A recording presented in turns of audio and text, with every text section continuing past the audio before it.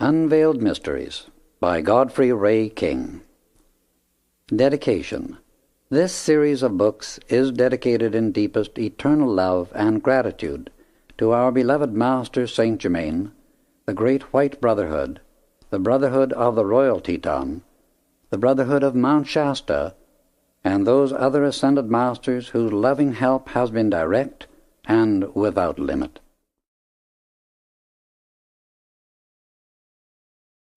Editor's Note. At the request of the ascended Master Saint Germain and Victory, the Tall Master from Venus, the material in this book is written in a plain, direct manner, with no attempt to conform to artificial literary standards or outer world's authority. They said this series of books must go forth in a simple, modern style, which the layman can easily understand. Therefore, the inner light and feeling have been held as of the first importance in presenting this truth, and the words used to express that light and feeling are those which are most direct and of easiest comprehension for the reader. The ascended masters never use involved terminology, regardless of any human opinion, for the nearer one comes to eternal truth, the more direct and concise is the language in which it is clothed. In presenting this book to our readers, we have kept the light and feeling first, and the literary form entirely secondary. The material in the first two books is simply a record of the author's experiences in the order in which the events occurred, stated as clearly as possible and in words that convey to the reader the feeling of the experiences. If the reader will bear this in mind, he too will be able to receive the outpouring of light, which will open opportunities for similar transcendent experiences to come to him in a perfectly normal, safe, harmonious manner for his permanent blessing and illumination. In loving service to the light, Lotus Ray King. Tribute. The time has arrived when the great wisdom held and guarded for many centuries in the Far East is now to come forth in America, at the command of those great ascended masters who direct, protect, and assist in expanding the light within mankind upon this earth. The great ascended Master Saint Germain, throughout this series of books, is one of those powerful cosmic beings from the great host of ascended masters who govern this planet.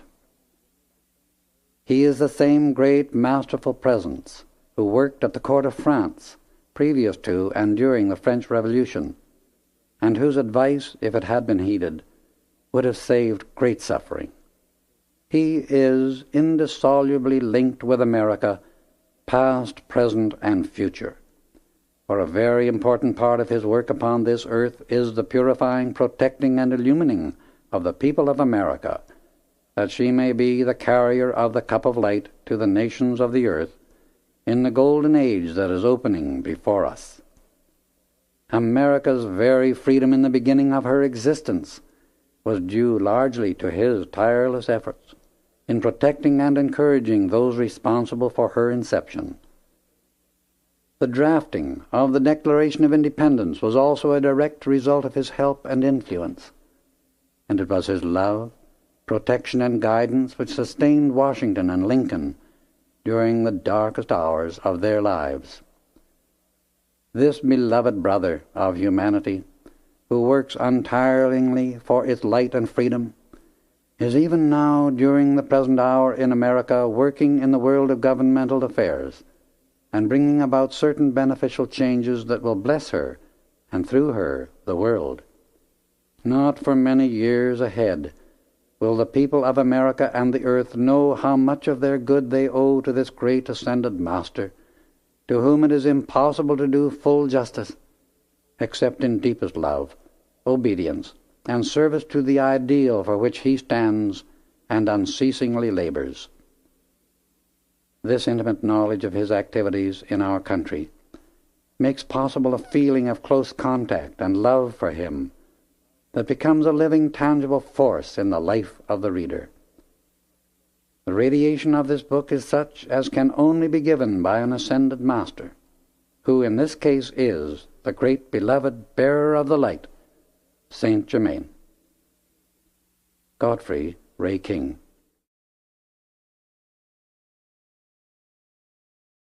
Forward. It was through Saint Germain's assistance that I was privileged to have the experiences recorded in this series of books, and permission has been granted for them to be put in a form which can be given to the public. No one can realize, unless he too has had similar assistance, how great and eternal is my love and gratitude to him and those other ascended masters whose assistance I had. With the exception of Saint Germain, the real names of the ascended masters, exact locations, records, dates, and treasure herein described, are withheld intentionally, at his command, for reasons that are obvious, because only by the service of love and invitation from the ascended masters is the right earned to be with them in visible, tangible, living, breathing bodies. Any other way of approach is bound to meet with disappointment and failure, for the great presence and power which has guarded through the centuries guards them still. One's own inner purity, strength, and attainment are the only passports by which one enters into these activities, and association with the ascended masters comes about. When an individual, by conscious self-correction of his weaknesses, reaches a certain point, nothing in the universe can keep him from them. In America, there is one of the most ancient foci of the great White Brotherhood, one of the oldest retreats of the ascended masters, which has been working for man's freedom since his advent upon this planet. Some of the activities within this retreat are revealed to the reader that he may, if he be ready, make conscious contact through his own inner light with the greater light pouring out through this powerful center of God radiance, and thereby drink once again at the fountain of the ancient wisdom and carry the crystal cup of peace, love, and strength, and victory to his weary brothers. The purpose of putting this book into the hands of the public is to convey to the individual the encouragement and strength that will lift and sustain him through the transition period we are now in, and reveal something of the sane and sound foundation upon which the future of our country and the coming age is, this hour, being built. This book is written in the embrace of the majestic, towering presence of Mount Shasta, whose apex is robed forever in that pure, glistening white, the symbol of the light of eternity.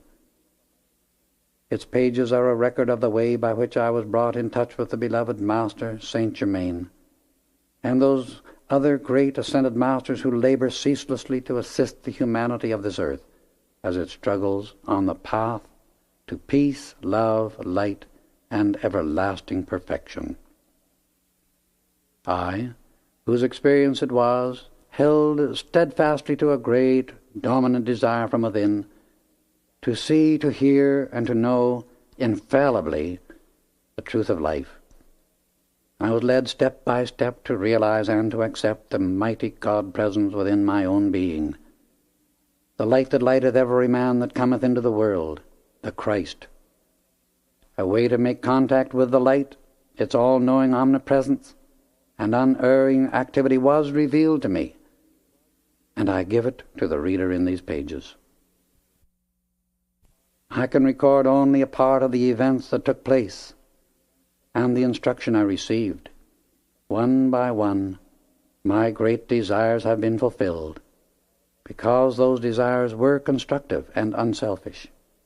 My quest for truth and happiness has been long and steady, but I have found both, and no human being can take them from me, because they are eternal and come from my own great God-self. In presenting this experience, it is with the deepest prayer that the reader may receive the light, be blessed and prospered on his way, as he walks the path of truth, in which alone can permanent happiness be found, There, and there only, will the seeker after light find eternal peace and activity in the service of love. In my present effort in sending these books forth into the world, can carry some of the love, light, and happiness I have received. To those of earth who also have been seeking the light, I shall have been amply rewarded. The great ascended Master Saint Germain has told us that the books of the Saint Germain series in the Ascended Master's Octave of Light are bound in covers of jewels. They contain the eternal law of life, and will remain the law for humanity and the earth for thousands of years to come. The Ascended Master law of the I Am is the only way provided by life to raise the activity of human beings into the next octave of life beyond the human. It is the only way by which individuals can correct the mistakes of the past and go forward free from them in the future. It is the means the law of life provides which enables the individual to give a balance back to the universal for his misuse of life's energy, instead of making restitution individual to individual, which would become an endless chain of reactions. That provision for bringing balance everywhere is surely the greatest mercy of life to its creation. It is the grace Jesus taught, and by which he gained his ascension. All ascended masters, and there are thousands of them, have used exactly this same application to become the perfection and power of life which they are now. In reading this series of books, you are trying to understand that which is expressing infinitely greater perfection than you or other human beings of this earth are expressing. There are no discrepancies in this explanation of the law as the Ascended Masters have given it. They are wholly pure, perfect, all-powerful beings who never make a mistake. The one who reads these books should realize how little he or she knows about what is in this magnificent universe beside himself, and of which he has never heard. Everyone knows positively that there is an intelligent power and activity of life greater than his own human mind, body, and intellect, or those of all mankind put together. Everyone knows that our world and the system of worlds to which this earth belongs were created, designed, and are sustained by an intelligence and power greater than all human intellects and consciousness on our planet. Then, instead of feeling, saying, or thinking that there are discrepancies in this Ascended Master instruction, which is perfect, try to realize how little your human intellect or that of all mankind knows about perfection. Why should human beings who are in such limitation and who make so many mistakes themselves dare to say that the Ascended Masters, who are wholly perfect and pure and loving and all-powerful, make mistakes when such a thing is impossible? Such an attitude is just human ignorance, judging the divine life and manifestation of the universe through the discord of human feeling in its rebellion against obedience to the law of life. The Ascended Masters and we never use a destructive force. We do not need to.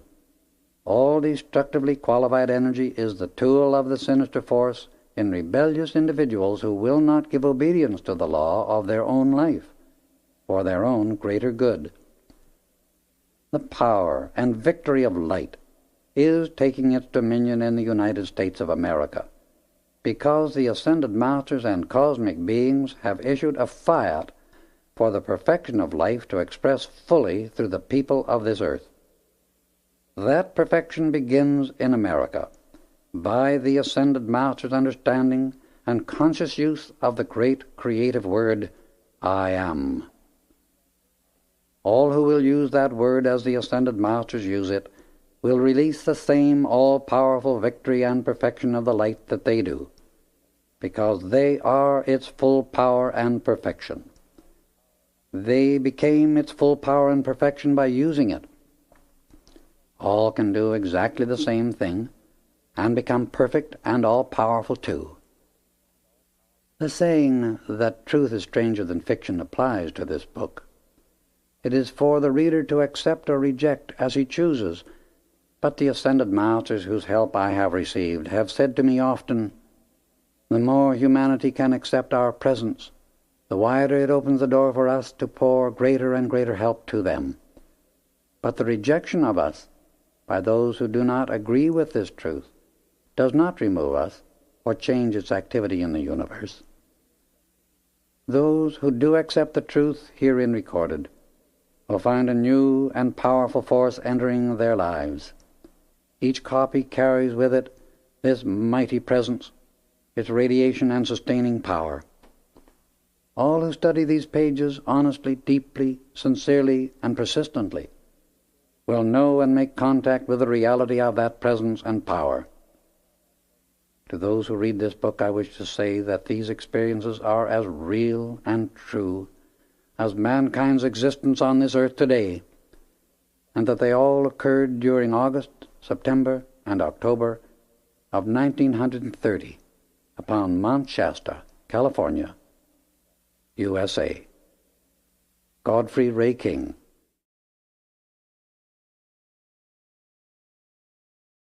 The Ascension by Chanera. I feel my God flame touch my brow, the breath of love eternal now. I raise my eyes and lo, I see my own great God-self over me. A dazzling cloud envelops all. I hear my own God-presence call. I feel a surge of love's great might. I enter deep its breath, its light. I see within this pulsing flame. I listen and hear my secret name. I feel the glow, the great flame breath. I am the victor over death. I stand forth free, ascended now. To my heart's light all things do bow.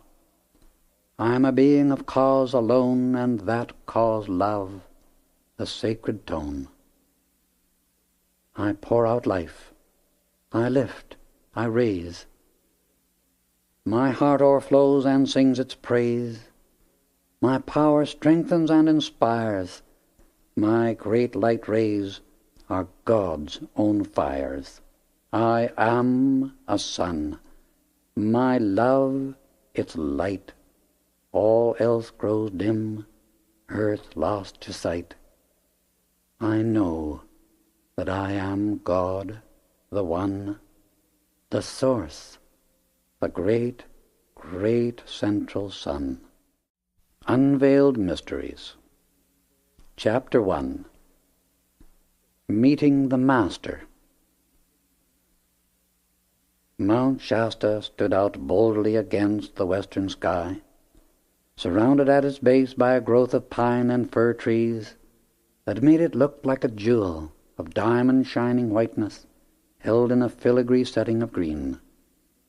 Its snow-covered peaks glistened and changed color from moment to moment as the shadows lengthened in the sun's descent toward the horizon.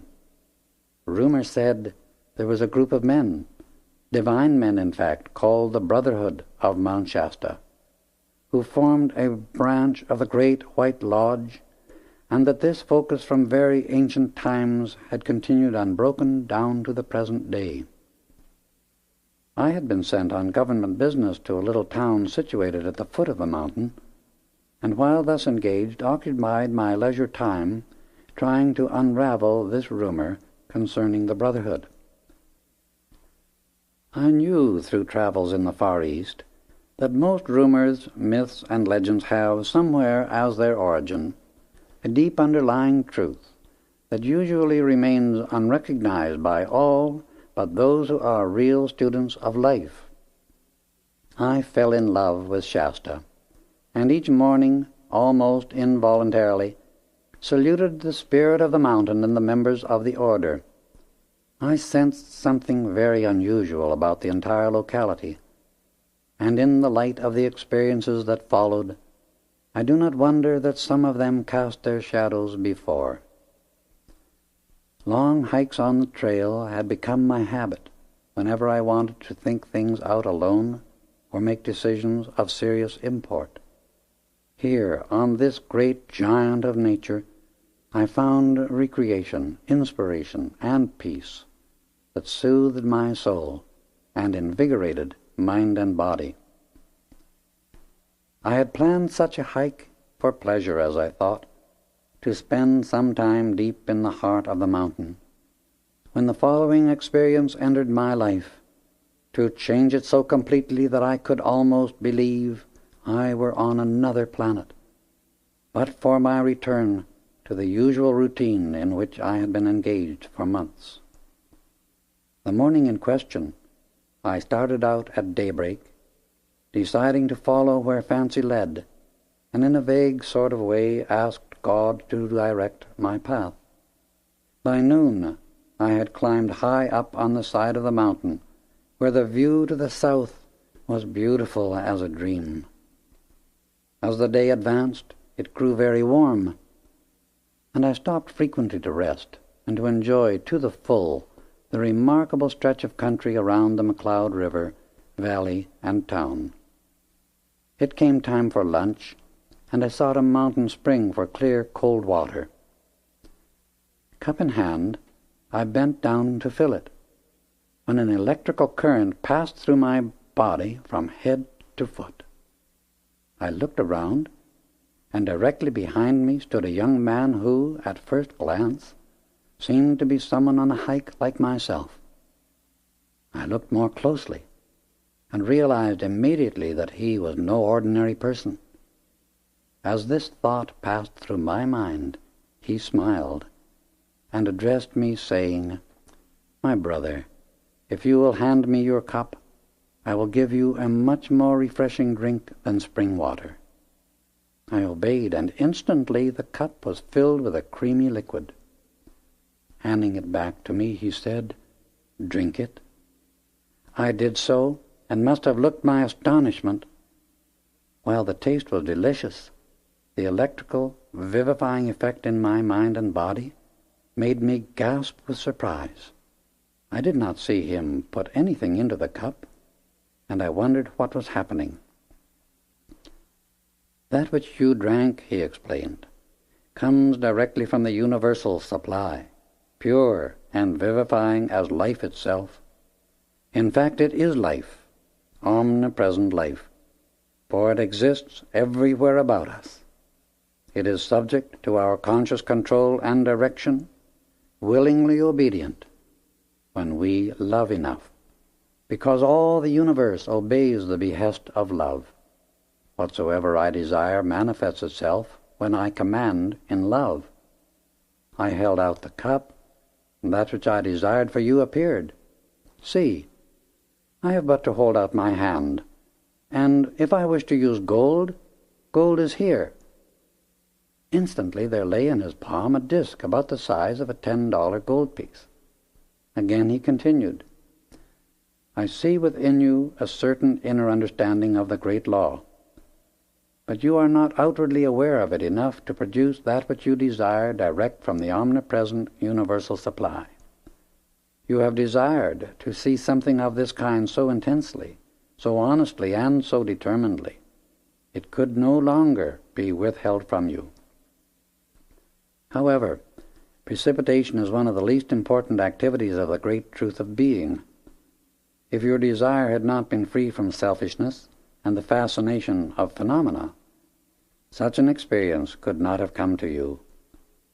When leaving home this morning, you thought you were coming on a hike, that is, so far as the outer activity of your mind was concerned. In the deeper, larger sense, you were really following the urge of your inner God self, that led to the person, place, and condition wherein your most intense desire could be fulfilled. The truth of life is, you cannot desire that which is not possible of manifestation somewhere in the universe. The more intense the feeling within the desire, the more quickly it will be attained. However, if one be foolish enough to desire something that will injure another of God's children, or any other part of his creation, then that person will pay the penalty in discord and failure somewhere in his own life's experience.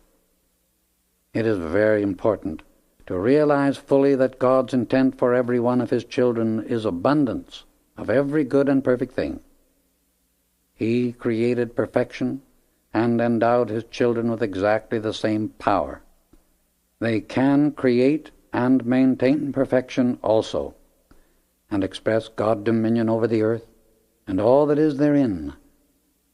Mankind was originally created in the image and likeness of God. The only reason all do not manifest dominion is because they do not use their divine authority, that with which each individual is endowed and by which he is intended to govern his world. Thus, they are not obeying the law of love by pouring out peace and blessing to all creation.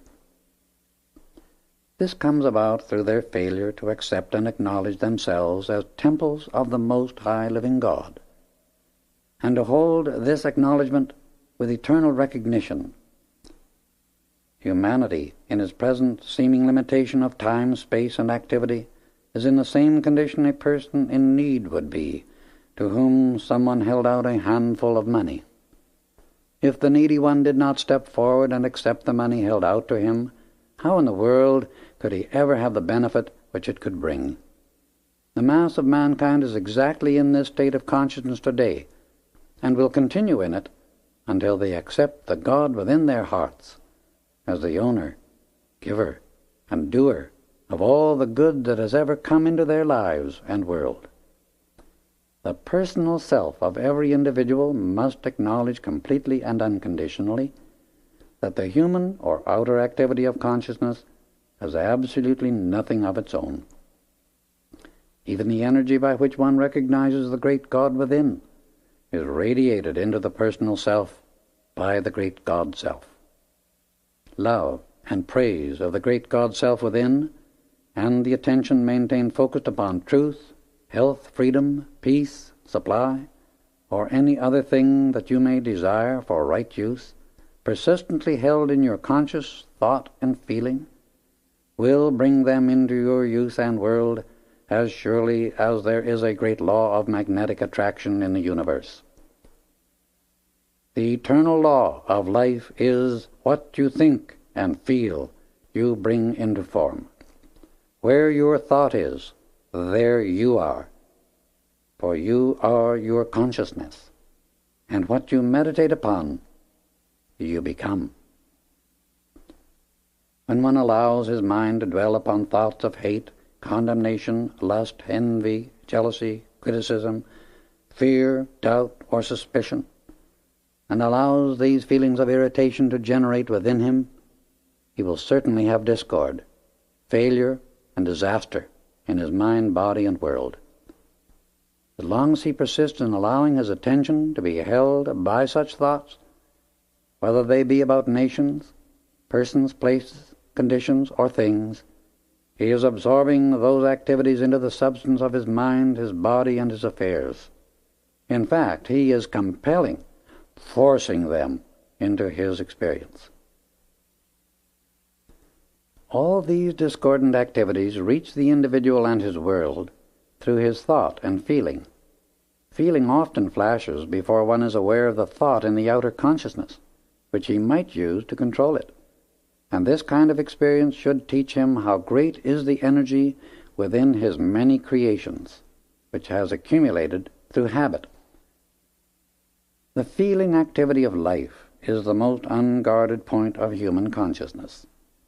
It is the accumulative energy by which thoughts are propelled into the atomic substance, and thus thoughts become things. I tell you, the need of guarding the feeling cannot be emphasized too strongly, for control of the emotions plays the most important part of anything in life, in maintaining balance in the mind, health in the body, success and accomplishment in the affairs and world of the personal self of every individual. Thoughts can never become things until they are clothed with feeling.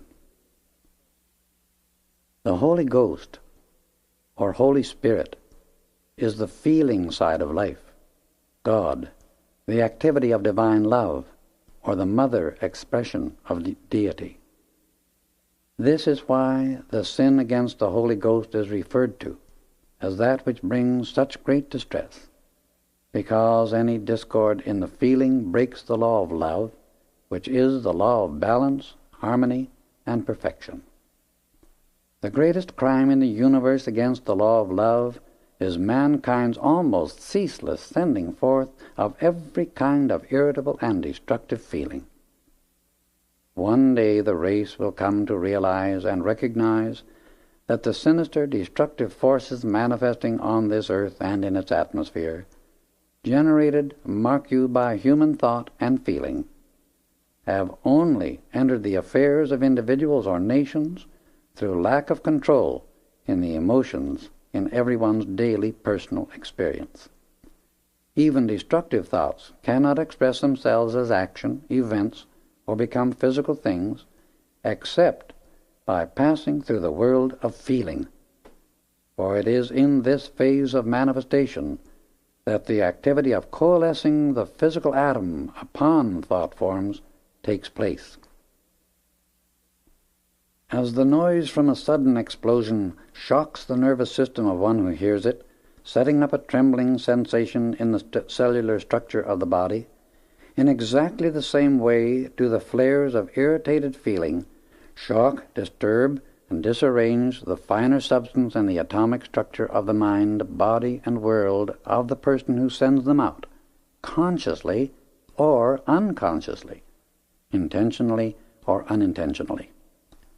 Discordant feeling is the producer of conditions we call disintegration, old age, lack of memory, and every other failure in the world of human experience. The effect upon the body structure is the same as that produced upon a building if the mortar holding the bricks together were to receive repeated shocks, and each day those were to be increased. This continued shock would shake apart the particles composing the mortar, the building would collapse into a chaotic mass, and the form be no more. That is what mankind is constantly doing to the atomic structure of the human body. To give expression to the discordant thoughts and feelings in one's self is the course of least resistance, and the habitual activity of the undeveloped, undisciplined, and willful individual who refuses to understand the law of his own being, and to bring the personal self, which is but his instrument of expression, into obedience to that law. He who cannot or will not control his thoughts and feelings is in a bad way, for every door of his consciousness is wide open to the disintegrating activities thrown off by the minds and emotions of other personalities. It takes neither strength, wisdom, nor training to give way to unkind destructive impulses, and the full-grown human beings who do this are but children in their development of self-control. It is a blight upon the life of mankind that so little control of the emotions is taught humanity from the cradle to the grave. Attention to this particular point is the greatest need in the Western world today. It is easy to give way to discordant thoughts, feelings, and activities, because the mass of mankind are submerged, as it were, by environment and association entirely created by themselves.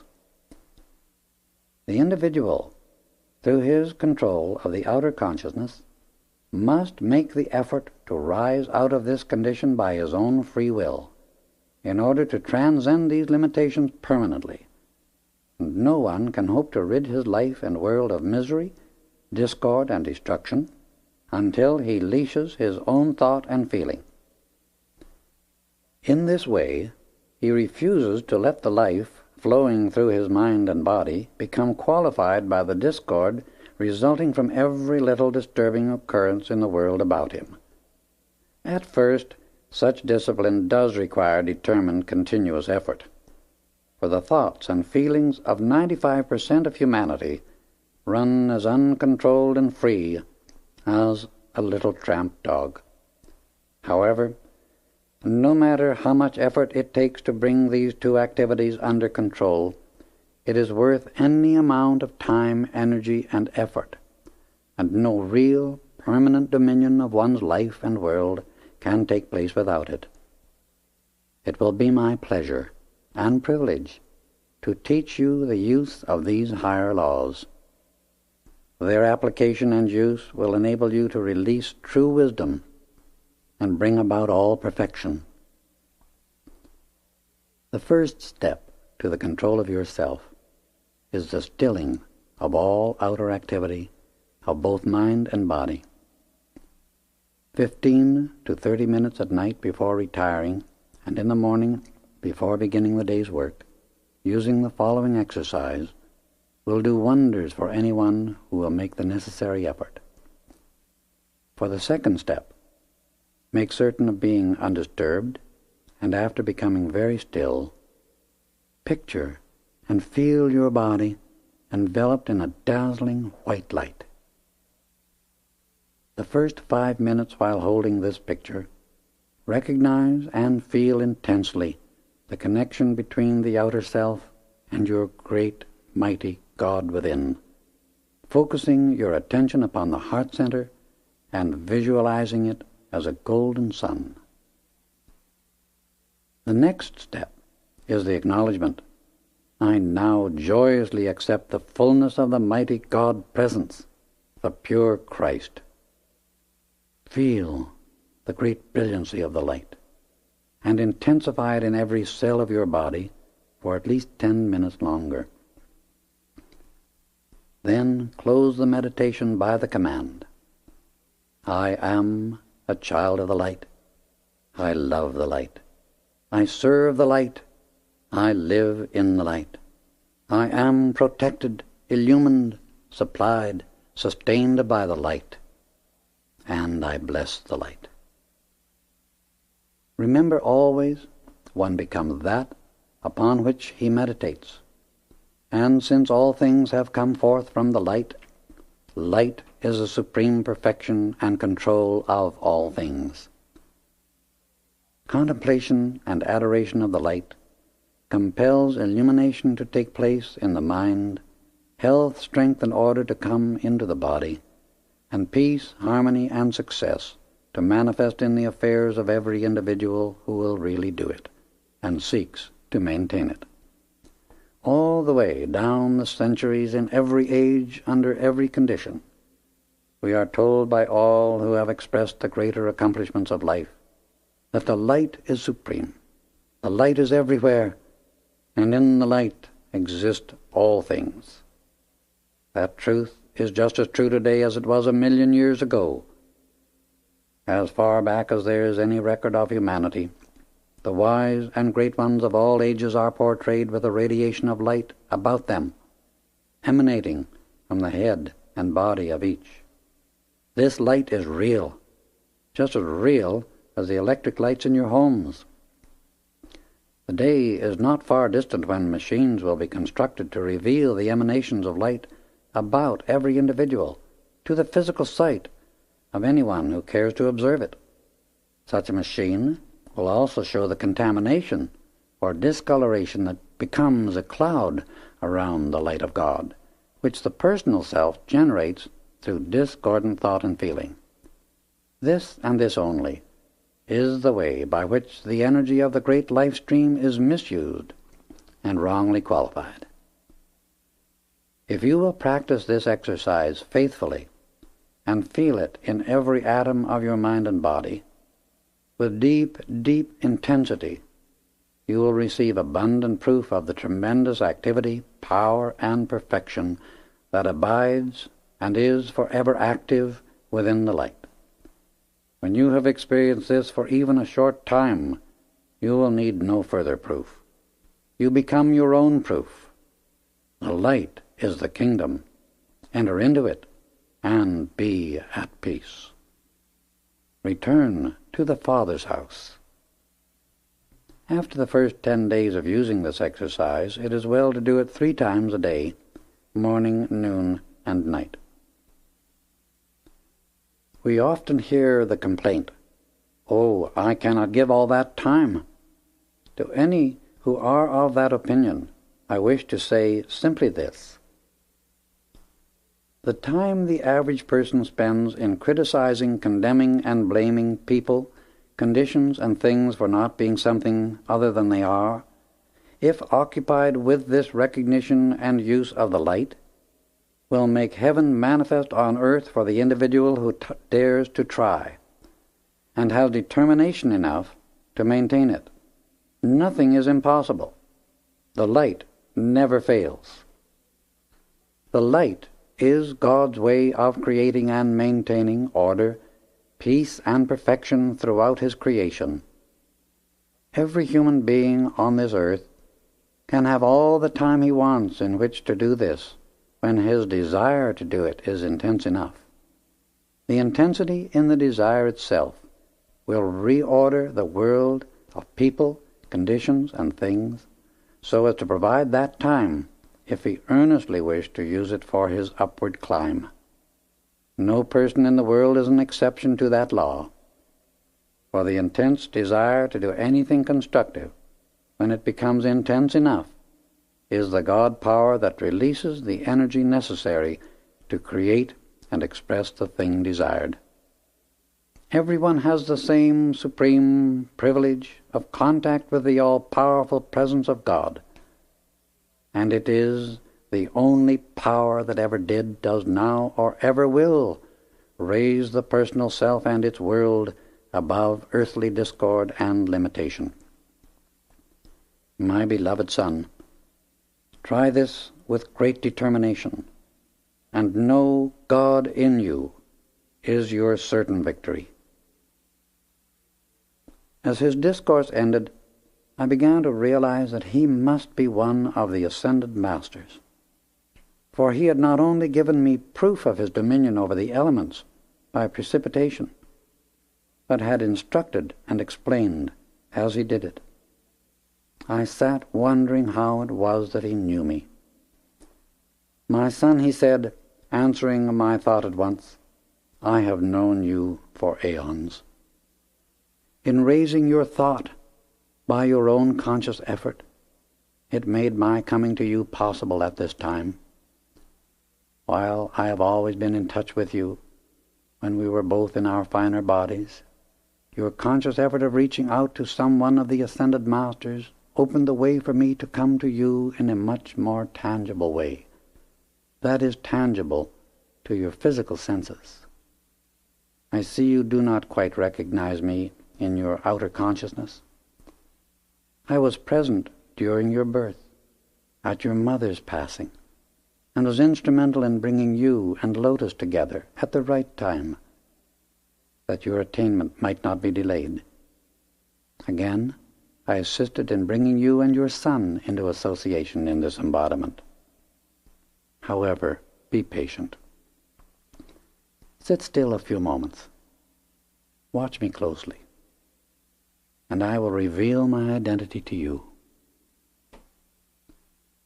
I did as he requested, and in perhaps a full minute I saw his face, body, and clothing become the living, breathing, tangible presence of the Master Saint Germain. Smiling at my astonishment and enjoying my surprise, he stood there before me, a magnificent godlike figure, in a white jeweled robe, a light and love sparkling in his eyes that revealed and proved the dominion and mastery that are his.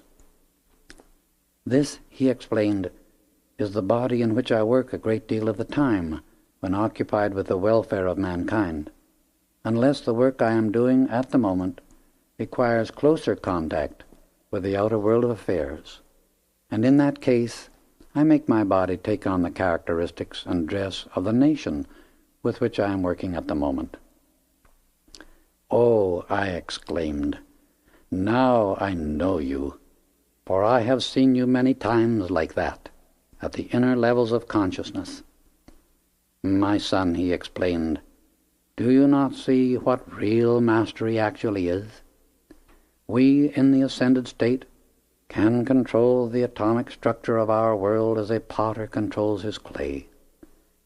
Every electron and atom in the universe is obedient to our desire and command, because of the God power by which we control it, and of which we have earned the right to be the directors. Mankind in the unascended state marvels at these things, but I tell you, it is no more effort for us to change the appearance and activity of our bodies than it is for the ordinary human being to change his clothes. The unfortunate condition in human consciousness that keeps individuals in their self-created limitations is their attitude of mind, which either fears or ridicules what it does not understand, or what is still worse, in its ignorance says that is impossible. A thing may not be probable under certain human conditions, but the God Self, which is the great light, can change all human conditions, so nothing is impossible.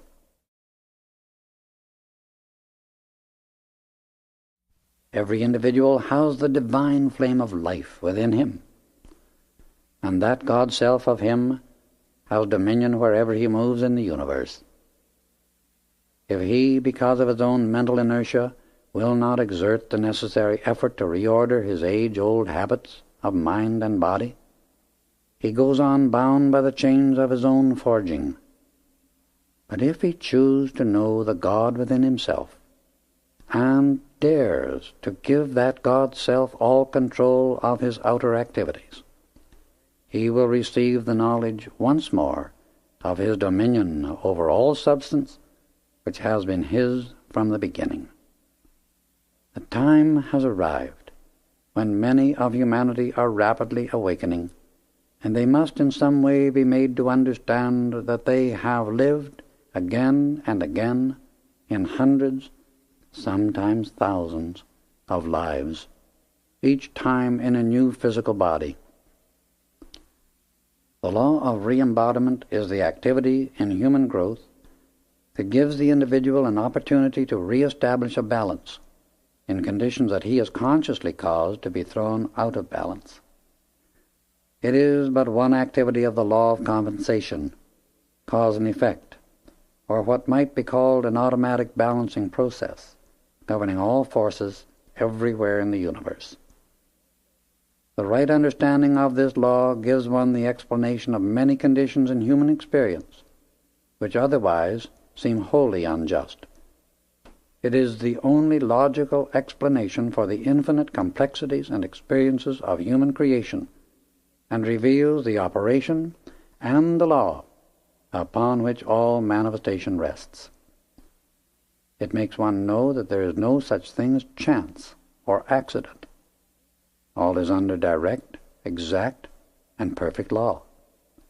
Every experience of consciousness has a former cause, and everything at the same instant is the cause of a future effect. If a man has injured a woman in one life, he is certain to be reincarnated in a feminine form and pass through a similar experience until he realizes and experiences that which he has caused another to endure. The same thing is true if a woman be unjust or injures a man. This is the only way by which one is compelled, or rather compels himself, to experience both the cause and effect of everything which he generates in the world.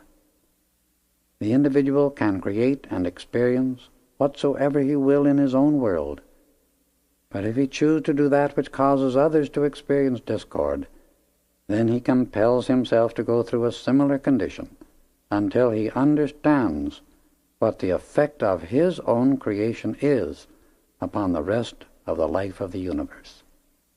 Come with me, and let us review the physical life in which you used a feminine form in France, wherein you were a singer of splendid accomplishment, with a voice of rare beauty and power. Immediately, without the least effort on my part, I stood outside my physical body, seeing it clearly as it reposed upon the ground. I wondered if it would be safe there on the mountainside, and in answer to my thoughts Saint Germain replied, "Do not be disturbed. Not a thing in the world can harm your body while we are away. Observe." Instantly I saw it surrounded by a white flame, forming a circle about 50 feet in diameter. He placed his right arm around me, and I saw we were rising rapidly from the ground, but I soon became adjusted to his vibratory action. There was no definite feeling of motion through space, but presently we looked down upon a village in the south of France. And he continued, "Here you were born as an only child, the daughter of a beautiful woman, whose life was an example of idealism far in advance of the majority in that period. Your father was a devoted husband and companion, highly cultured, and inspired by the early Christian spirit. The atmospheric ether of every environment records all that has ever transpired in that locality.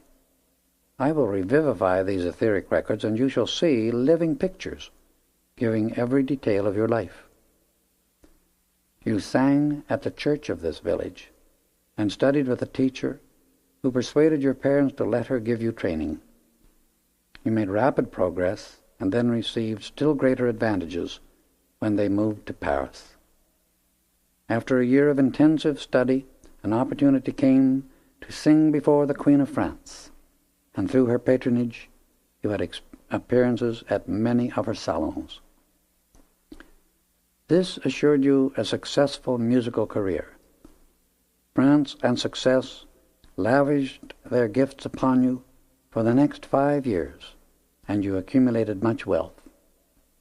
Suddenly, both parents passed through the change called death, and the shock to you was very great, followed by many weeks of serious illness. When you recovered and returned again to concert work, a new sympathetic quality had come into your voice through the recent experience of grief. A man who had guided much of your musical study became director of your public work, and you came to depend upon him as one who seemed worthy of trust. Then followed 14 years of brilliant success, at the end of which you became suddenly ill and passed on within a week. Your jewels and wealth were left in care of the director, to be used to help others, and to fulfill certain plans for which you had worked all your life. The last rites were no sooner over than a complete change took place within him. Greed took possession entirely. Now I shall show you that man whom you met some years ago here in America in your present life. The incident in business, I am quite sure, you will remember clearly. Here he showed me a business association in which I had tried to help several people while in the West some 10 years previously, in connection with a representative from the Belgian government. That man, he continued, was given a chance here to right the wrong he did you in France. He was shown the condition, and knew full well the situation, for we showed it to him. But he was not yet strong enough to permit the working out of the great cosmic law of justice and balance that debt. If he had done so of his own volition, it would have given him freedom in many ways, and enabled him to have progressed much more rapidly in this embodiment. Thus does the outer life keep the individual bound to the wheel of necessity, rebirth, continued struggle, and pain, until we let the light of the Christ within illumine and purify us, that we may respond only to the plan of God, love, peace, and perfection for His creation. This is the kind of lesson one never forgets, because objective teaching records the experience in the vision as well as in the mind. The record in the sight is deeper and necessarily receives more attention from the outer activity of the intellect. The essence of that long-forgotten experience certainly fixed itself in my memory permanently, for I can recall every detail of it to this day, as clearly as when I observed it with him. Now, he went on, let us recall another of your embodiments, one that you had in Egypt. We rose from the earth and moved rapidly forward. I was very conscious of the Mediterranean as we passed over its beautiful waters. We went on to Karnak and Luxor, then came again into contact with the earth. Watch closely, he said. This record is of a very ancient temple in Luxor, not among those whose ruins the archaeologists are exploring today, but one antedating any that have been discovered so far. If they knew where to look, they would find magnificent temples in a state of almost perfect preservation. Indicating a certain spot filled with ruins, which is all that travelers can see today, the scene became replaced by the activity in the ether, as it had originally been in all its beauty and splendor, far more magnificent than anything of which the present generation has any concept. The gardens and pools were surrounded by great pillars of white marble and rose granite. The entire locality became living, real, vibrant, and just as tangible as any physical city on earth today. It was so perfectly natural and normal that I asked how he made these experiences so vivid. Man and his creations, he replied, as well as nature, have an etheric counterpart, a pattern which makes its eternal impression upon the atmosphere about him wherever he goes. The pattern of the individual's activity and life experience is within his own aura all the time. A similar record exists in the aura of every locality.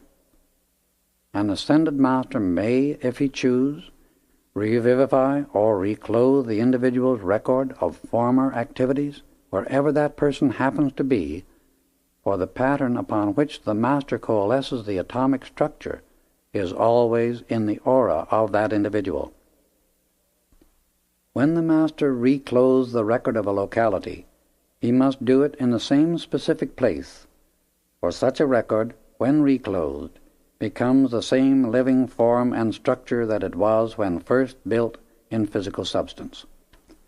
In this way it is possible to coalesce again the physical structure of entire buildings and their surroundings, when the ascended master so desires, for the accomplishment of some good purpose.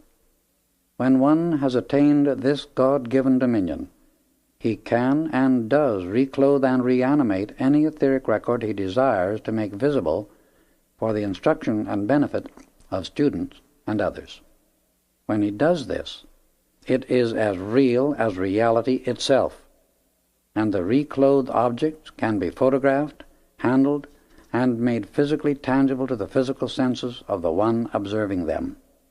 Notice, he reminded me, you are experiencing these activities in your finer body, but they are nonetheless real because of that, for your physical body is only a garment which you, the self-conscious thinking and experiencing individual, wear. It is the same as though you wore a heavy overcoat in the cold winter atmosphere and only a light suit of clothes on a very warm summer day. Experiences in your light suit of clothes would surely be no less real than those you lived through in your heavy overcoat. I call this to your attention that you may understand the fuller and less limited activities of life. We examined the grounds and surrounding country and architecture. "Come, let us enter," he said, and as he spoke, stepped forward and passed through the main entrance into the temple itself. We then became living actors and at the same time observers of the following experience. We passed into the main part of the temple and proceeded toward the inner sanctuary. The high priest came directly up to us and seemed to know me. "This priest of ancient days," Saint Germain explained, "is now your son." The lesser priest appeared, whom I immediately felt I knew, and he remarked, "The assisting priest was yourself." We entered the inner sanctuary and saw the Vestal Virgin guarding the sacred fire. She, whom I now beheld, was Lotus, my beloved twin ray, whom I met and married some years ago, and who is the mother of our son. The scene changed, and we saw a visiting prince from a distant province plan to seize the Vestal Virgin for his bride. All seemed to go well until the high priest was shown a vision of what was about to take place. It disturbed him, but he kept his own counsel. Standing guard as the slaves of the prince entered, he watched them approach the sanctuary. As they came nearer, he stepped forward and spoke but one word that meant, "Stop." One slave, bolder than the rest, came on. The higher priest warned him back, but still he came nearer. When he reached a certain sacred circle of force which emanated from the altar, the priest no longer hesitated. He stepped to the outer edge of that protecting radiance, raised his right hand, and pointed directly at the slave.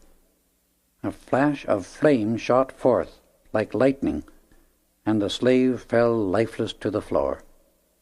The prince, who was watching, came forward in an insane rage. "Stop!"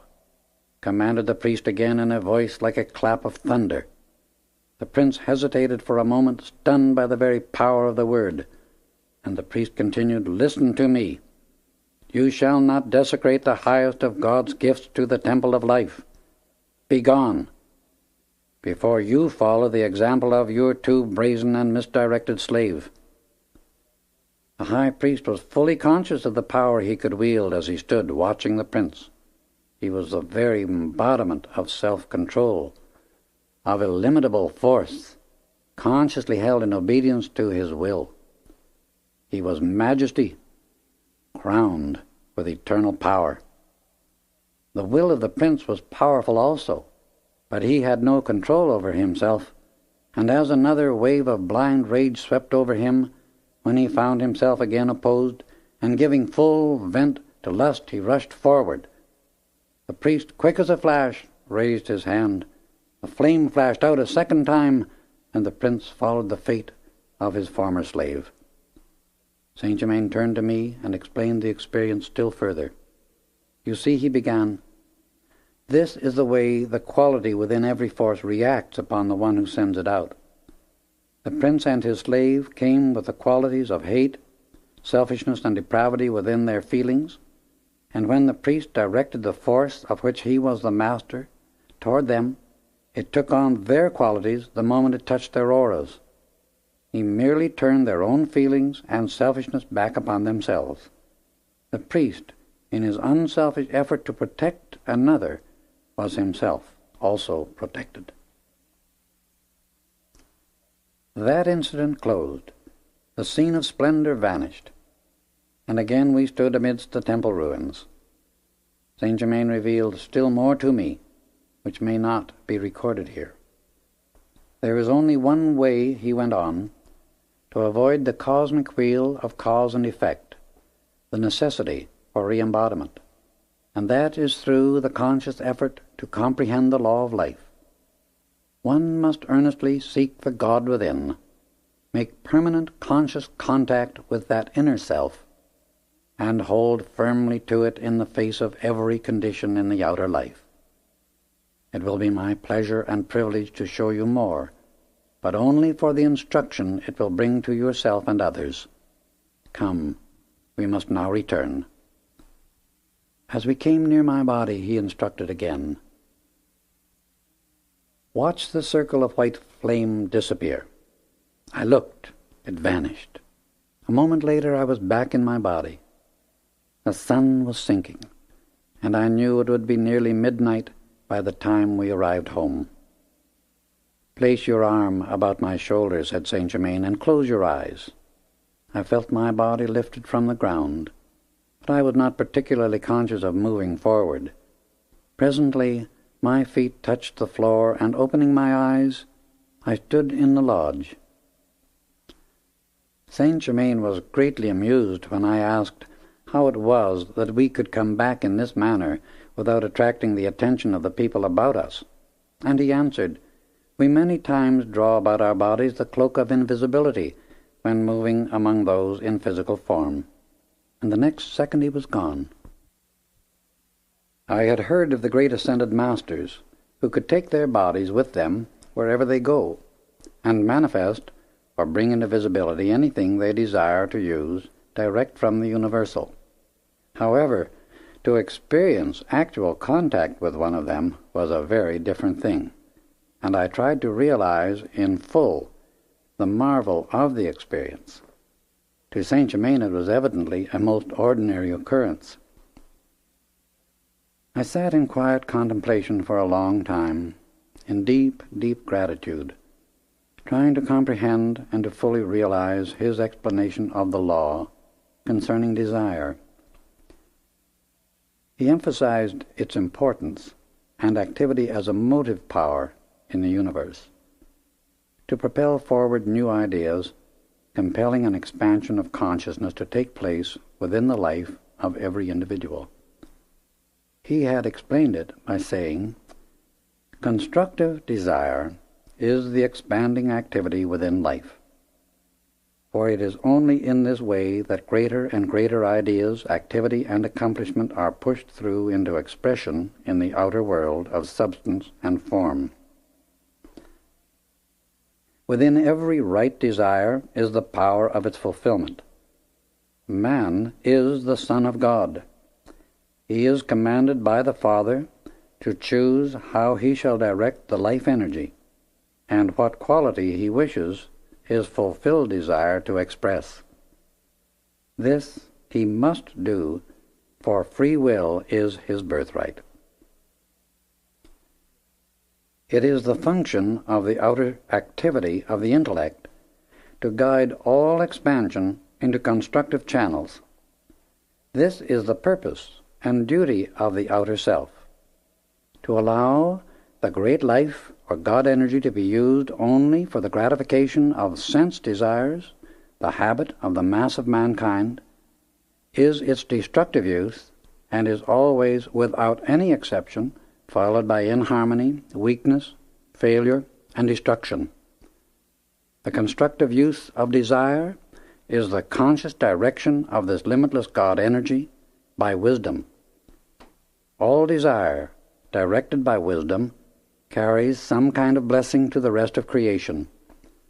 All desire, directed by the God within, goes forth with the feeling of love and blesses always. The next few days I spent writing this record of my experiences. Then one morning, on awakening, I found a golden card lying on the table near my couch. It looked like a piece of metallic gold, and on it, in beautiful shaded script of a lovely violet color, was just one short sentence: "Be at our trysting place on the mountain at 7 in the morning. Signed, Saint Germain." I put this card away carefully, and could scarcely wait the intervening time, so great was my expectancy. Early the next morning, while preparing a lunch, there came a distinct impulse not to take anything with me. I obeyed, and decided to trust that my needs would be supplied directly from the universal. Light of heart, I was soon on my way, determined not to miss any opportunity to ask questions, if permitted. As I approached the appointed place, my body became lighter and lighter, until by the time I was within a quarter of a mile, my feet scarcely touched the ground. There was no one in sight, so I sat down on a log to wait for Saint Germain, feeling no fatigue whatsoever, although my hike had been about 10 miles. As I contemplated the wonderful privilege and blessing that had come to me, I heard a twig crack and looked around expecting to see him. Imagine my surprise when not 50 feet away I saw a panther slowly approaching. My hair must have stood on end. I wanted to run, to scream, anything, so frantic was the feeling of fear within me. would have been useless to move, for one spring from the panther would have been fatal to me. My brain whirled, so great was my fear. But one idea came through clearly and held my attention steady. I realized that I had the mighty presence of God right within me, and that this presence was all love. This beautiful animal was a part of God's life also, and I made myself look at it directly in the eyes. Then came the thought that one part of God could not harm another part. I was conscious of this fact only. A feeling of love swept over me and went out like a ray of light directed to the panther, and with it went my fear. The stealthy tread ceased, and I moved slowly toward it, feeling that God's love filled us both. The vicious glare in the eyes softened. The animal straightened up and came slowly to me, rubbing its shoulder against my leg. I reached down and stroked the soft head. It looked up into my eyes for a moment and then lay down and rolled over like a playful kitten. The fur was beautiful, dark, reddish brown. The body long, supple, and of great strength. I continued to play with it when I suddenly looked up. St. Germain stood beside me. "My son," he said, "I saw the great strength within you, or I would not have permitted so great a test. You have conquered fear. My congratulations. Had you not conquered the outer self, I would not have allowed the panther to harm you, but our association would have ceased for a time. I did not have anything to do with the panther being there. It was part of the inner operation of the great law. As you will see before the association with your newfound friend ceases.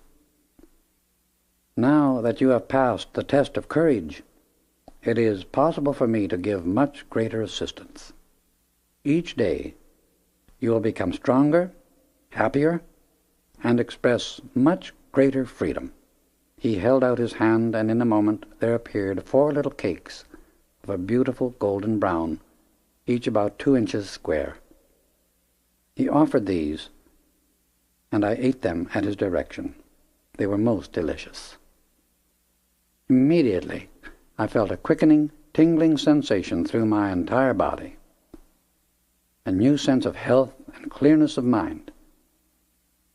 St. Germain seated himself beside me, and my instruction began. Chapter 2. The Sahara Desert. Instead of going forth from the body, as in your recent experience, today we will use the projected consciousness, he remarked, as he placed the thumb of his right hand between my eyes and the rest of his fingers over the top of my head. A feeling like a powerful electric current passed over my entire body. Removing his hand, he continued, "I wish you to fix firmly in mind and recall frequently for contemplation the fact that the laws I explain and teach you to use are to bring you into a condition of conscious mastery over all forces and things on earth. This means that no matter what is being experienced, you are always at every instant in complete conscious control of your own mind and body and able to use your own free will at all times. In this state of projected consciousness, you are completely conscious and have full mastery over all your faculties every instant. There is nothing whatsoever about any of this instruction and its use that is either of the trance or hypnotic condition at any time. For in both trance and hypnosis, the experiencing individual's conscious will is not functioning, which is a most dangerous and disastrous activity to anyone who permits it to take place in his mind and body. There is no conscious mastery or dominion in trance or hypnotic practices, and they are most destructive and dangerous to the soul growth of the one who permits such practice. Please understand thoroughly that the conscious control, mastery, and use of the forces and things on this earth should at all times be under the direction of your inner or God self, through the perfect cooperation and obedience of all outer faculties in both mind and body to that inner guidance. There is no such thing as mastery without this, and those known as the Ascended Masters never, never intrude any activity upon the God-given prerogative of the individual's free will. A student may be given the experience of projection if an Ascended Master choose to expand his consciousness temporarily so that he experiences things happening in two or more places at the same time. In such a condition, the student's faculties are completely under the control and direction of his own free will at every moment. He is fully conscious and active where his body may be, and also at the place to which the Ascended Master chooses to direct his attention for the instruction. The reason an Ascended Master temporarily raises the consciousness of the student is to show him how he may do this same thing for himself by his own effort consciously and at will. Projected consciousness is but increasing the rate of vibration of the atomic structure in both the mind and body of the student. This is done by the radiation from an Ascended Master, and is an activity of the light which increases the vibratory rate up to the keynote he sets for the experience. In the higher rate, one uses his faculties of sight and hearing exactly as he does in daily life, except that they are expanded into the next octave or zone above the human. Such use of our senses is the same as we experience every moment of the waking state, because we can become aware of that which is near and that which is distant at exactly the same instant. The expansion or contraction of our consciousness is dependent entirely upon what the individual desires. This is always subject to the free will and conscious direction of the student. One can, of his own choice, be conscious of a certain tree in his garden or of the entire garden. He uses the same faculty of sight to observe both, and uses it in exactly the same way. When he wants to see all of the garden, he makes his sight enlarge its activity until it takes in all he desires. The larger expansion still includes the smaller. So you see, you must be conscious of the full control of all your faculties in both places at the same time. The activity that takes place is really an enlargement of the force field in which the sight acts. The use of your faculty of sight in this projection or expansion of consciousness is accomplished by the raising of the vibratory rate in the optic nerve. The whole process corresponds to the thing that takes place when one uses a field or marine glass. In ordinary experience, human consciousness has been accustomed to use its faculties only within certain zones or force fields. And the proof of this is that one can listen to the sound of a person's voice who is physically present in the room speaking to him, and one can also hear the bell of a telephone ring somewhere else in the house at identically the same instant. All the faculties of the outer activity are elastic.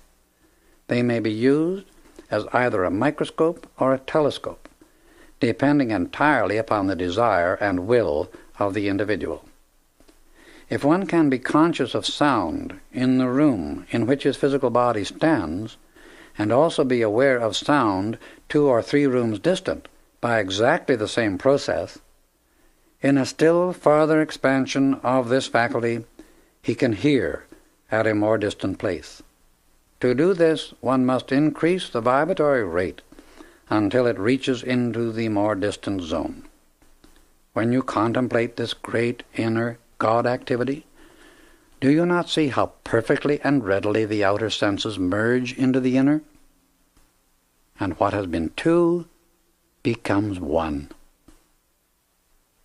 This activity of consciousness can be applied to all the other senses, as well as those of sight and hearing. Such a raising process is natural, normal, and harmonious, as simple as the tuning of your radios to any desired wavelength. Radio wavelengths and those of sight and hearing are part of the same activity. Sound contains color, color contains sound. In ordinary daily experience, human beings can hear color and see sound whenever they become still enough. Within certain octaves or zones, vibration registers upon the nerves of the eyes, and the result is what we call sight.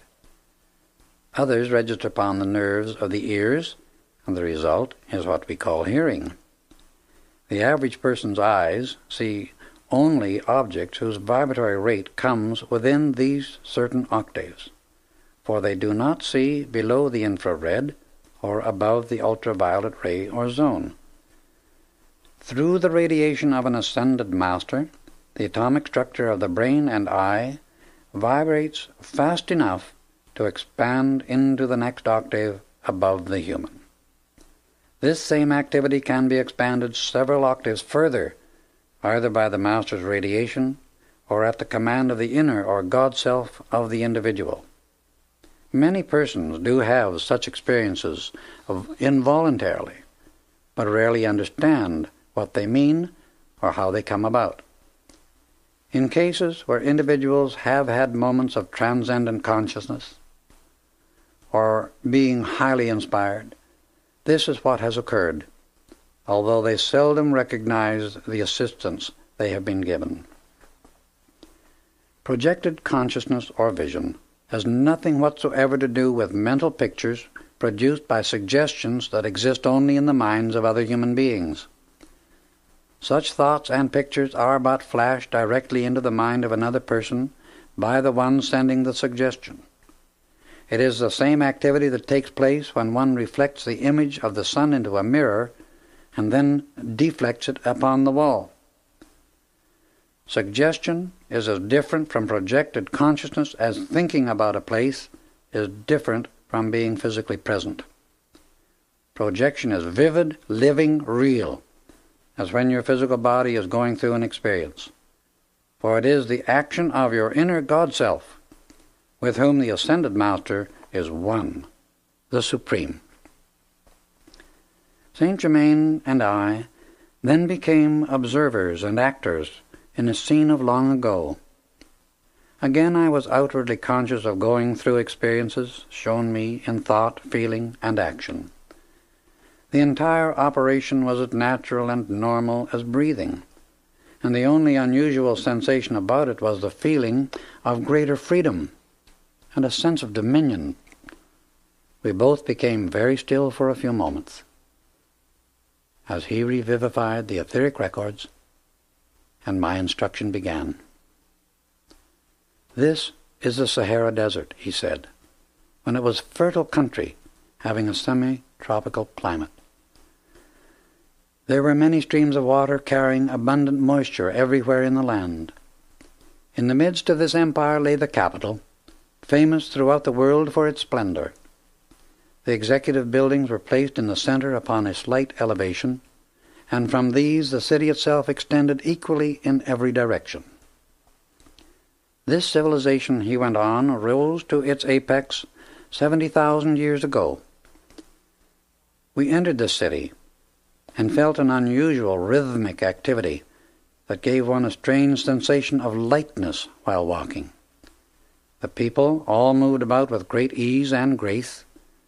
I asked Saint Germain the reason for this, and he replied, "These people remembered their source and knew themselves as sons of God, hence were the possessors and operators of power and wisdom that to you may seem miraculous and superhuman.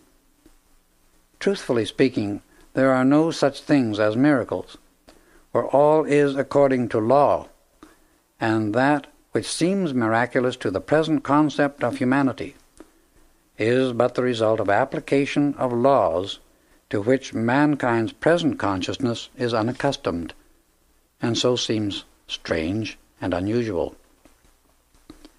When the reality of life is correctly understood, all manifestation that seems miraculous to your present consciousness is found to be just as natural and normal an experience as the forming of words are to one who has learned the use of the alphabet. It is all the action of an ever-expanding, ever-progressing manifestation of life in form, and this comes about at all times through an orderly process of law, in love and peace. No matter how strange, unusual, and impossible an experience seems to humanity's present mental state, it is no proof that there is not a greater law and a wiser intelligence acting to produce greater wonders of creation surrounding us all the time. The knowledge of the greatest minds of humanity in the outer world today is to this great inner wisdom and power as the understanding of a small child is to the study of calculus. In one building of the Central Group, we found the attendants attired in the most gorgeous fabrics of soft, radiant colors that harmonized with the interior decoration. One of these acted as guide, taking us to the central building, and there he presented us to the king of this great people. The king proved to be Saint Germain. Beside him stood a young girl, very beautiful. She had hair like spun gold that hung almost to the floor, and eyes of a piercing violet blue. Her entire bearing was one of loving command. I looked inquiringly at Saint Germain, wondering who she could be, and he answered, "Lotus." Beside her stood a young man about 20 years of age, and a lad perhaps 14. The young man was he whom we had seen as the high priest in the temple of Luxor, and the lad was the lesser priest. These were the children of the king. Again, we four were working together. "With this glimpse of former lives," he said, "let us enter into the activity of that blessed people. I say blessed advisedly, and you will soon see why. The majority of them still retained the full conscious use of all their wisdom and power as sons of God, and this they wielded almost without limit, knowing full well from whence they sprang, and to what they were heirs.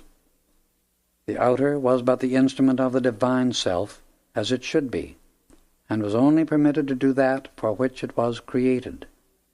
Naturally, the great inner self could act unfettered, and, of course, the perfection and activity of that period was one of magnificent accomplishment.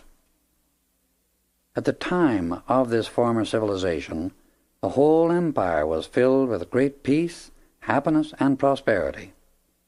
The king-emperor was a master of the ancient wisdom and a real cupbearer of the light. He ruled by that light, and his empire was the living example of perfection. For hundreds of years, Saint Germain continued, this perfection was maintained without army or navy of any kind. The control of the people was vested in the care of 14 ascended masters of light, 2 working on each of the 7 rays. They thus formed points of focus for the mighty God activity to be made visible. Under these 14 luminous beings were 14 lesser masters, who formed the heads of 7 departments, controlling the activities of science, industry, and art.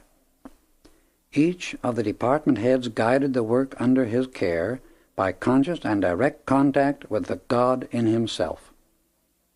Hence, direct from their source did all direction and instruction come for those under them.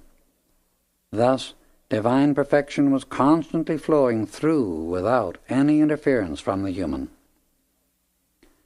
This form of government was most remarkable, successful, and satisfactory in every way. There has never been anything on earth since that time which has even approached such heights.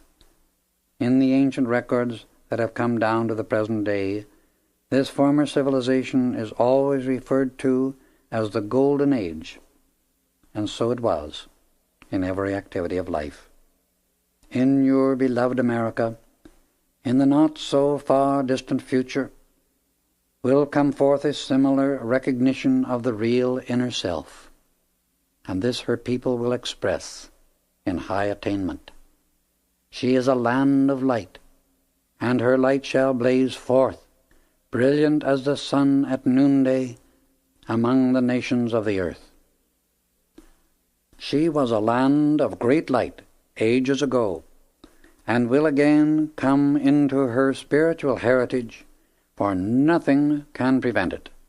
She is strong within her own mind and body, stronger than you think, and that strength she will exert to rise out of and throw off from border to border all that weighs heavily upon her at the present time. America has a destiny of great import to the other nations of the earth, and those who have watched over her for centuries still watch. Through their protection and love, she shall fulfill that destiny. America, we, the ascended host of light, love and guard you. America, we love you. A similar form of perfect government will come at a later period, when you have cast off certain fetters within that hang like fungi and sap your strength as a vampire. Beloved ones in America, be not discouraged. When the seeming dark clouds hang low, every one of them shall show you its golden lining. Back of the cloud that seems to threaten is the crystal pure light of God, and his messengers, the ascended masters of love and perfection, watching over America, the government and her people. Again I say, America, we love you. One by one, great awakened souls are coming forth, who will become clearly conscious of their own mighty inherent God power. And such as these will be placed in all official positions of the government. They will be more interested in the welfare of America than in their own personal ambitions and private fortunes. Thus will another golden age reign upon earth and be maintained for an aeon. In the period just preceding this, which you have been experiencing, the mass of the people used great airships for transportation purposes. As the development reached a still higher point, they had little need for them, except in the outlying districts. All the official class, because they were the more spiritually advanced souls of that race, were able to go from place to place in the finer bodies and do all they desired, the same as in your recent experience at Luxor. They also were able to transport the physical body at will, for the use of their power to overcome gravity was as natural as breathing is to you. Gold was a common commodity in this age, as in all golden ages, because its natural emanation is a purifying, balancing, and vitalizing energy of force. It is placed within the earth by the lords of creation, those great beings of light and love, who create and direct worlds, systems of worlds, and the expansion of the light in the beings upon them.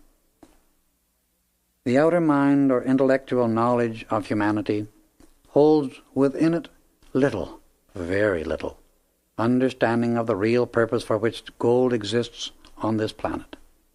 It grows within the earth like a plant, and through it there is constantly pouring a purifying, vitalizing, and balancing current of energy into the very ground we walk upon, as well as into the growth of nature and the atmosphere we breathe.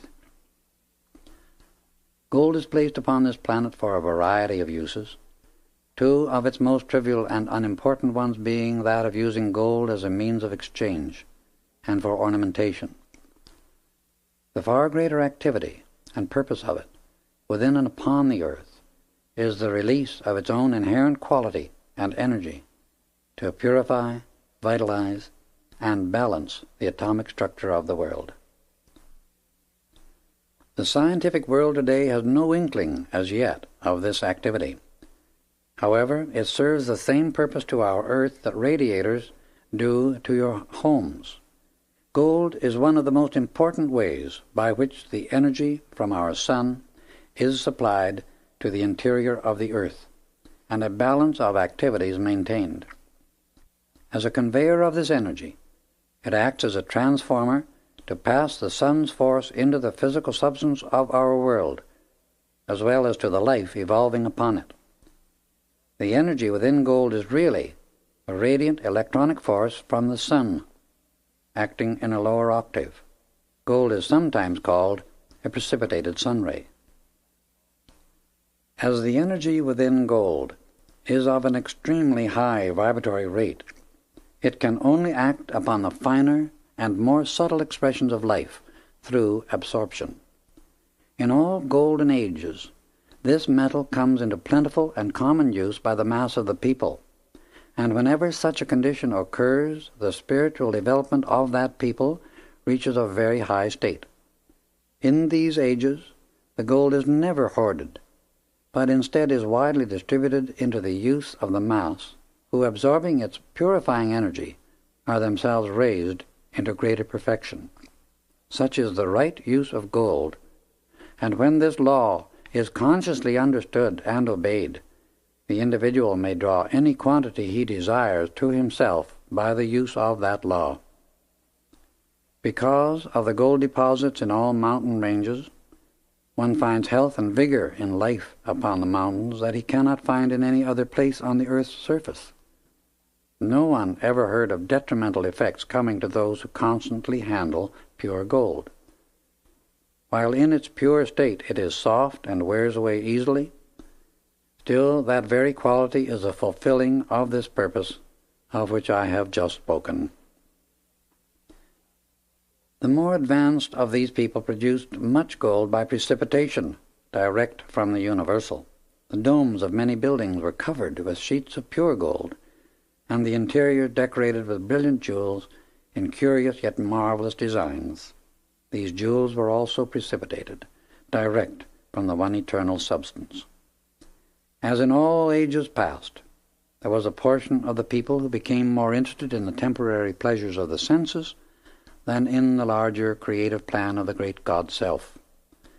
This caused them to lose consciousness of the God power throughout the land, until it remained active in little more than the city itself.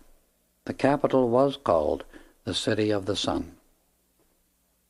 Those governing realized they must withdraw and let the people learn through hard experience that all their happiness and good came from the adoration to the God within, and they must come back into the light if they were to be happy.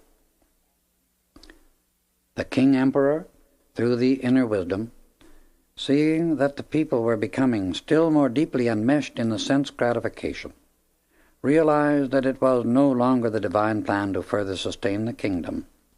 He was instructed by those of greater spiritual authority than himself to give a banquet announcing his decision to withdraw, and thus bid his subjects farewell.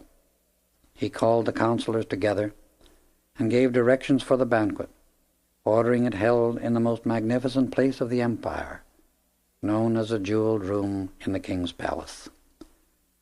This was lighted by self-luminous globes that emitted a brilliant white radiance.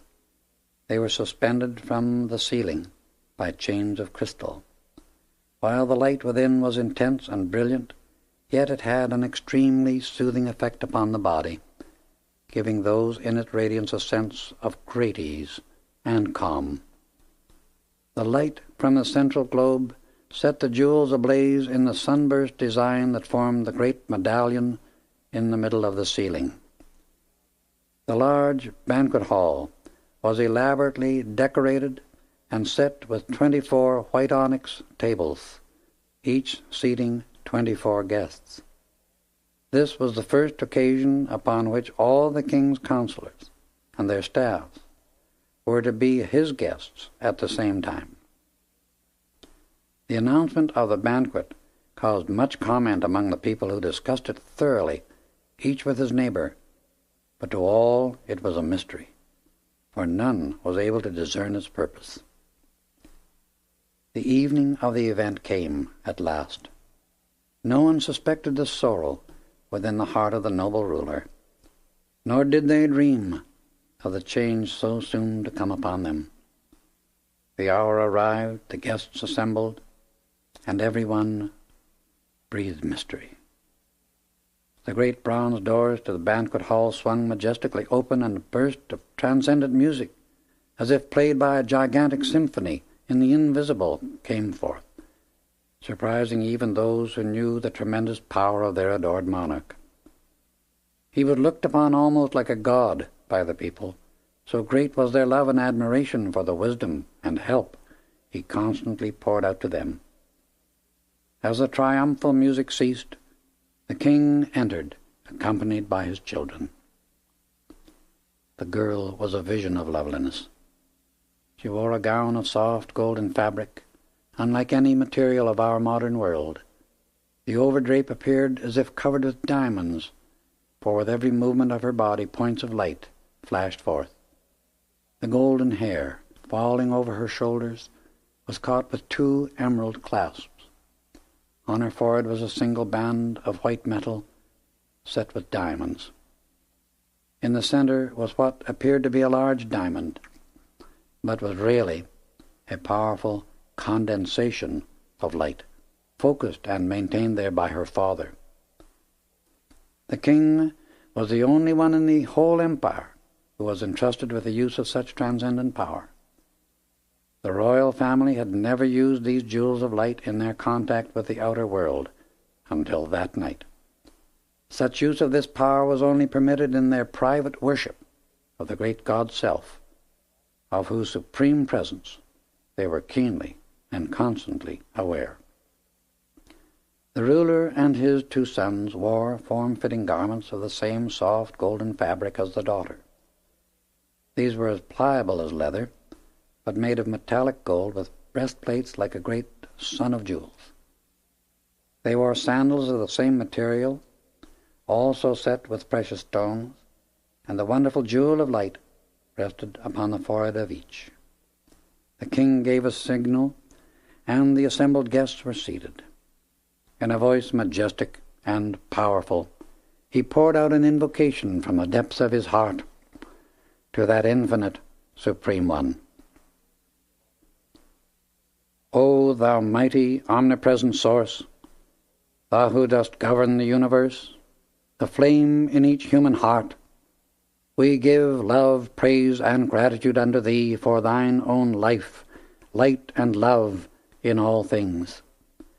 We adore thee, and look only unto thee, the presence in all things, visible and invisible, evolved and unevolved, thou ceaselessly flowing stream of life, who doth forever pour thyself into all creation, the one self in all.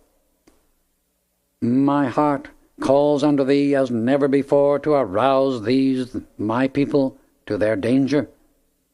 For of late indifference to thee is creeping over them like a poisonous breath, producing a soul sleep, and drawing a veil before them that shuts out thy shining presence.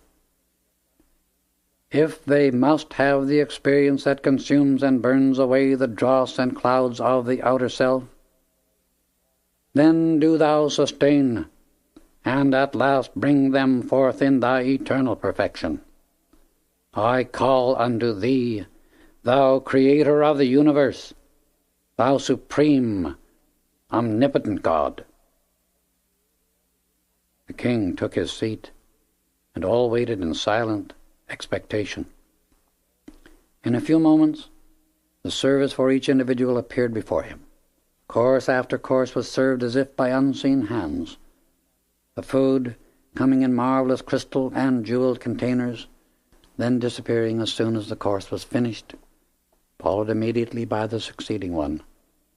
Finally, the most elaborate banquet the empire had ever known came to an end. All was silence again, as if in breathless expectancy, anticipating some most unusual occurrence. The king arose and stood a few moments calmly waiting. Soon a crystal goblet appeared at the right hand of each guest. These were filled with a condensation of pure electronic essence, and for all who drank it, no matter how far down the ages his life stream extended, or how varied his experiences, he never could completely forget the God Self within. This soul protection was granted to those at the banquet as a reward for their faith and loyalty to the God in themselves, the king and the empire. The councillors and those present had served sincerely and continuously for the good of the empire, and for that service soul protection through the centuries was given to them. Each lifted his goblet and drank to the God in himself, to his own flame of the Most High Living One. The proceedings of the banquet were broadcast to everyone in the empire through a radio similar to that which we use today. It was no larger than a dinner plate, yet powerful enough to receive what was happening at any point on the earth's surface.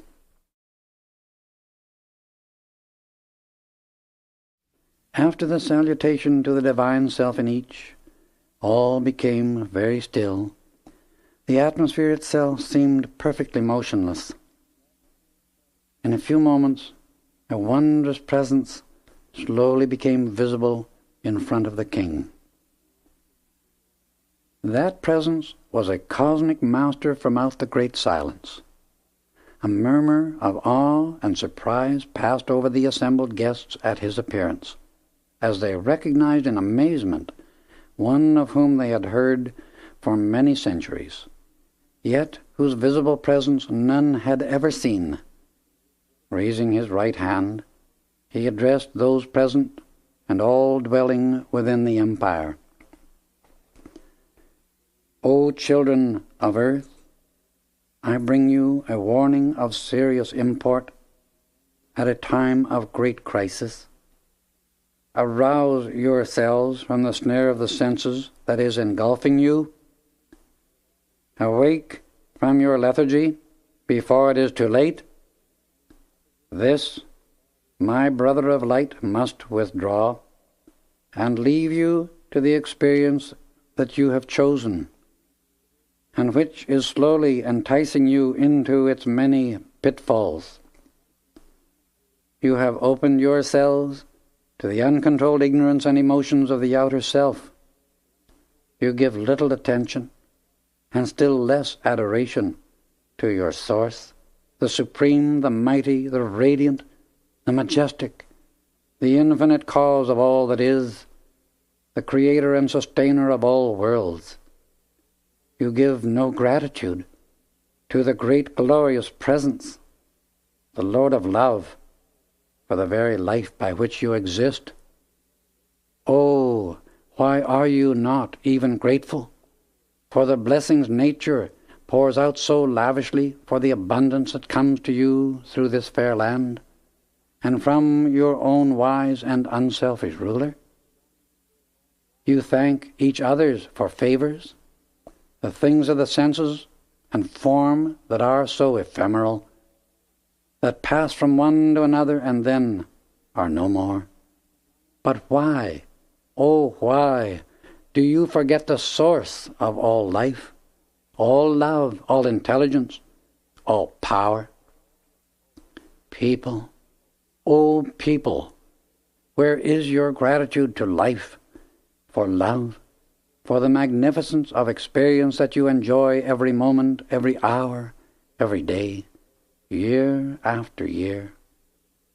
All this you call your own, but it has always belonged, does now, and always will belong to the one great source of life, light, love, and all good, God, the supreme, the adorable, the all-pervading One. When by your own misuse of the energy of life, which this all-pervading One showers upon you constantly, pure, perfect, and uncontaminated, you have created conditions so destructive and painful that they can no longer be endured. You turn in either desperation, agony, or rebellion, and call upon God for relief from your misery. This is your offering to the giver of all good, in return for that ceaseless perfection which he continually bestows in supreme love.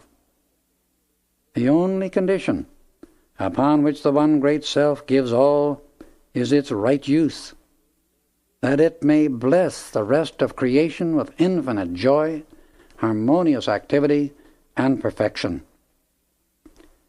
When, in the depths of misery, you turn again to your source for relief from your misdeeds, you either cry in the agony of despair, or, if rebellious, blame life and the source of all good for allowing what you call injustice and wrong conditions to exist in you and your world.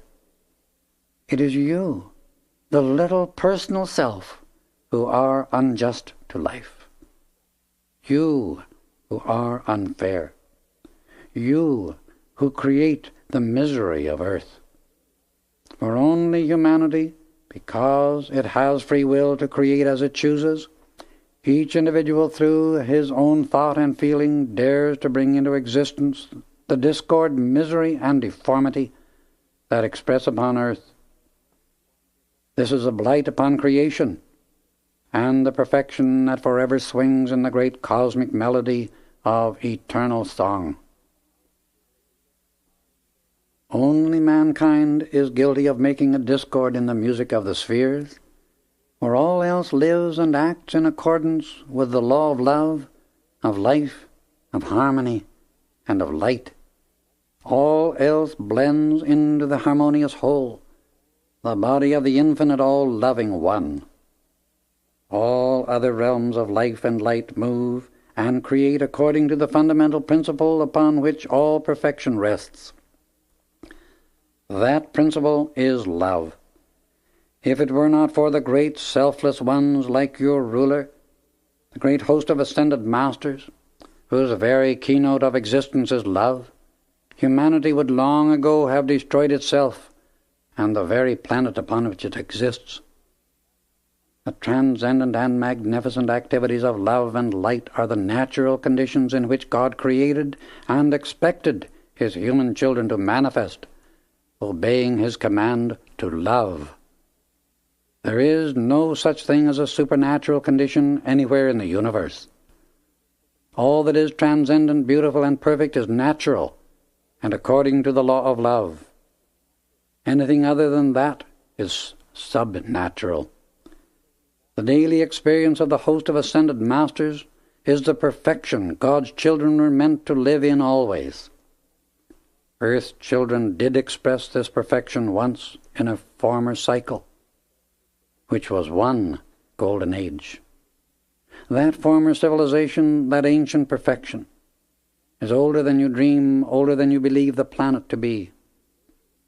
All mankind at that period lived in a similar transcendent state as the ascended masters.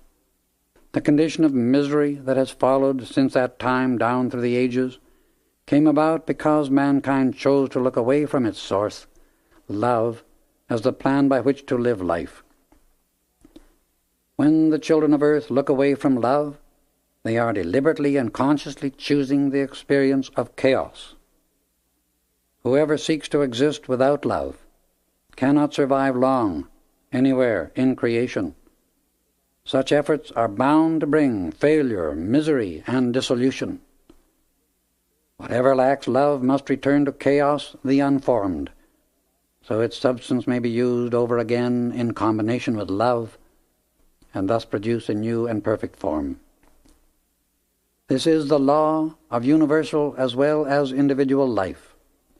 It is immutable, irrevocable, eternal, yet beneficent.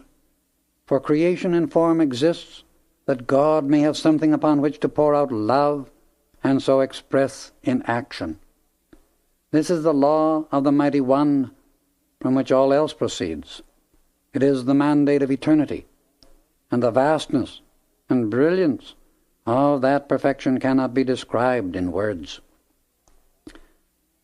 If there were not these actual, real, permanent, and perfect conditions of life and experience, which far transcend human description, existence would be but a travesty upon the stupendous activity of life that swings forever throughout creation. There are those higher, harmonious, transcendent spheres, realms of activity and consciousness, individual and cosmic, where creation goes on continually in joy, in love, in freedom, and in perfection. These are real, and much more permanent than your bodies and buildings in the physical world about you. These realms of life are created of substance which is so charged with love that they can never have a quality or activity of discord, imperfection, or disintegration imposed upon them or registered within them, because they are based upon love. The perfection of such a manifestation is forever maintained, ever active, ever expanding, ever blessing with joy all that exists. You bring woe upon yourselves, which propels you into embodiment again and again in the ignorance of the senses, the human appetites and desires of the outer self. These appetites in the feeling nature of mankind are in themselves but an accumulation of energy, which the individual through his thought and feeling has given a quality of one kind or another. This misqualified energy gathers a momentum through human expression and becomes habit. Habit is but energy specifically qualified and held focused for a time upon one objective.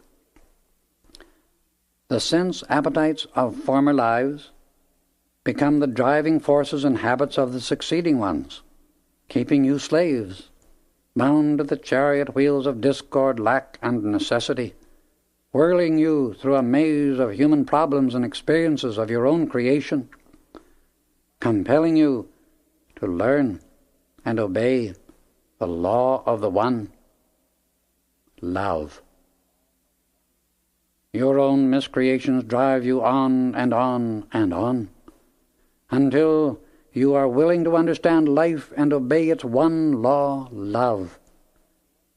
You whirl through life after life, experiencing discord upon discord, until you do learn to live the law of love.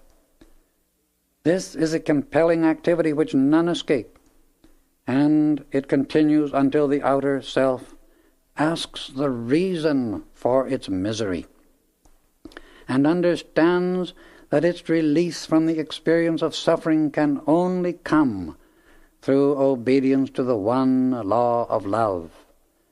Such obedience begins as calm, peace, and kindliness in the feelings whose center is in the heart. Its contact with the outer world must come through the inner feeling. Love is not an activity of the mind, but is the pure and luminous essence which creates mind. This essence from the great God flame streams into substance and constantly pours itself out as perfection in form and action. Love is perfection manifest. It can only express peace, joy, and an outpouring of those feelings to all creation unconditionally. It asks nothing for itself, because it is eternally self-creating, being the heartbeat of the Supreme. Love owns all, and is only concerned with setting the plan of perfection into action in all. Thus, it is a constant pouring out of itself. It takes no cognizance of what has been given in the past, but receives its joy and maintains its balance by the continual outstreaming of itself. Because this perfection is within love, forever flowing forth, it is incapable of recording anything but itself. Love alone is the basis of harmony and the right use of all life. In human experience, this grows into a desire to give and give and give of all the individual's peace and harmony under the rest of creation. People, oh people, forever throughout the ages, only enough love can bring you back to the heaven you once knew and abided in. Here you will once again embrace the fullness of the great light that gives all through love. A visiting prince approaches your borders. He will enter this city seeking the daughter of your king. You will come under the rule of this prince, but the recognition of your mistake will be futile. Nothing can avail, for the royal family will be drawn into the protection and care of those whose power and authority are of God, and against whom no human desire can ever prevail.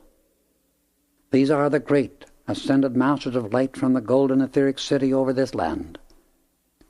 Here your ruler and his beloved children will abide for a cycle of time. Turning to the king, he addressed him, saying, I bless you, my noble, patient brother. Loving and selfless has been the service to your people. Deep and eternal is your devotion to the Supreme One, the source of all creation. The golden etheric city awaits and joyously welcomes you and your children. Within its radiance you will live, serving through the rays of light which are forever streaming out from those who dwell therein, until these your people shall redeem themselves by obedience to the law of love. This empire of light exists over the land you have loved so well. It is composed of self-luminous etheric substance and rests above the physical city which is your capital. It is real, very real, and much more permanent than any earthly city, for light is indestructible, and the golden city is made of light. Into it no inharmonious thought or disturbing condition of any kind can ever enter. I will return in 7 days to take you and your children into the city of light, where we shall watch the progress of humanity and draw into the light all who will discipline and make themselves ready. Encircling the city is an invincible belt of electronic force through which it is impossible for anything uninvited to pass. When he had finished speaking, he blessed the royal family, the guests, and the empire. And in the moments of silence that followed, his light and the outline of his body within it grew fainter and fainter until it disappeared entirely. A murmur passed through the great banquet hall, and as all looked toward the king, his head was bowed in reverent silence. Then he slowly arose and bade his guests good night. On the 7th day, the brother from out the silence returned, and enfolding the king and his children within his own blazing aura, withdrew into the golden etheric city of light. The visiting prince arrived the next day, discovered the condition of the empire and the consternation that still held sway over its people. He at once subtly planned to become its ruler. This he accomplished without opposition. 2,000 years later, most of that empire had become barren land. The streams dried up, and desolation stretched everywhere. All the result of the discord and selfishness of mankind, and the blight it becomes upon the growth of plant life in nature.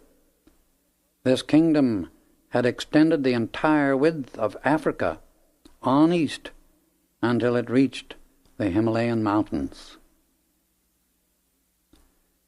There followed a great cataclysm, submerging all the land. Through that change, an inner sea was formed where the Sahara Desert now lies. Another earth change, which took place about 12,000 years ago, drained this sea, and a part of it later became the present Sahara Desert. The river Nile, as it is today, most nearly resembles the beautiful streams of that long-forgotten period. Thus ended our observation of those very ancient scenes. I could hardly believe my senses. I was so astonished at the way the experiences of the past were revivified, pictures projected in all three dimensions, and the activity of the people in that remote age portrayed. Realizing how surprised and unaccustomed to such activities I was, Saint Germain promised to take me to the physical records of that period and its people, and give me physical proof that it was not a vision conjured up by him. Glancing around from the log upon which we were seated, we saw the panther lying nearby, fast asleep.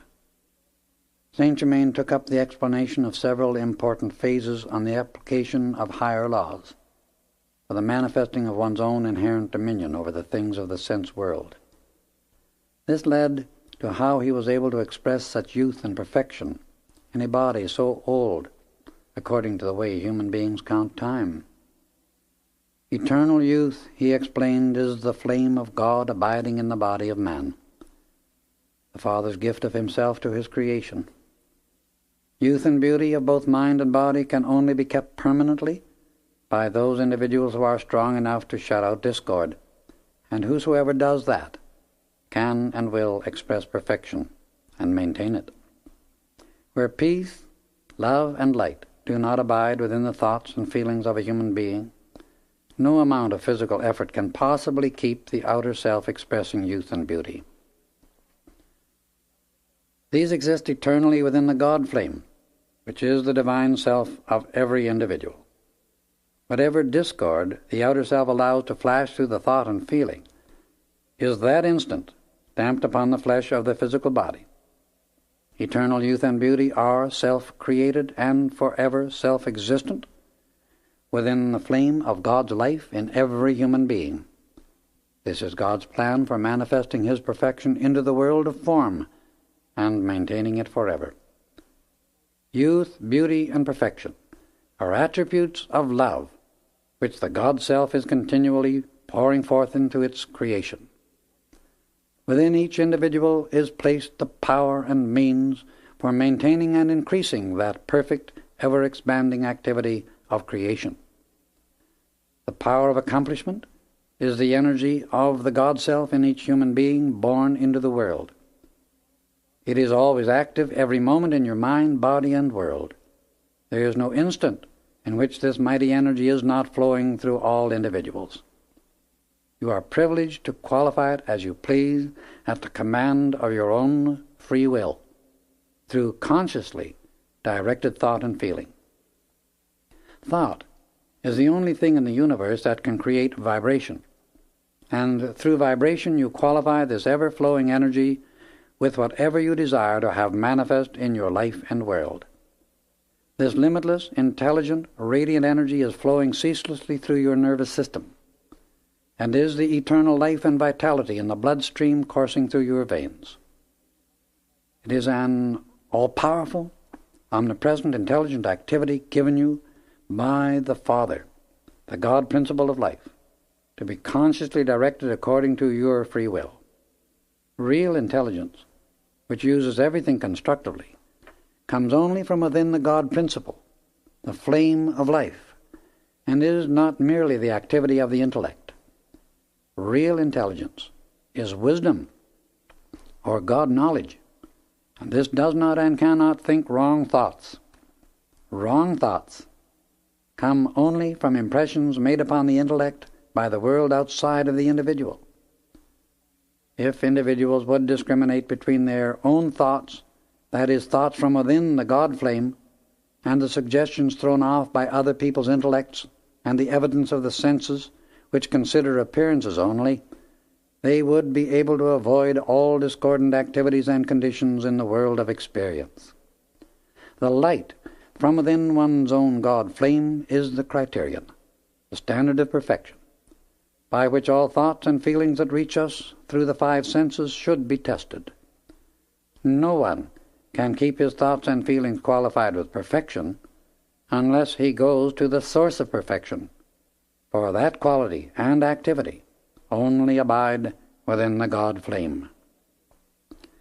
This is the individual's need for meditation upon and communion with the light of God within himself. Pure life essence will not only give and sustain eternal youth and beauty in the body, but will enable you to maintain perfect balance between your God self and the outer or personal self. In fact, this pure life energy is the power which the outer self uses to hold its connection with its divine source, the God self.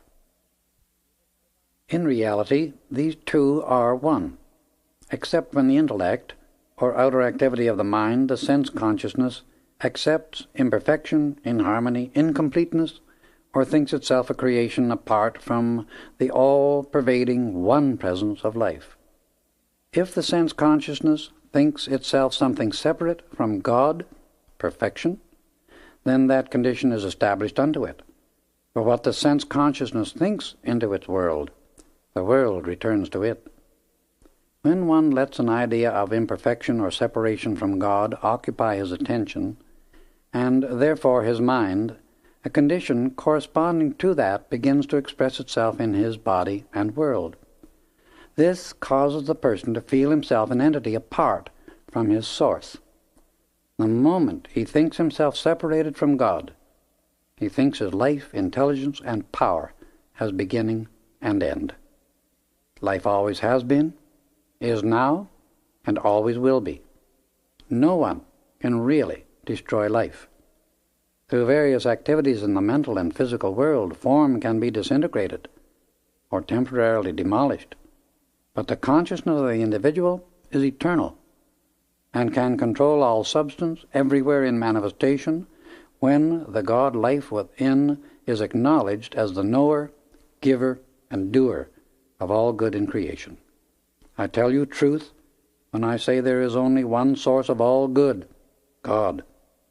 The conscious recognition and acceptance of this truth, acknowledged by the outer activity of the mind, not 2 or 3 times a day, but every few moments all day long, no matter what the outer self is doing, and this maintained will enable anyone to express his perfect freedom and dominion over all things human.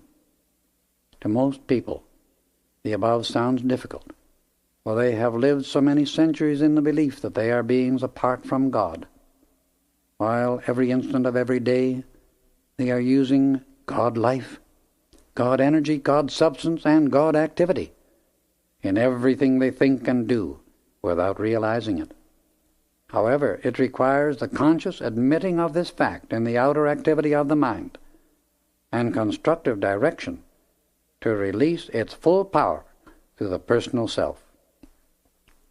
Recognition, conscious direction, and constructive use of the God energy maintained within oneself at all times is the way of perfection, mastery, and dominion over all things on earth, including the conscious control of all natural forces.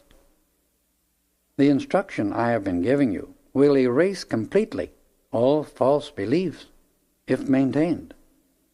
The rapidity with which it is accomplished depends upon how continuously, persistently, and deeply you feel and associate with your God self.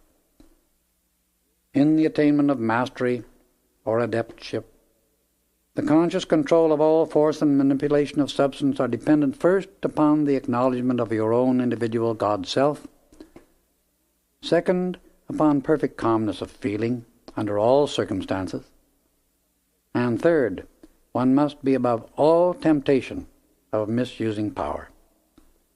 The stilling of all emotions at the command of the conscious will is imperative and the demand for it in the adept is unconditional, if dominion is to be attained.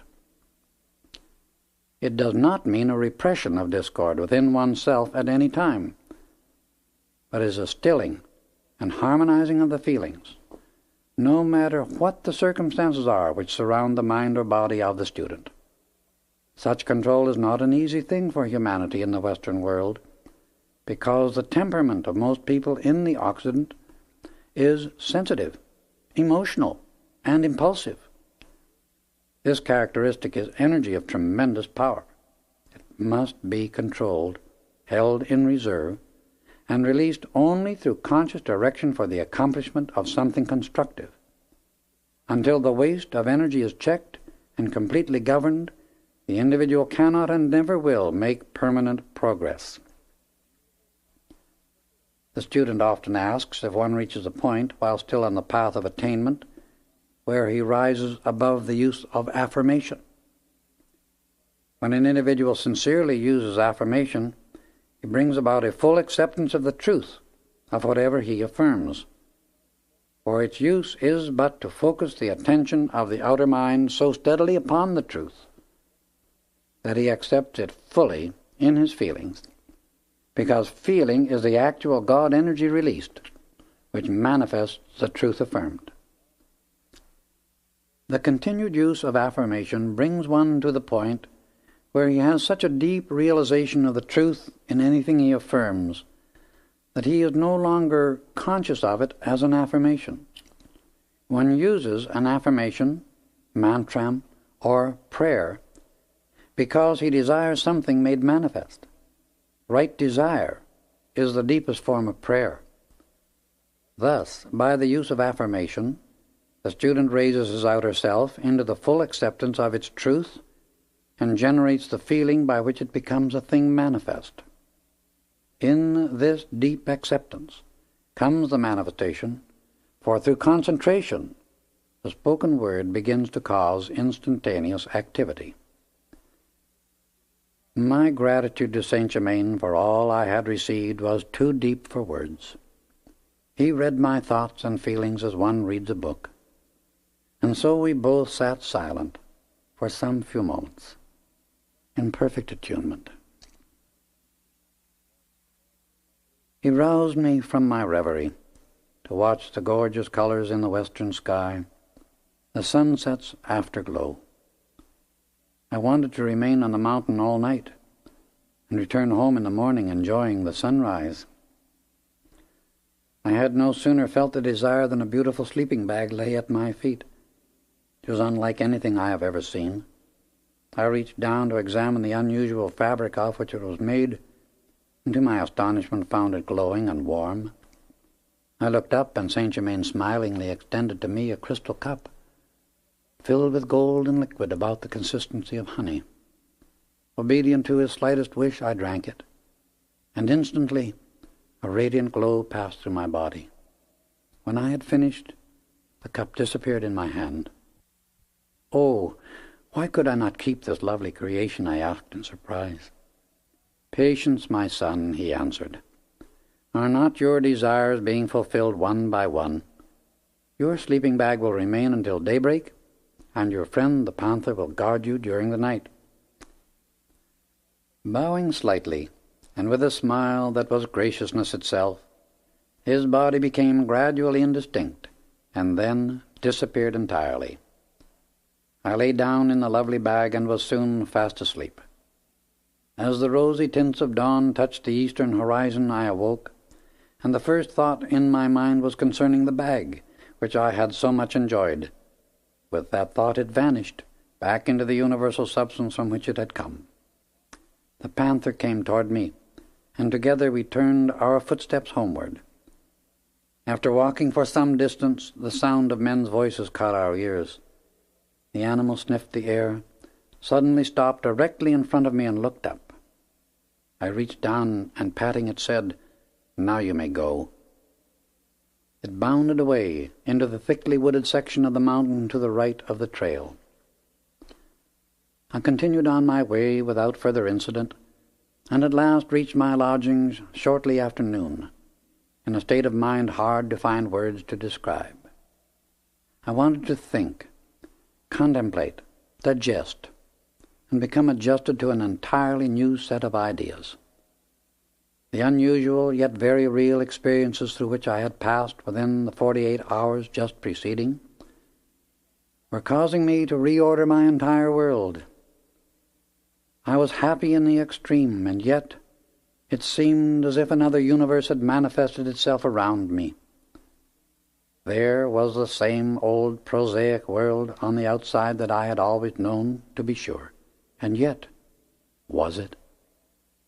Within it, all the time had been these wonderful experiences, this tremendous power, these marvelous revelations of freedom and dominion over all manifestation, of which I had been so totally unaware. I had been surrounded all my life by these seeming miracles, to which in my previous years I was as oblivious as if no such thing existed in creation.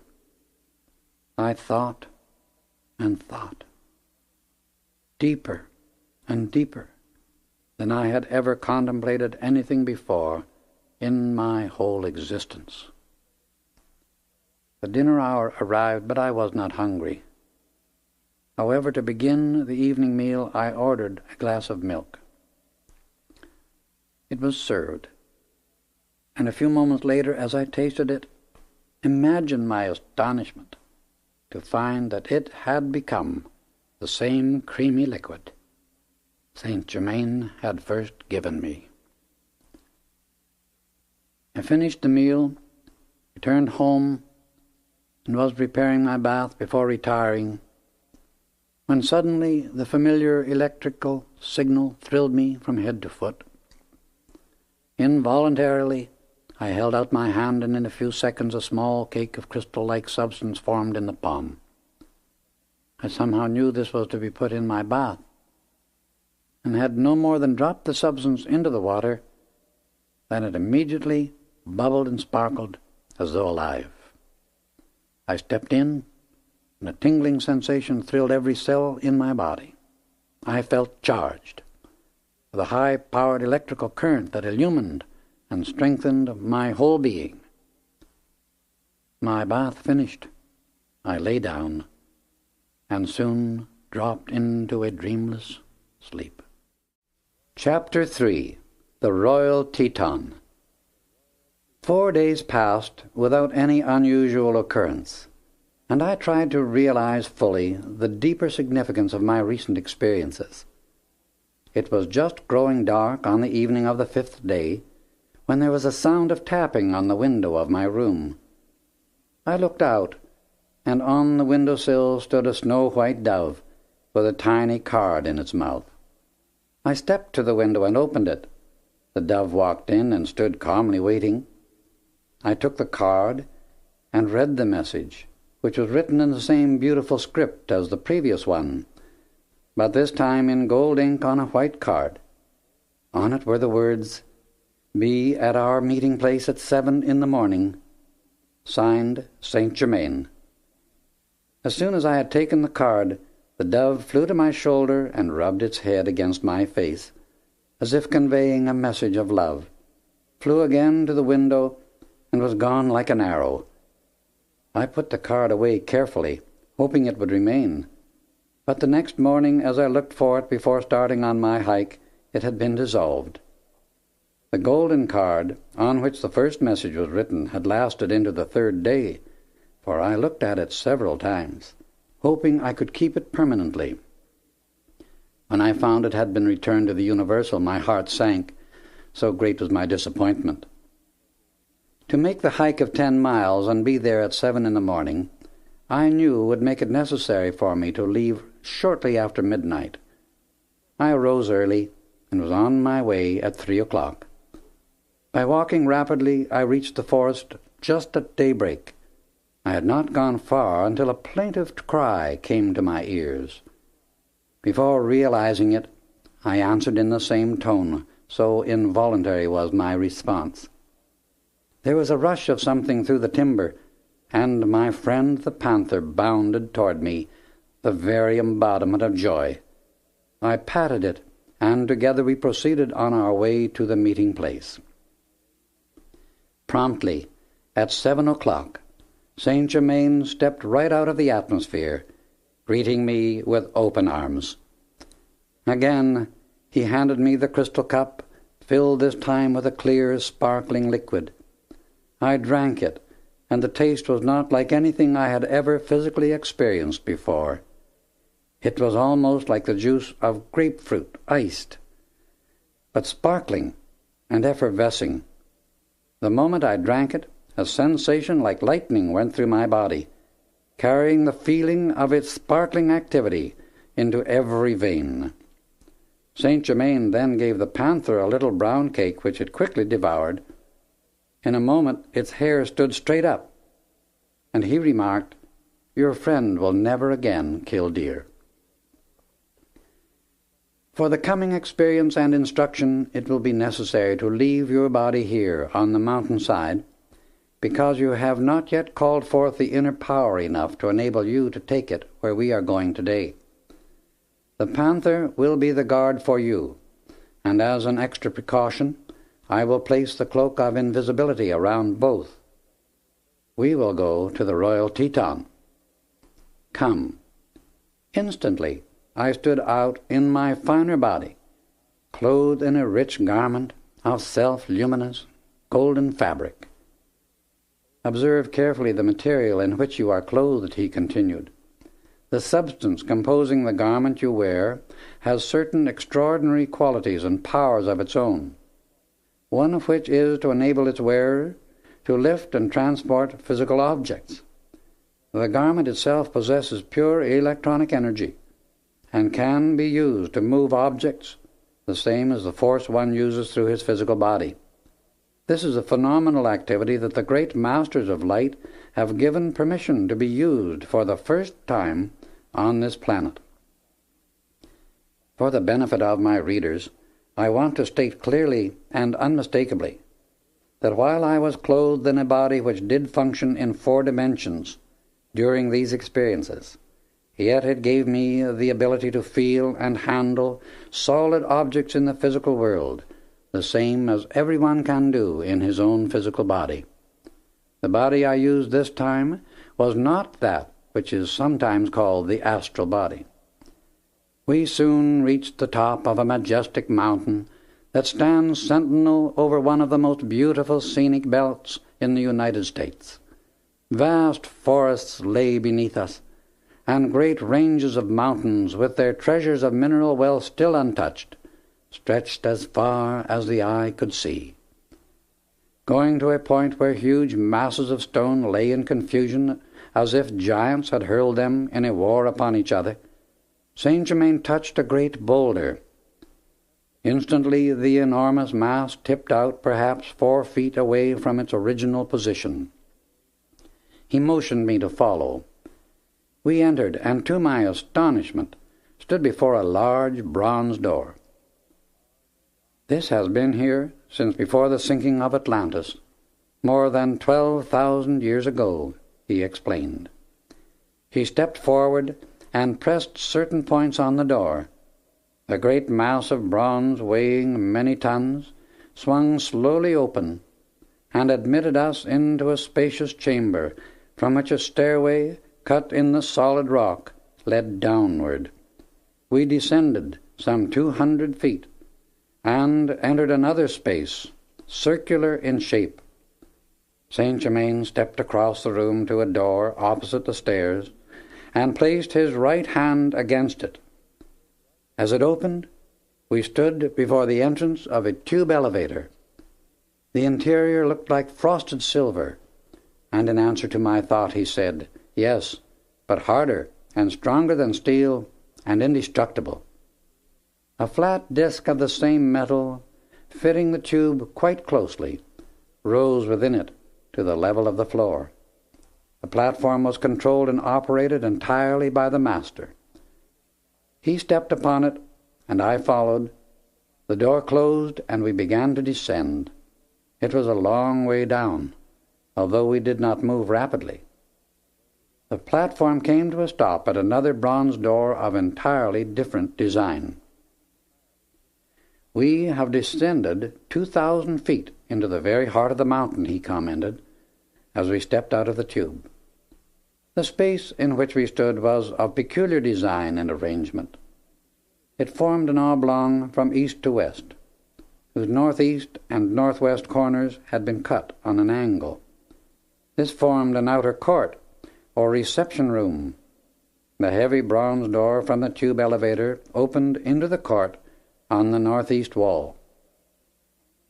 In the north side were two other large bronze doors exactly like, entering into a great audience hall.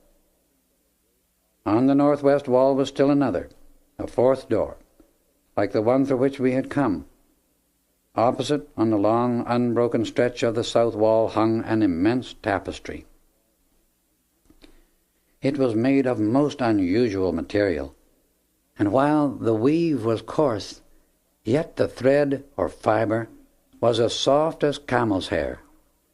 The background was of a delicate cream color, and against this were two life-size figures representing god beings of great majesty and power.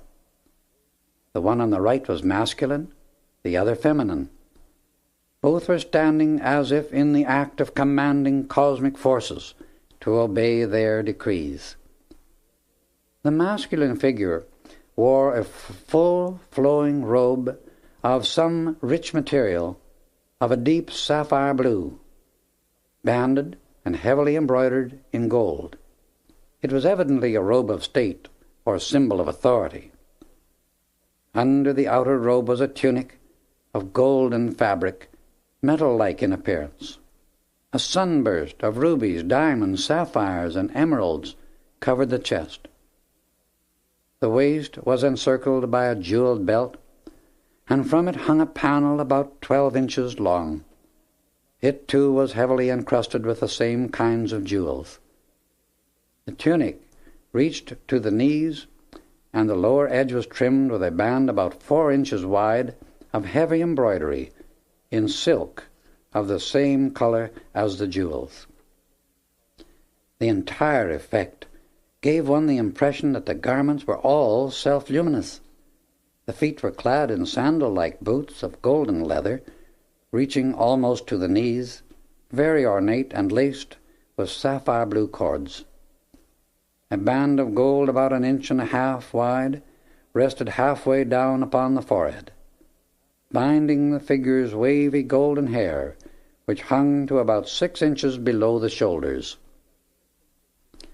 The complexion was very fair, with a soft pink tint, and the eyes were a deep violet blue. The fingers of the left hand rested lightly over the heart, and the upraised right hand held a blazing crystal rod of power and authority. The lower end was shaped to a point, and on the top rested a sphere about 3 inches in diameter that gave off rays of sparkling white light.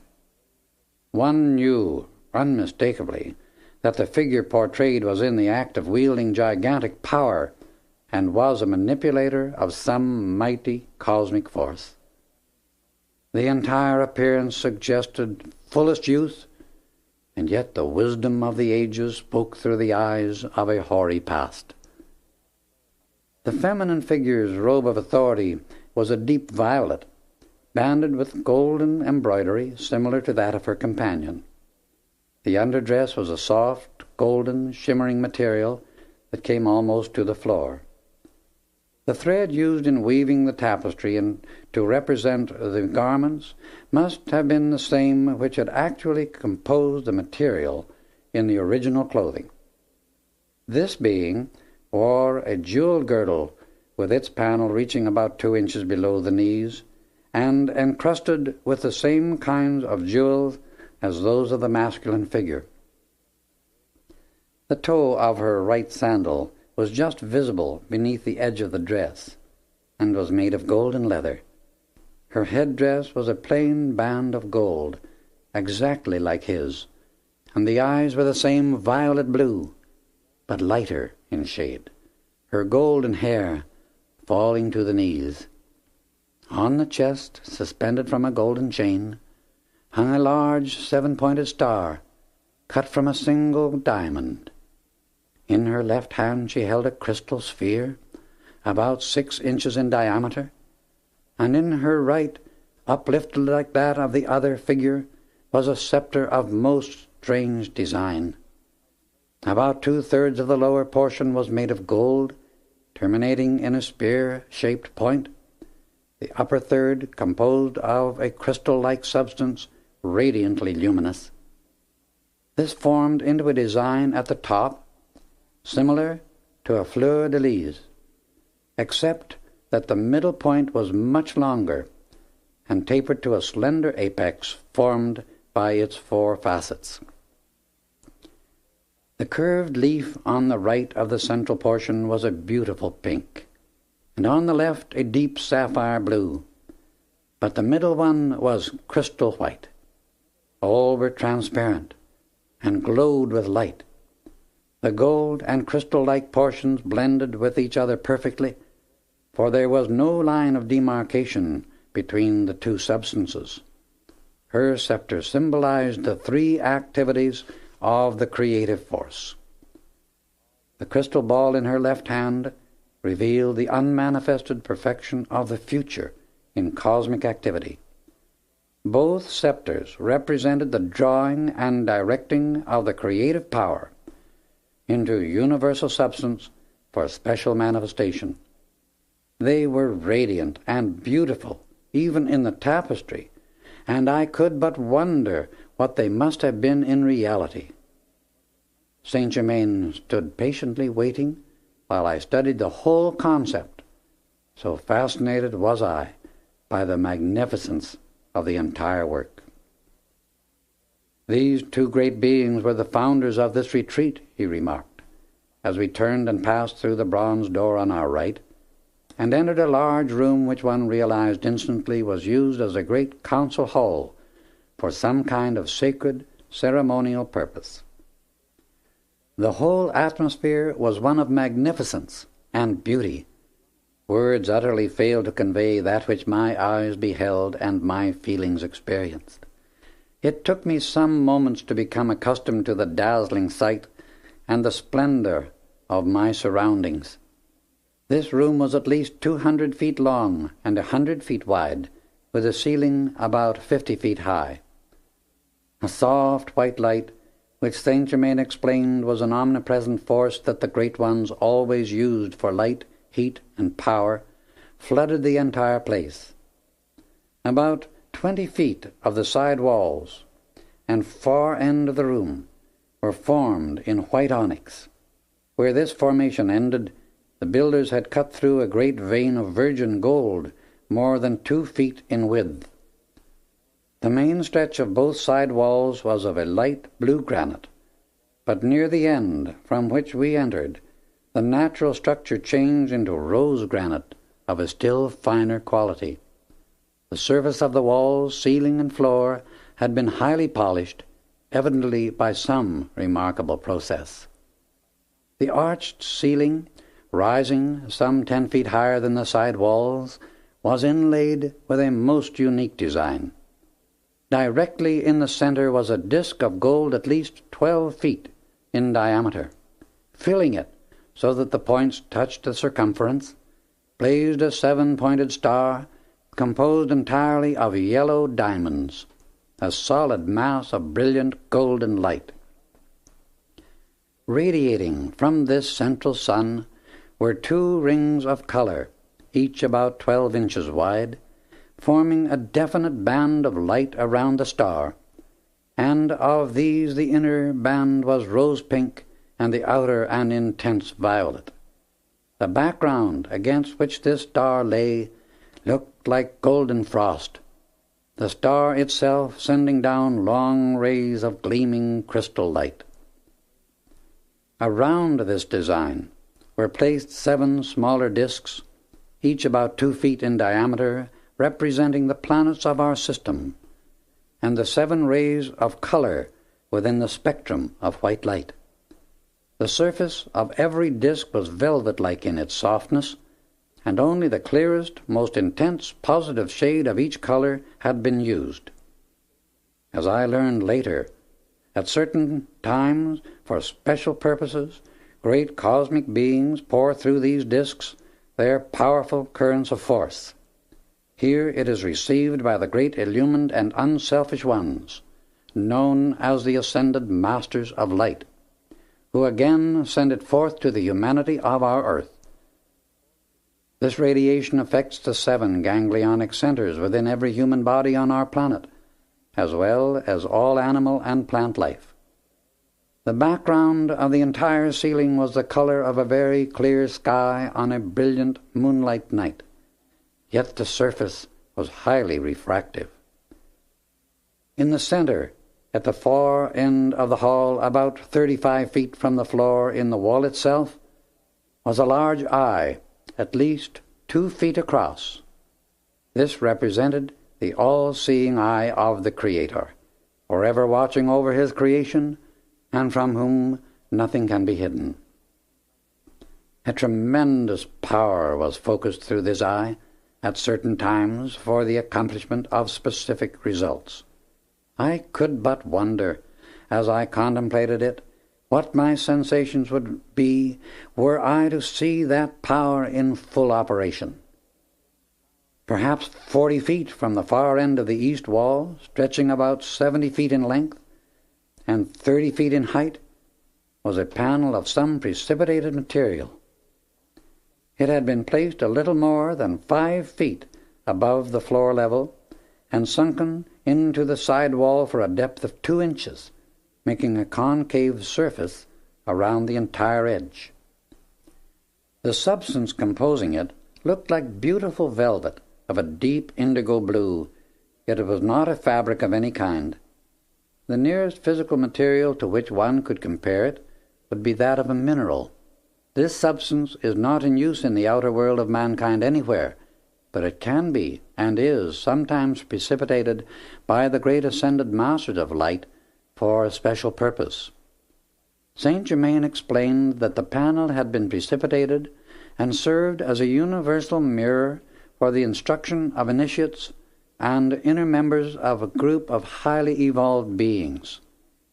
These great ones work ceaselessly helping the humanity of our earth to become perfected men and women, and enable them to manifest in their outer lives the same great perfection and dominion as did Jesus Christ. There is no outer organization of these perfected beings. Only by living and expressing this perfection through self-correction of human weaknesses and full adoration to the divine being within, can an individual draw himself into association with those working at this high level of attainment. Upon this panel, said Saint Germain, are projected scenes of earth, pictures in the ethers, the Akashic records and activities taking place on Venus or at any other point, which those instructing wish to make visible to the students. Such scenes are not only pictures of the past and present, but can portray activities into the far future. These you shall see later. We passed through the last door on our right and entered a room whose dimensions were about 80 feet long, 40 wide, and 20 high, with an arched ceiling similar to that in the large hall from which we had just come. The entire interior surface of this room is made of frosted gold, and the purple and green veining you see on the walls as if embossed is precipitated, he continued. At the far end, and on the side wall to our right, reaching from floor to ceiling, was a framework made of white metal that looked like frosted silver. In this framework, resting upon roller bearings, were containers made of the same metal. The lids of these containers gave classifications in hieroglyphics of the contents on the 4 spindles within each, the hieroglyphics being embossed upon every lid. The spindles were at least 10 inches long, and around every one had been wound a ribbon, about 8 inches wide, made of pressed gold, alloyed with some material that made it tough and pliable, yet no thicker than a piece of ordinary writing paper. The length of the ribbons of gold on the spindles varied from 7 to 50 feet, and on each were characters as if etched into the gold by something like a stylus. These characters had been so perfectly done as to make the whole appear like script. "These records are the fulfilling of my promise to you," said Saint Germain, as he indicated a particular section at the far end of the side wall.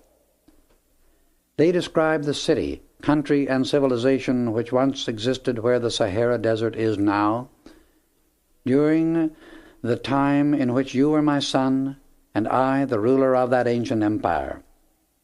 This room contains records of many countries, and the rise and fall of many civilizations. Handing me one of the spindles, he released the fastening, and I found, to my astonishment, that I could read its contents. "I am enabling you to do this," he continued, "by temporarily raising your consciousness and calling forth the hidden memory, the former record of these experiences which you once lived through. The matter of knowing God and His universe is but a contacting of the life record in every form. All forms contain life, and within the light emanation of every form is recorded its entire past, which anyone may train himself to discover and understand, if he be willing to give his attention and time to the self-discipline necessary to still the confusion in the outer activity of his everyday existence. This eternal record within all things has existed from the beginning. In ages past, humanity manifested perfection in every way. This former condition of the race has been chronicled by historians as the Garden of Eden, Eden, or Edon, meaning divine wisdom. As the conscious attention or the outer activity of the mind was allowed to rest upon the world of the physical senses, the divine wisdom, the all-knowing activity of consciousness, became clouded or covered over, and the cosmic divine plan of the individual's life became submerged. Perfection and conscious control by mankind over all form was hidden and forgotten along with it. Man became sense-conscious instead of God-conscious, and so manifested that to which his attention was directed and which he thought most upon. He deliberately and consciously turned his back upon the perfection and dominion with which the Father endowed him in the beginning. He created his own experiences of lack, limitation, and discord of every kind. He identified himself with the part instead of the whole, and, of course, imperfection was the result. All mankind's limitation is the result of the individual's own misuse of the God attribute of free will. He compels himself to live within his own creations until, by the direct volition of the outer activity of his mind, he again consciously looks back to his royal beginning, God, the great source of all. When this occurs, man will begin to remember that which he once was, and may become again, whensoever he chooses to look once more at the great cosmic blueprint of himself. The record you have been enabled to read described the life and the people as we saw it taking place 70,000 years ago. You had much to do with the work of making these records in several lives which have not yet been revealed. We crossed the council hall, entering the opposite door, and found a room similar in size to the one we had just left, with two smaller rooms adjoining on the north wall. In the larger room, covering almost the entire wall surface, was more metal framework filled with containers quite like those in the other room. These rooms, he continued, contain only gold and jewels that are to be used for a special purpose, which will bless the entire world when mankind has transcended its unbridled selfishness.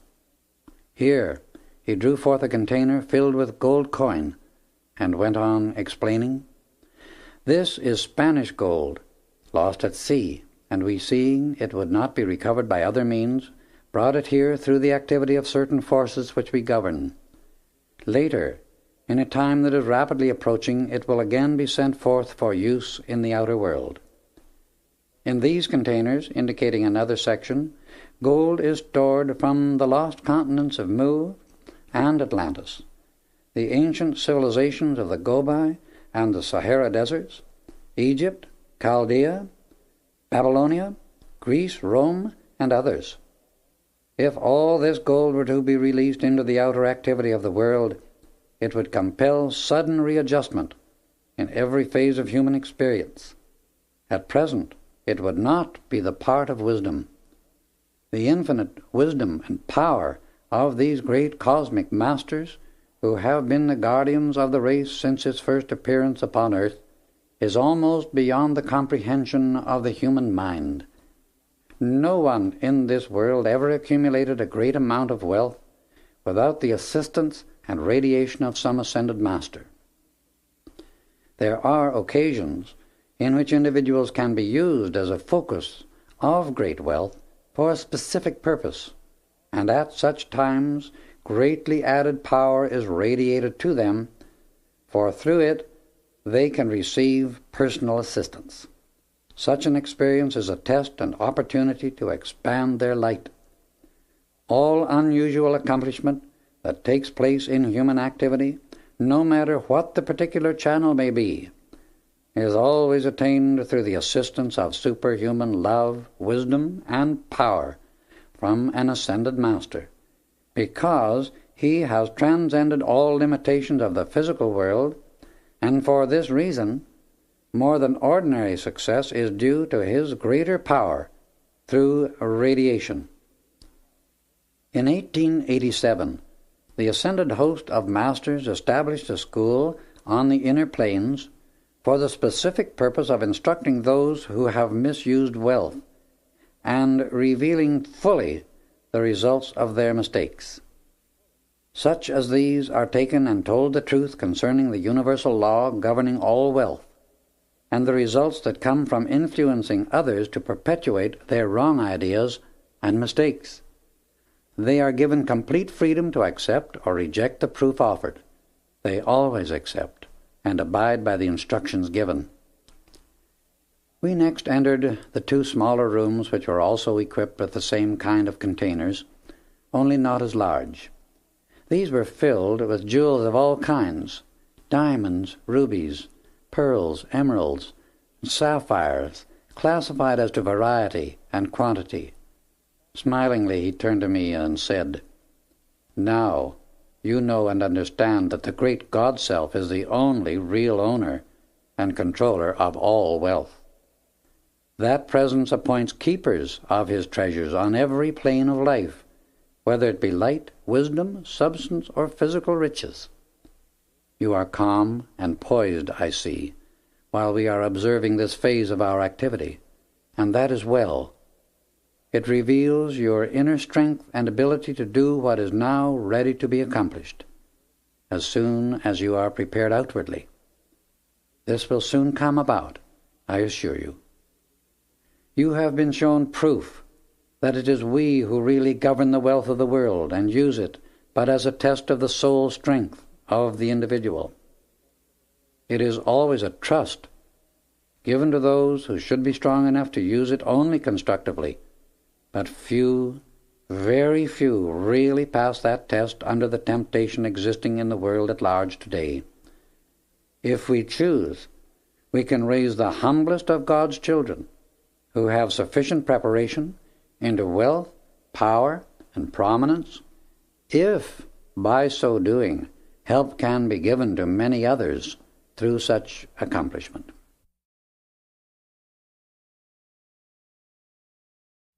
After examining other containers filled with more jewels, we turned and re-entered the council hall. Looking toward the entrance through which we had first come, I saw my loved ones, Lotus and our son, in charge of one of the ascended masters whom Saint Germain said was known as Amen Bey. After greetings had been exchanged, we were conducted to seats before the panel on the east wall.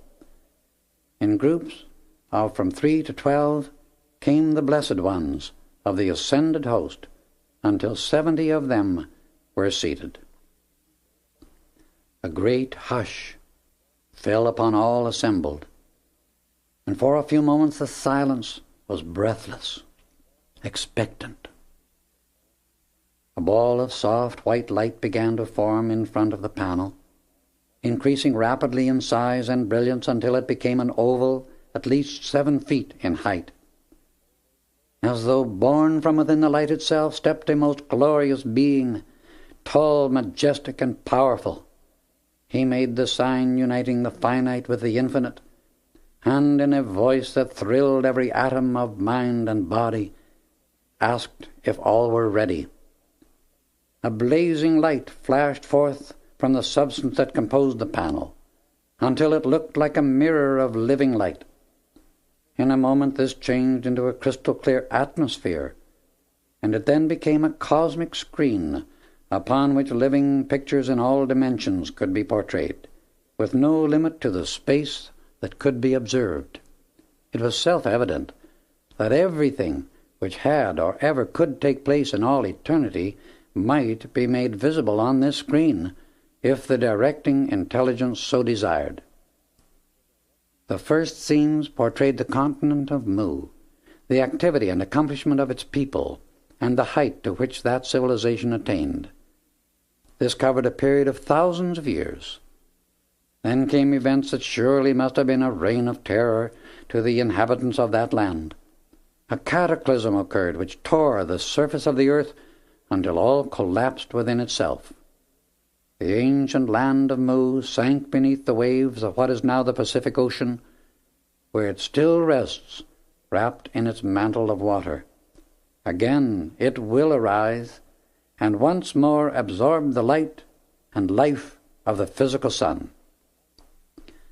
Next came the growth to beauty, wisdom, and power of Atlantis, a great continent covering a large part of what is now the Atlantic Ocean.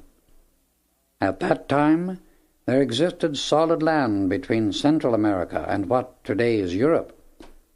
The things accomplished in that age were tremendous, but again the people's misuse of the mighty God energy overwhelmed them, and as things were thrown more and more out of balance, the tearing apart of the earth's surface by cataclysmic action was re-experienced. Left but a small remnant of Atlantis, merely an island in mid-ocean, cut off from close contact with the rest of the civilized world. The east and west portions of the land had sunk beneath the Atlantic Ocean, leaving only the island called Poseidonis. It had been the heart of the then-known civilized world, and preparation was made to protect and preserve its most important activities as a central focus, to carry forward certain unfinished work. In that period, very great attainment was reached both spiritually and materially. The mechanical development of this cycle reached a very high state of achievement, and one of its most remarkable expressions was the perfection of their aerial navigation. The air transportation of our modern life is as yet very crude and primitive compared to what was then on Atlantis. The great masters of light and wisdom made this possible for the people of Poseidonis because they inspired, instructed, protected, and revealed knowledge of great advancement in every phase of human activity.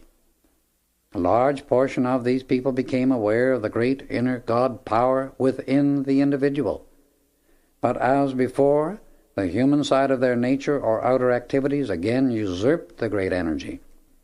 Selfishness and misuse of this transcendent wisdom and power gained the ascendancy to even greater height than before. The masters of the ancient wisdom saw the people were building another destructive momentum and that a third cataclysm was threatening. They warned the inhabitants again and again as previously, but only those who served the light gave heed. Great buildings were constructed of imperishable material, where records were placed that have been preserved through the centuries. These remain in a state of perfect preservation now at the bed of the Atlantic Ocean, hermetically sealed. They will be brought to the light of day by the great ones who directed their preparation and control their protection. In them are recorded humanity's advance and accomplishments of that period, so there has been no permanent loss to mankind of the activities of the Atlantean civilization. Beside the preserving of such records, great wealth, principally gold and jewels, was transferred at that time to other points of safety.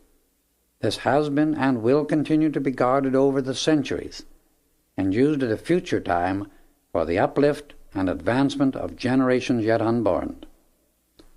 The final cataclysm spent its momentum, and the last remaining fragment of a once world empire sank to rest for purification through the centuries beneath the present Atlantic Ocean.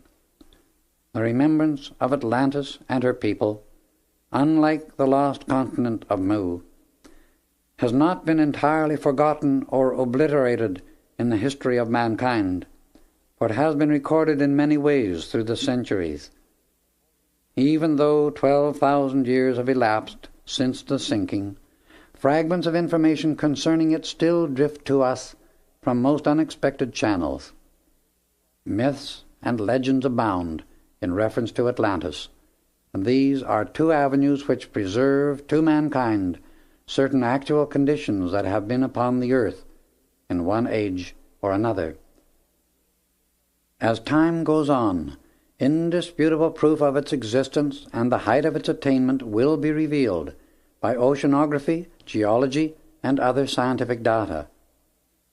Then passed before our vision the ancient civilizations of the Gobi and the Sahara deserts, showing the rise and fall of their principal activities. The decline in each of these was due this time not to cataclysmic action, but to being overrun by hordes of primitive souls taking embodiment in that cycle.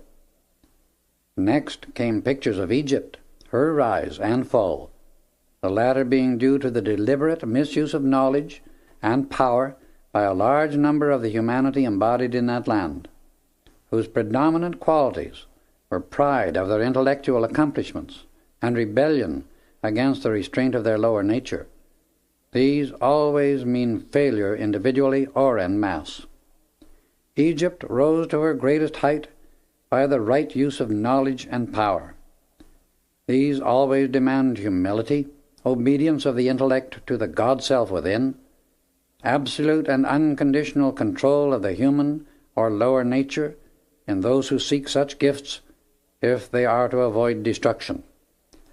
The souls embodied in Egypt during her decline were not undeveloped, as were those in the civilizations of the Gobi and the Sahara deserts. On the contrary, they had attained the conscious use of knowledge and power and deliberately chose to misuse it. This activity has nothing whatsoever to do with wisdom, for those who are the eternal inheritors of the gifts from that divine goddess must forever be above all temptation to misuse knowledge and power. Wisdom is the right use of all that manifests, and he who realizes this self-evident immutable truth becomes an open door to all good that abides in creation.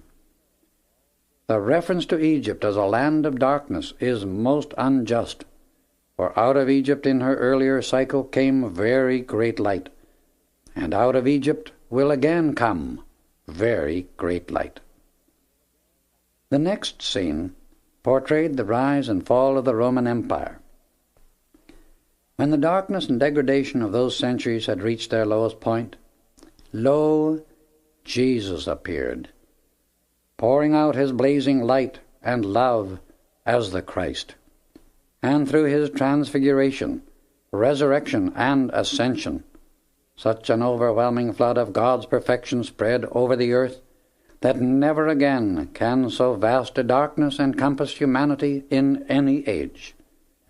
The accomplishment of his life stands eternally recorded upon the atmosphere of this planet, and acts as a magnet drawing mankind unto a like perfection.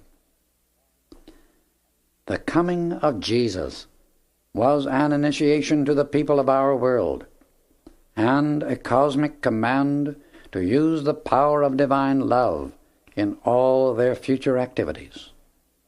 This outpouring of his love to the earth at its darkest cycle became the birth of the Christ child in the individual.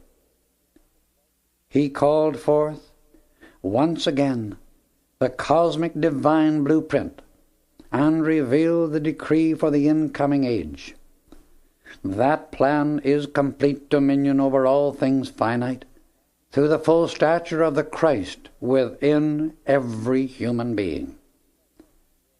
Next came the reign of Richard the Lionheart of England. Humanity has little or no knowledge of the real spiritual activity that took place during those years. The same light that inspired Richard's enthusiasm and activities in the Crusades released through his followers and the people of that time certain forces that the ascended host used at inner levels of consciousness. Then came pictures of the recent World War in Europe, and these disclosed the activities that generated it. Only a few individuals know the real cause, and no doubt it is for the best more do not. It is too destructive for the consciousness to contemplate. Nothing can possibly be gained by focusing the attention upon war. This too perhaps was the reason why the period from Richard to the World War was not portrayed.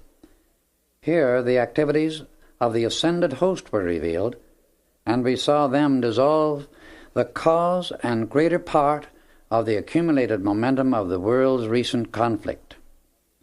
They accomplished it by consciously focusing and directing enormous rays of light, whose power to consume and transmute is too stupendous for finite description.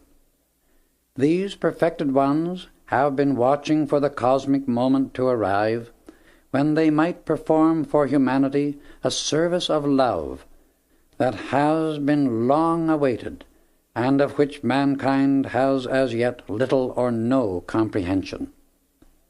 These remarkable pictures continued and revealed activities stretching forth into the far future and affecting the whole earth. They showed many changes to come in the surface of the land itself.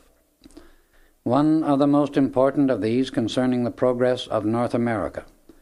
The divine plan for the future of North America is a condition of intense activity in the greatest peace, beauty, success, prosperity, spiritual illumination, and dominion.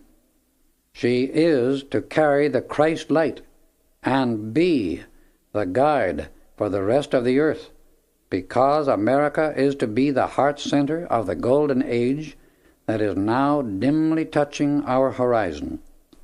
The greater portion of the land of North America will stand for a very long time. This has been known for thousands of years, yes, for over 200,000. The pictures continued for nearly 3 hours, portraying many scenes and activities that have entirely escaped the recording of historians in the world of science because of their great antiquity. Wonderful and beautiful as our moving pictures are today, they are mere toys when compared with the living, breathing, actual existence revealed upon this cosmic screen. Here, it was possible to watch the cosmic cause go forth of many events and conditions found upon earth, so that those watching received instruction of most extraordinary magnitude. This inner instruction is of great help to students. At the close of the instruction, Saint Germain presented us to the great ascended master Lanto, who had manifested from within the blazing light, and then to the 70 masters assembled. "We shall rejoice indeed," said Lanto, turning toward us, "when you are again ready to join in the conscious service of the glorious work at hand. This opportunity comes to you through the mighty victories you have won over the human self and outer world. The time is nearing when you shall be privileged to see how truly great those victories are. Each day, accept in its fullness the mighty active presence of the great God within you, and there can exist no such thing as failure anywhere along the path. Every one who sincerely seeks the light is always known to the ascended masters. On New Year's Eve we will meet here again, when there will be 12 guests from Venus. It is our wish that you be present. Saint Germain and Amen Bey will be your sponsors." At a signal, all became silent and received Lanto's blessing of love before returning to their respective fields of service. Most of them simply disappeared from the room within a few moments, and the rest left by the way of the tube. "My children, I see you are unaware of time. It is now 3 o'clock in the morning," remarked Saint Germain, as he turned to say good-bye to Lotus and our son, who, after embracing me, left by way of the outer reception room as we had passed through the first door on the right. "There is one thing more," he continued, "I want you to see before we go. Here is a group of most unusual musical instruments that are used for a special purpose, being constructed or created so as to have a tone of special quality for the work to be done." Here he turned to an organ keyboard and went on explaining. "This seems to be a pipeless organ, but the pipes, which are much smaller than ordinary, are placed within the case. The tone of the whole instrument is superior to anything the earth has ever known before in music. These organs will come into use in the outer world as the incoming golden age moves forward." Next we examined 4 magnificent harps, slightly larger than those in ordinary use in the musical world today. Saint Germain seated himself at one of these and played several chords to give me some idea of their tone. It was the most wonderful music I have ever heard. "This harp is a surprise for our beloved Lotus," he said, "for on New Year's Eve in this retreat you shall hear the organ and 4 harps played by skilled artists." We finished the inspection of the room and left through the door on the northwest wall. Instead of passing out of the retreat as we had come in, Saint Germain opened a small door on the left and entered a glistening tunnel whose walls sparkled with a crystal-like formation which became instantly illumined by the white light that he always released by manipulating the electronic substance about him. We walked rapidly forward in the tunnel, came to a bronze door that opened at his touch, and stood again under the starlit sky. We remained in perfect silence for an instant. Then, rising to some 500 feet above the ground level, passed swiftly through the air, and a few moments later stood beside my physical body on the southern slope of Mount Shasta, where the panther still guarded. I had been away 22 hours, and as I looked up, dawn was just creeping over the eastern horizon. "Here is your breakfast," announced Saint Germain, as he handed me the crystal cup containing a clear, white, sparkling liquid. "This is both strengthening and refreshing, so you will enjoy hiking home, because your body needs the exertion and activity. I sense something in your mind which is not at ease, or at least is not clear to your consciousness." "Yes," I replied. "I have a question that has been holding my attention for some time, and it is concerning visualization. What is true visualization, and what happens when one does visualize?" "True visualization," he answered, "is God's attribute and power of sight acting in the mind of man. When one consciously pictures in his mind a desire he wishes fulfilled, he is using one of the most powerful means of bringing it into his visible, tangible experience. There is much confusion and uncertainty in the minds of many concerning what actually happens when one visualizes or makes a mental picture of something he desires.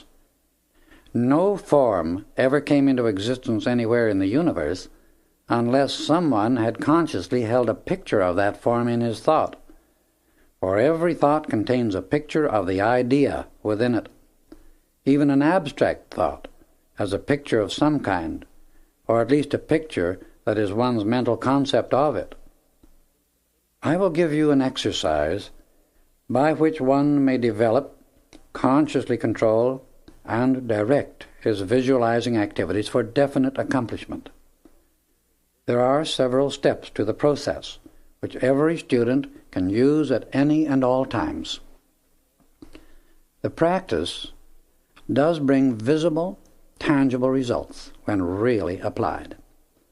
The first step is to determine upon a definite plan or desire to be fulfilled.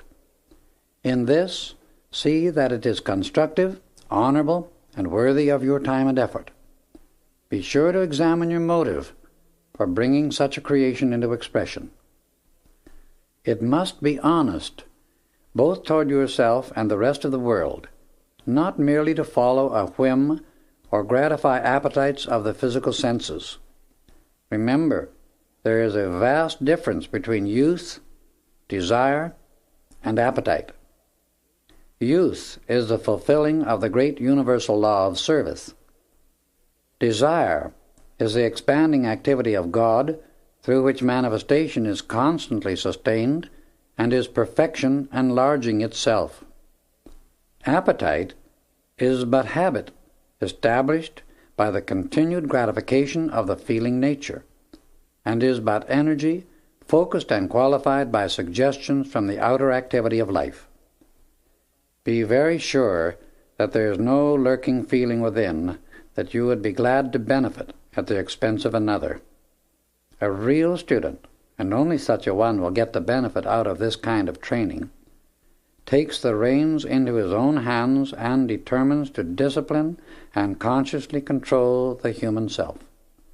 He chooses what shall or shall not be in his world, and through the process of picturing within his mind, designs and brings into manifestation a definitely determined plan of life. The second step is to state your plan in words as concisely and clearly as possible.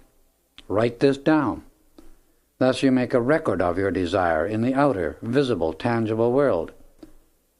The third step is to close the eyes and see within your mind a mental picture of your desire or plan in its finished, perfect condition and activity. Contemplate the fact that your ability to create and see a picture within your own consciousness is God's attribute of sight acting in you. The activity of seeing and the power to create are attributes of your God self, which you know and feel is within you at all times. God's life and power are acting within your consciousness to propel into your outer world the picture you are seeing and feeling within yourself. Keep reminding the intellect that the ability to picture is an attribute of God, the attribute of sight. The power to feel, experience, and associate with the perfected picture is God's power. The substance used in the world without to make the form in your picture and plan is God's pure substance. Then you must know God is the doer, the doing, and the deed of every constructive form and action that ever has been sent forth into the world of manifestation. When you thus use all the constructive processes, it is impossible for your plan not to come into your visible world. Read your desire or plan over as many times in the day as possible, and always just before retiring. because on going to sleep, immediately after contemplating the picture in your own mind, a full impression is left upon the human consciousness undisturbed for a number of hours, enabling it to be recorded deeply in the outer activity and allowing the force to be generated and accumulated which propels it into the outer experienced life. In this way, you can carry any desire or picture into your consciousness as it enters the great silence in sleep. There it becomes charged by God's greatest power and activity, which is always within the heart of the great silence. Under no circumstances discuss either your desire or the fact that you are visualizing with anyone whatsoever. This is imperative. Do not talk to yourself about it out loud, or even in a whisper, for you should realize that the greater the accumulation of energy generated by your visualization, contemplation, and feeling the reality of your picture, the quicker it will come into your outer experience. Thousands of desires, ambitions, or ideals would have manifested into the outer experience of individuals if they had not discussed them with friends or acquaintances. When you decide to definitely bring about an experience through consciously directed visualization, you become the law, God, the law of the One, to whom there is no opposite. You must make your own decision and stand back of your own decree with all your power. It means you must take an unshakable, determined stand. To do so, know and feel that it is God desiring, God feeling, God knowing, God manifesting, and God controlling everything concerning it. This is the law of the One, God, and God only. Until this is fully understood, you cannot and never will get your manifestation, for the moment a human element enters, you are taking it out of God's hands, and of course it cannot express because you are neutralizing it by the human qualities of time, space, place, and 1,001 other imaginary conditions, which God does not recognize. No one can ever know God as long as he considers a force opposed to God. For whenever he acknowledges that two forces can act, he has a resultant quality of neutralizing activity. When you have neutralization, you have no definite quality either way. You merely have nothing, or no thing, in your manifestation. When you acknowledge God, the One, you have only perfection manifesting instantly, for there is nothing to oppose or neutralize it, no element of time. So is it established unto you, and there is none to oppose what God decrees. Conditions can never improve for anyone until he desires perfection and stops acknowledging a power opposed to God, or that there is something either in or outside of him that can prevent God's perfection from expressing. One's very acknowledgement of a condition that is less than all of God is his deliberate choice of an imperfection, and that kind of choice is the fall of man. This is deliberate and intentional, because he is free every moment to think whatsoever he chooses to think. Incidentally, it takes no more energy to think a thought or picture of perfection than it does one of imperfection. You are the creator localized to design and create perfection in your world and place in the universe. If perfection and dominion are to be expressed, you must know and acknowledge only the law of the One. The One exists and controls completely everywhere in the universe. You are the self-consciousness of life, the one supreme presence of the great flame of love and light. You alone are the chooser, the decreer of the qualities and forms you wish to pour your life into, for you are the only energizer of your world and all it contains. When you think or feel, part of your life energy goes forth to sustain your creation.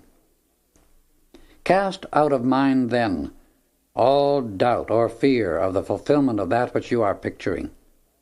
Should any such thoughts or feelings, which are, after all, but human emanations, that do not contain perfection, come to your consciousness, instantly replace them by the full acknowledgement of yourself and world as the life of God the One.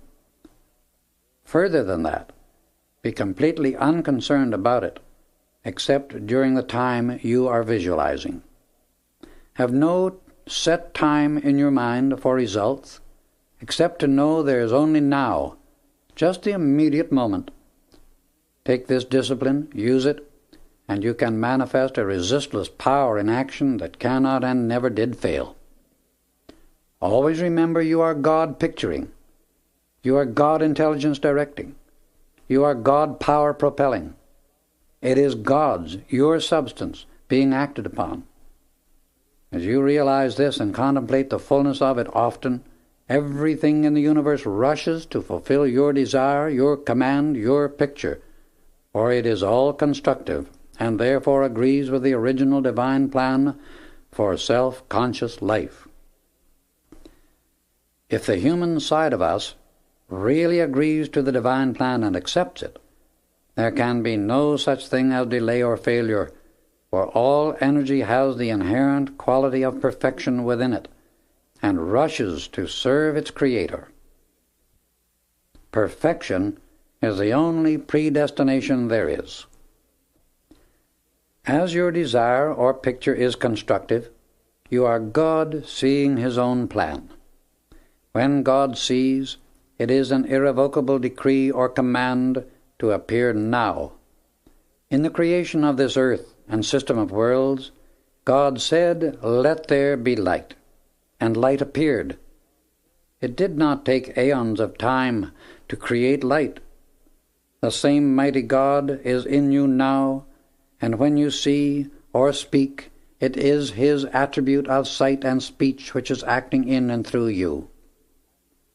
If you realize what this truly means, you can command by His full power and authority, for you are His life consciousness, and it is only the self-consciousness of your life that can command, picture, or desire a constructive and perfect plan.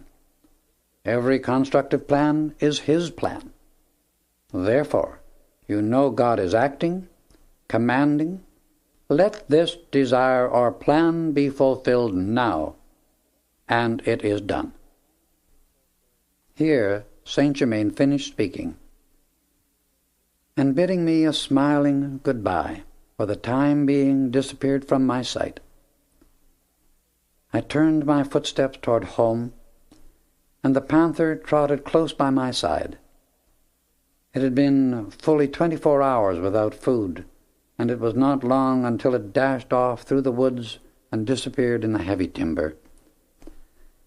I continued on my way and arrived home at 11 o'clock, spending the rest of the day trying to realize the full import of what I had been privileged to experience, and how the entire concept of my world had changed so unexpectedly.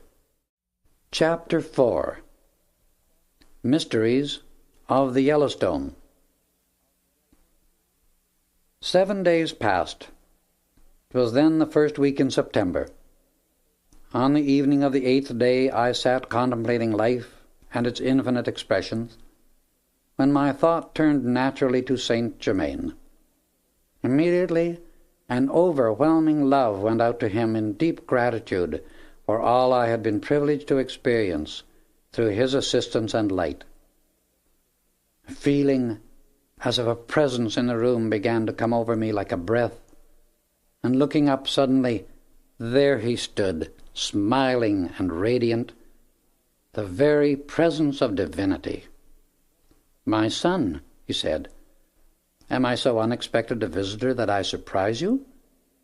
Surely you know quite well that when thinking of me, you are in contact with me, and when I think of you, I am with you.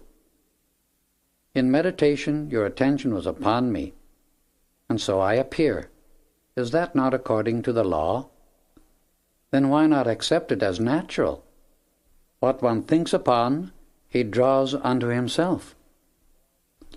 Allow me to suggest that you train yourself never to be surprised, disappointed, or your feelings hurt under any circumstances.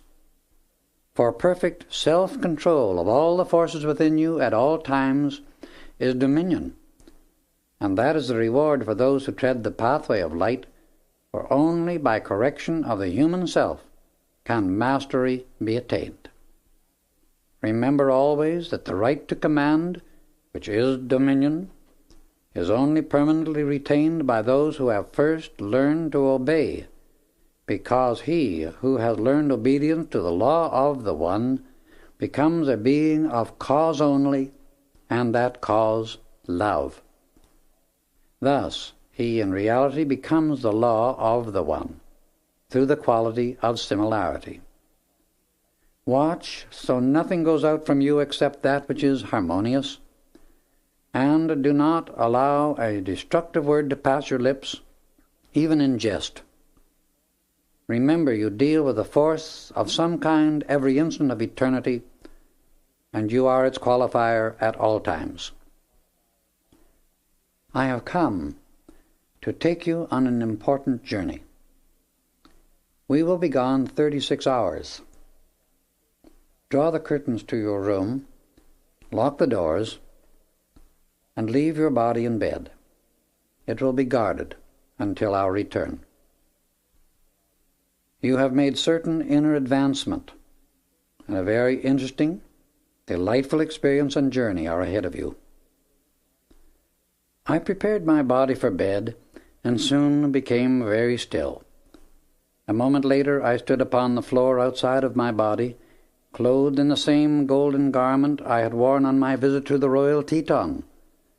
The sense of density one has about the walls was gone, and as I passed through them the feeling was that which one experiences when walking through a heavy fog, the wall itself losing its sense of density. This time I was clearly conscious of passing through space. I did not ask where we were going, but it was not long until we came to the Royal Teton. Toward the east stood the towering Rockies, and beyond them stretched vast plains that will one day be teeming with semi-tropical vegetation, and its people living in peace and abundance. To the west we could see the Sierra and Cascade Mountains, and still farther on the Coast Range, whose shoreline is all to be changed. Northward we look down upon the Yellowstone, whose marvelous beauty veils its ancient mysteries and wonders from our present American civilization. The word Yellowstone, explained Saint Germain, has been brought down through the centuries for more than 14,000 years. At that time the civilization of Poseidonus had reached a very high point of attainment because a great master of light was at the head of the government. It was only during the last 500 years that the decline took place, and the misuse of her great wisdom held sway. Within the present boundaries of the Yellowstone, which are still the same, existed the richest gold mine the world has ever known.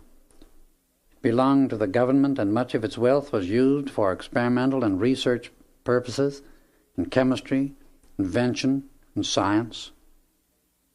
37 miles from this place was located a diamond mine. Stones taken from it were the most beautiful yellow diamonds that have ever been found within this earth, before or since that period. Among the gems which came from that mine were a few rare stones of very remarkable beauty and perfection. If properly cut, they showed a tiny blue flame at the center that looked like liquid light. When worn by certain individuals, the radiance from this flame could be seen more than an inch above the surface of the stone. These were held sacred and only used in the highest, most secret rites of the ascended masters. 16 of them are still held in sacred trust by the Brotherhood of the Royal Teton, and will again be brought into use at an appointed time. It was because of these magnificent yellow diamonds that the present name Yellowstone has come down to us. You, my son, were the discoverer of both mines. I will reveal the records that are the physical evidence of what I have just been telling you. These records give the date of their discovery, amount of wealth taken out, length of time operated, description of the machinery used, which handled refractory ores recovering 87% of their value, running of it into bullion while yet in the mine, making unnecessary any operation at the surface, where shipped, and the date of closing and sealing. Here are the duplicate records. In the life on Poseidonis, you lived in a beautiful home with a sister who is now Lotus. Both attained and maintained close contact with the inner God Self, so God was truly in action at all times. You were an official in the Bureau of Mines, and through that connection invented and built a wonderful airship. In it you traveled a great deal over the mountains. One day, while in deep meditation, you were shown the location of these mines, which you later discovered, opened up, and turned over to the government.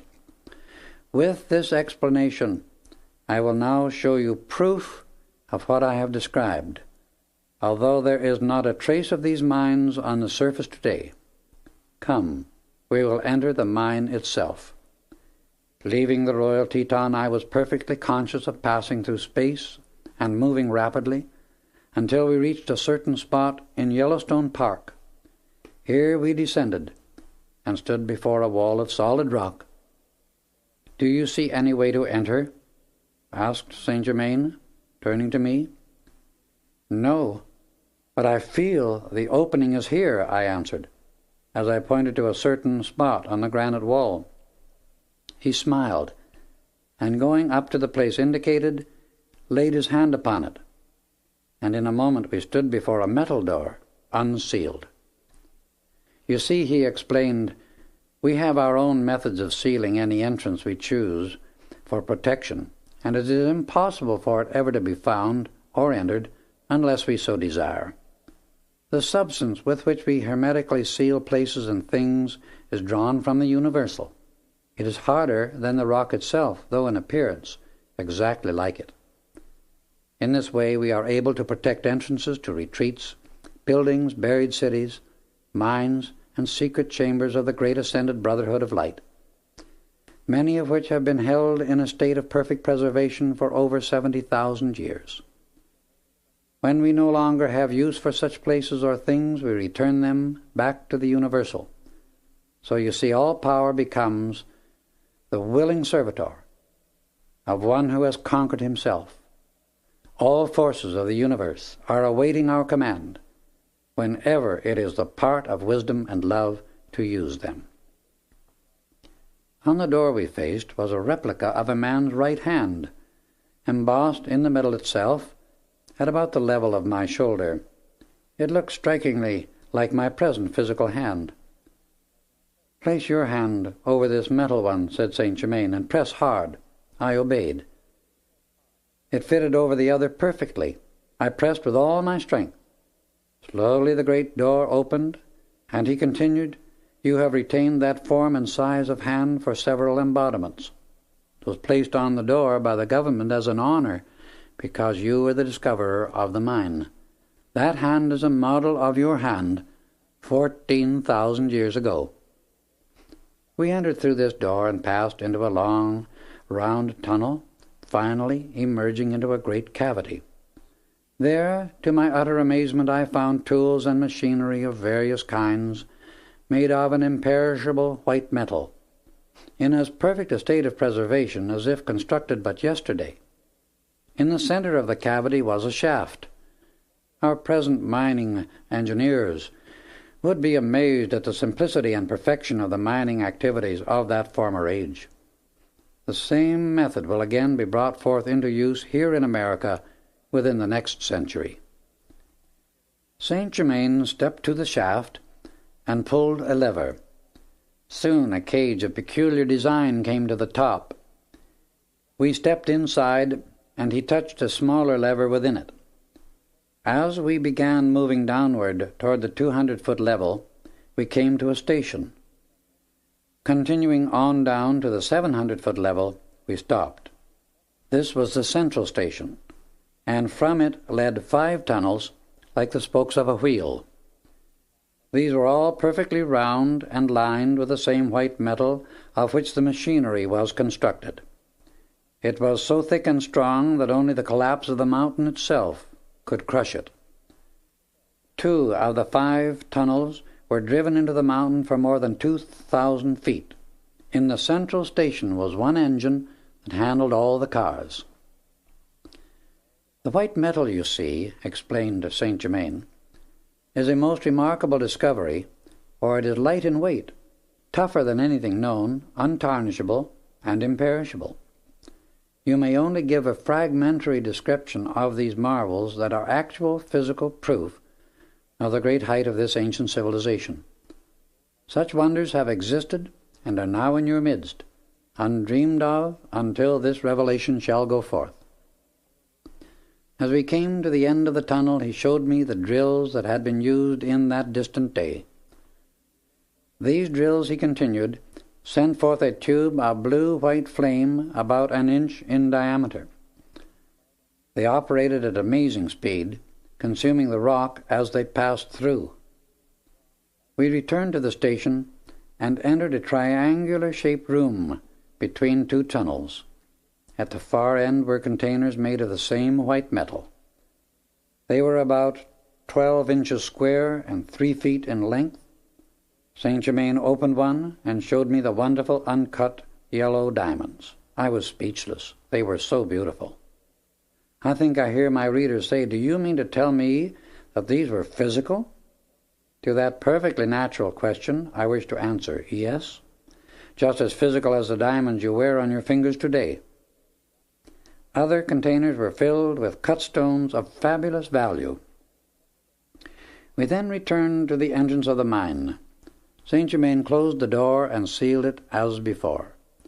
No one, not an ascended master, could have distinguished it from the surrounding rock. Rising from the ground, we quickly covered the 37 miles to the gold mine. This time we stood on the very top of the mountain, near a cone-shaped rock that looked perfectly solid. It was about 15 feet in diameter at the base, and perhaps 10 feet in height. "Watch closely," he said as he laid his hand upon it. Slowly, a triangular-shaped section moved out, disclosing a flight of steps leading downward. We descended these steps for some distance and soon came to a cavity at the top of a shaft similar to the one in the diamond mine. "You will notice the absence of crushers," he continued. "Everything is done within the mine itself. Not a thing is handled at the surface." We stopped at the 400-foot level, where there was another immense cavity. Here complete equipment for treating the ore was located. He explained the extreme simplicity of the process used, which seemed incredible. It was so simple.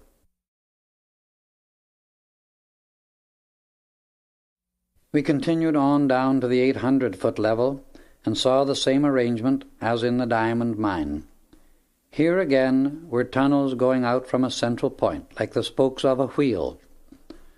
3 triangular-shaped rooms had been built between these tunnels, containing the remaining output from the mine just before it had been closed. The same white metal containers were here as in the other rooms. Only 3 of them am I allowed to describe. The first receptacle contained nuggets from an ancient riverbed in a placer formation at the 800-foot level, in which the gravel had been slightly cemented together, holding the gold. This condition existed for a depth of 1,200 feet and held immense value. The second container was filled with wire gold from a white quartz vein at the 400-foot level. Another held solid gold discs, weighing 8 pounds each. The place in which they stored all the gold, he explained, was known as the bullion room. There have been duplicate records kept of this mine, the originals being in the record room at the retreat in the Royal Teton, and the duplicates here. We returned to the surface, Once more Saint Germain sealed the entrance as described, and turning to me again said, "My son, you discovered these mines and, assisted by your colleagues, put them into operation and brought about this perfection. You also made the records on the imperishable metal, which I will show you in the Royal Teton." The ascended masters saw that the cataclysm of 12,000 years ago was approaching, and knowing the mines would not be much affected, had them prepared and sealed for use in a far distant age into which we have now entered. At 7 different periods of your many embodiments, the memory and process for making these records has been recalled. You will bring them forth again in the present age to the blessing of all mankind. This accounts for your feeling since childhood of interest in ancient records of all kinds, and that you would have much to do with such work again in this life. Come, we will now return to the Royal Teton. There, in a room adjoining the great audience hall, are these records to which I have referred. It is a place for the preservation of inventions and scientific discoveries. The one we were in our former visit contained only records of the various civilizations. We returned to the retreat, and entered this time by way of the tube as on our first visit. Stepping out, we passed through the second door to the right of the entrance. It opened directly into the scientific record room, a space about 70 by 40 by 15 feet. The entire walls, ceiling, and floor were lined with the same imperishable white metal of which the shelving and containers were constructed. Saint Germain drew out one of the latter and handed me the record I had made of the diamond mine. Again, I was able to read it, but this time he told me to call upon the God Self within, and thus let it reveal the complete former knowledge which I had at that time. The record gave a clear but condensed history of the discovery and operation. He handed me another spindle, and on it was the complete history of the gold mine. "Now that you have seen the physical proof of what I have explained," he said, "I want you to know that I will never tell you anything that I cannot prove." Here he turned toward me with a piercing look in his eyes that passed clear through my mind and body. "My son," he continued, "you have done well, and are calm and poised under these recent experiences. Much depends upon your next step. Focus your entire attention upon the all-controlling God Self within you, and do not forget to hold it there." In the light of what occurred later, it was well he had fortified me with that admonition. With that warning, he led the way across the large audience hall to the great bronze door on the west wall. Placing his hand against it, the panel slowly moved upward until we had entered, and then closed after us. I stopped, immovable with amazement. For I looked upon that which human eyes are rarely, if ever, permitted to behold, and the scene held me motionless. So great was the fascination of its beauty and wonder. About 12 feet in front of me stood a block of snow-white onyx, 3 feet high and 16 inches square. On this rested a crystal sphere filled with a ceaselessly moving, colorless light, in which were points of radiance darting to and fro. The sphere continually sent forth rays of prismatic colors to a distance of about 6 inches. It seemed made of living substance, so constantly did it scintillate. Out of the top of the crystal ball poured forth 3 plumes of flame, one molten gold, one rose pink, and the other electric blue, extending at least 3 feet in height. Near the top, each section bent over like an ostrich plume, graceful, beautiful, and in perpetual motion. The radiance from this gorgeous sphere filled the entire chamber, producing a sensation of electronic energy no words can convey. The light, life, and beauty of that scene simply overwhelm human powers of description. We stepped toward the far end of the room, and there, side by side, stood 3 crystal caskets, each containing a human body. As I came nearer, my heart almost stopped beating, for within were the forms Lotus, our son, and I had used in an ancient embodiment. I recognized them readily, for Lotus still retains some resemblance to that body, but the bodies of our son and myself had features of greater regularity and perfect physiques. All showed the full perfection of a type almost like that of the ancient Greek.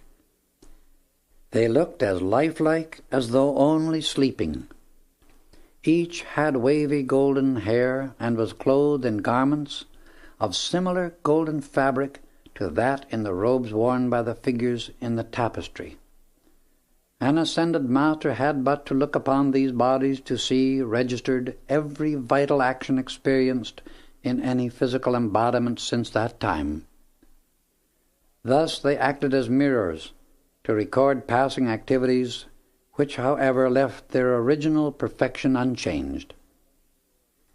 Each casket stood upon a large base made of the same kind of white onyx as that on which the sphere was placed. These were covered by lids of crystal, fitted very tightly in a groove around the edge, but were not sealed. On the cover of all 3, just over the center of the chest, was a 7-pointed star. Below it were 4 hieroglyphics. At the end, and placed so it would be just over the top of the head, was a 6-pointed star.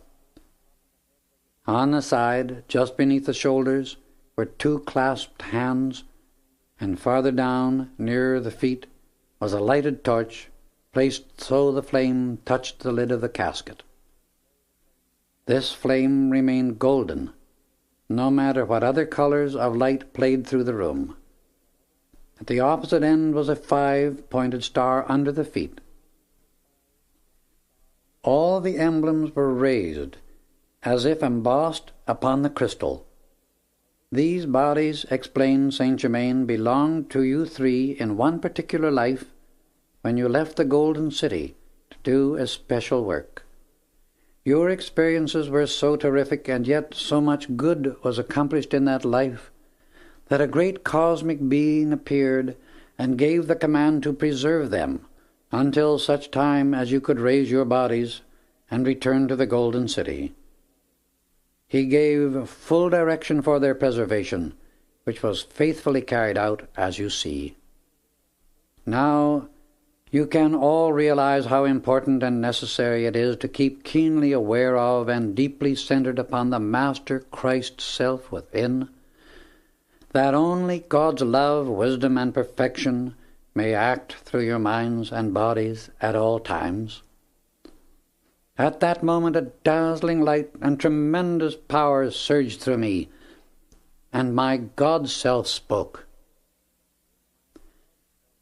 Great Master of light, parent, brother, and friend, almighty Son of God, thou hast indeed an everlasting love, and through it thou hast attained thy well-deserved eternal peace and mastery over the 5 lower kingdoms. The great God-self in these children thou lovest so well shall soon come forth in full conscious dominion, to give every assistance thou hast so long desired. for each of God's children has a service to perform which none but he may give. I call forth the great light from the very heart of God to bless you forever." As these words were spoken, a great shaft of light blazed forth, filling the chamber with points of brilliant prismatic colours. They darted everywhere in the room, and all became a blaze of rainbow light, pulsing with life.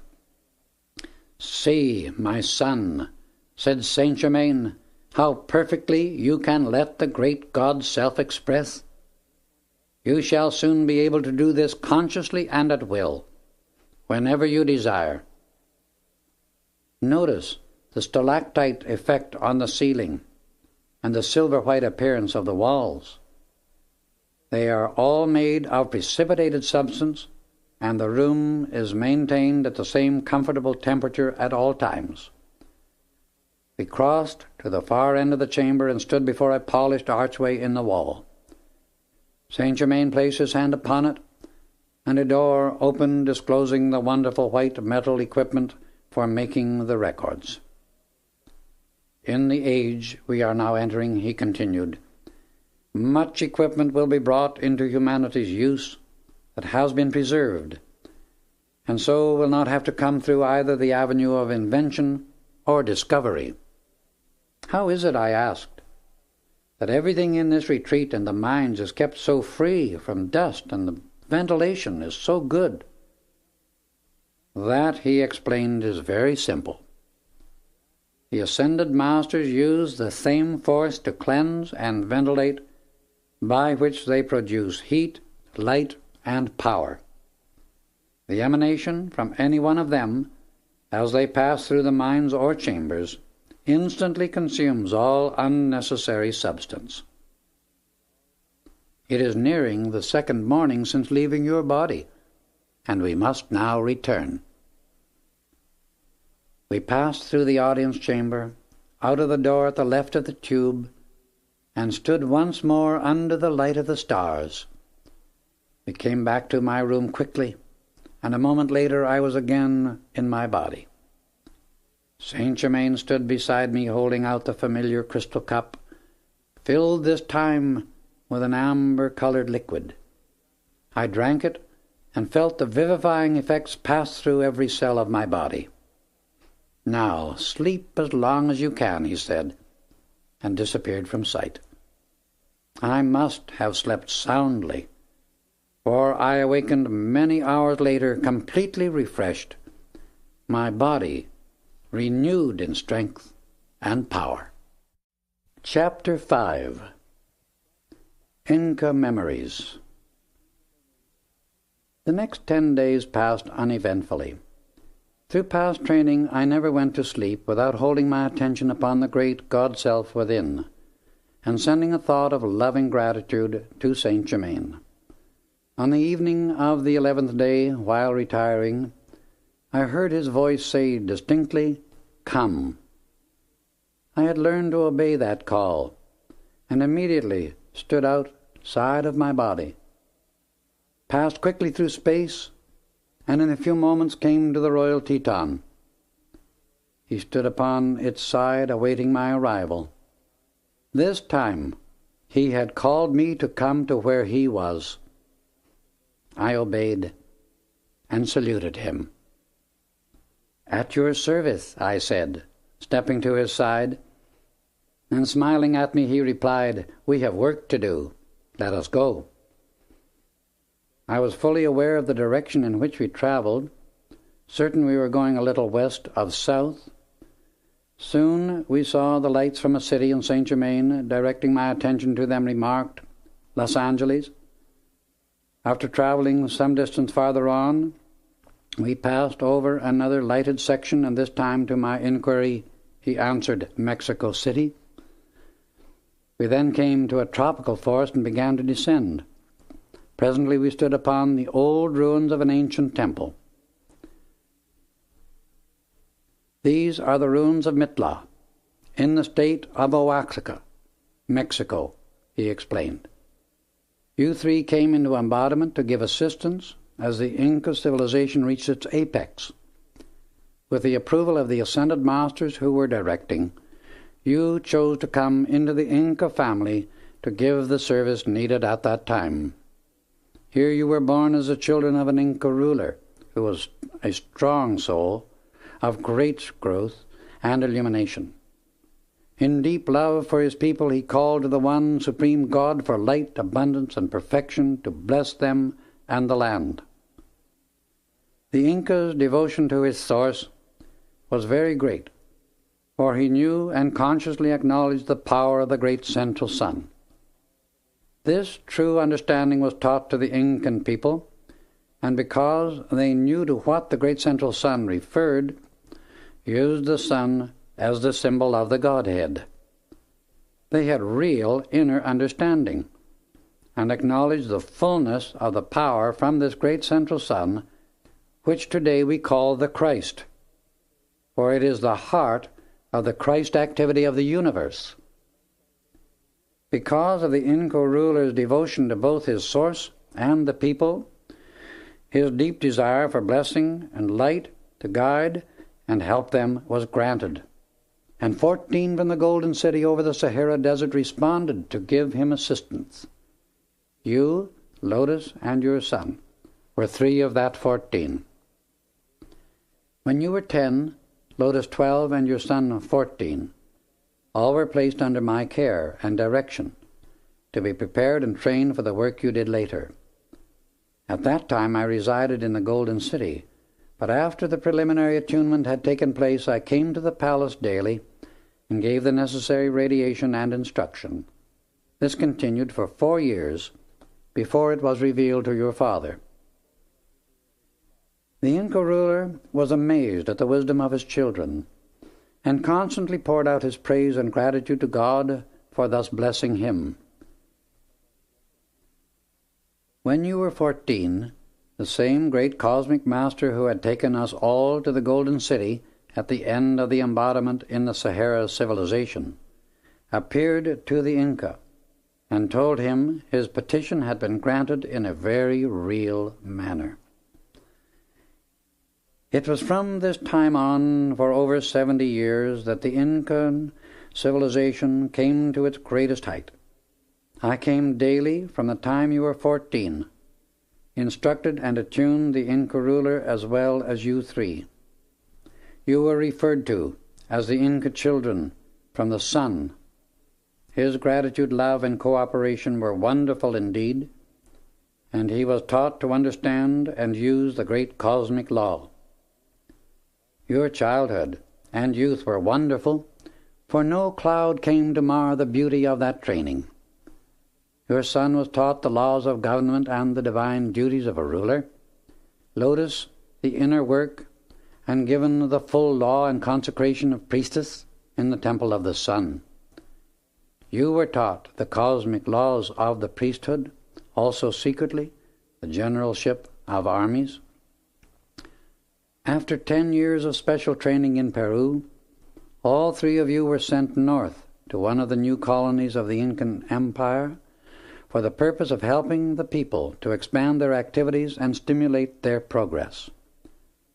You went forth with all the love, honor, and blessing the Inca ruler knew how to give, and established the capital of the colony at what is now Mitla, in the state of Oaxaca, Mexico, whose glory has come down through the centuries.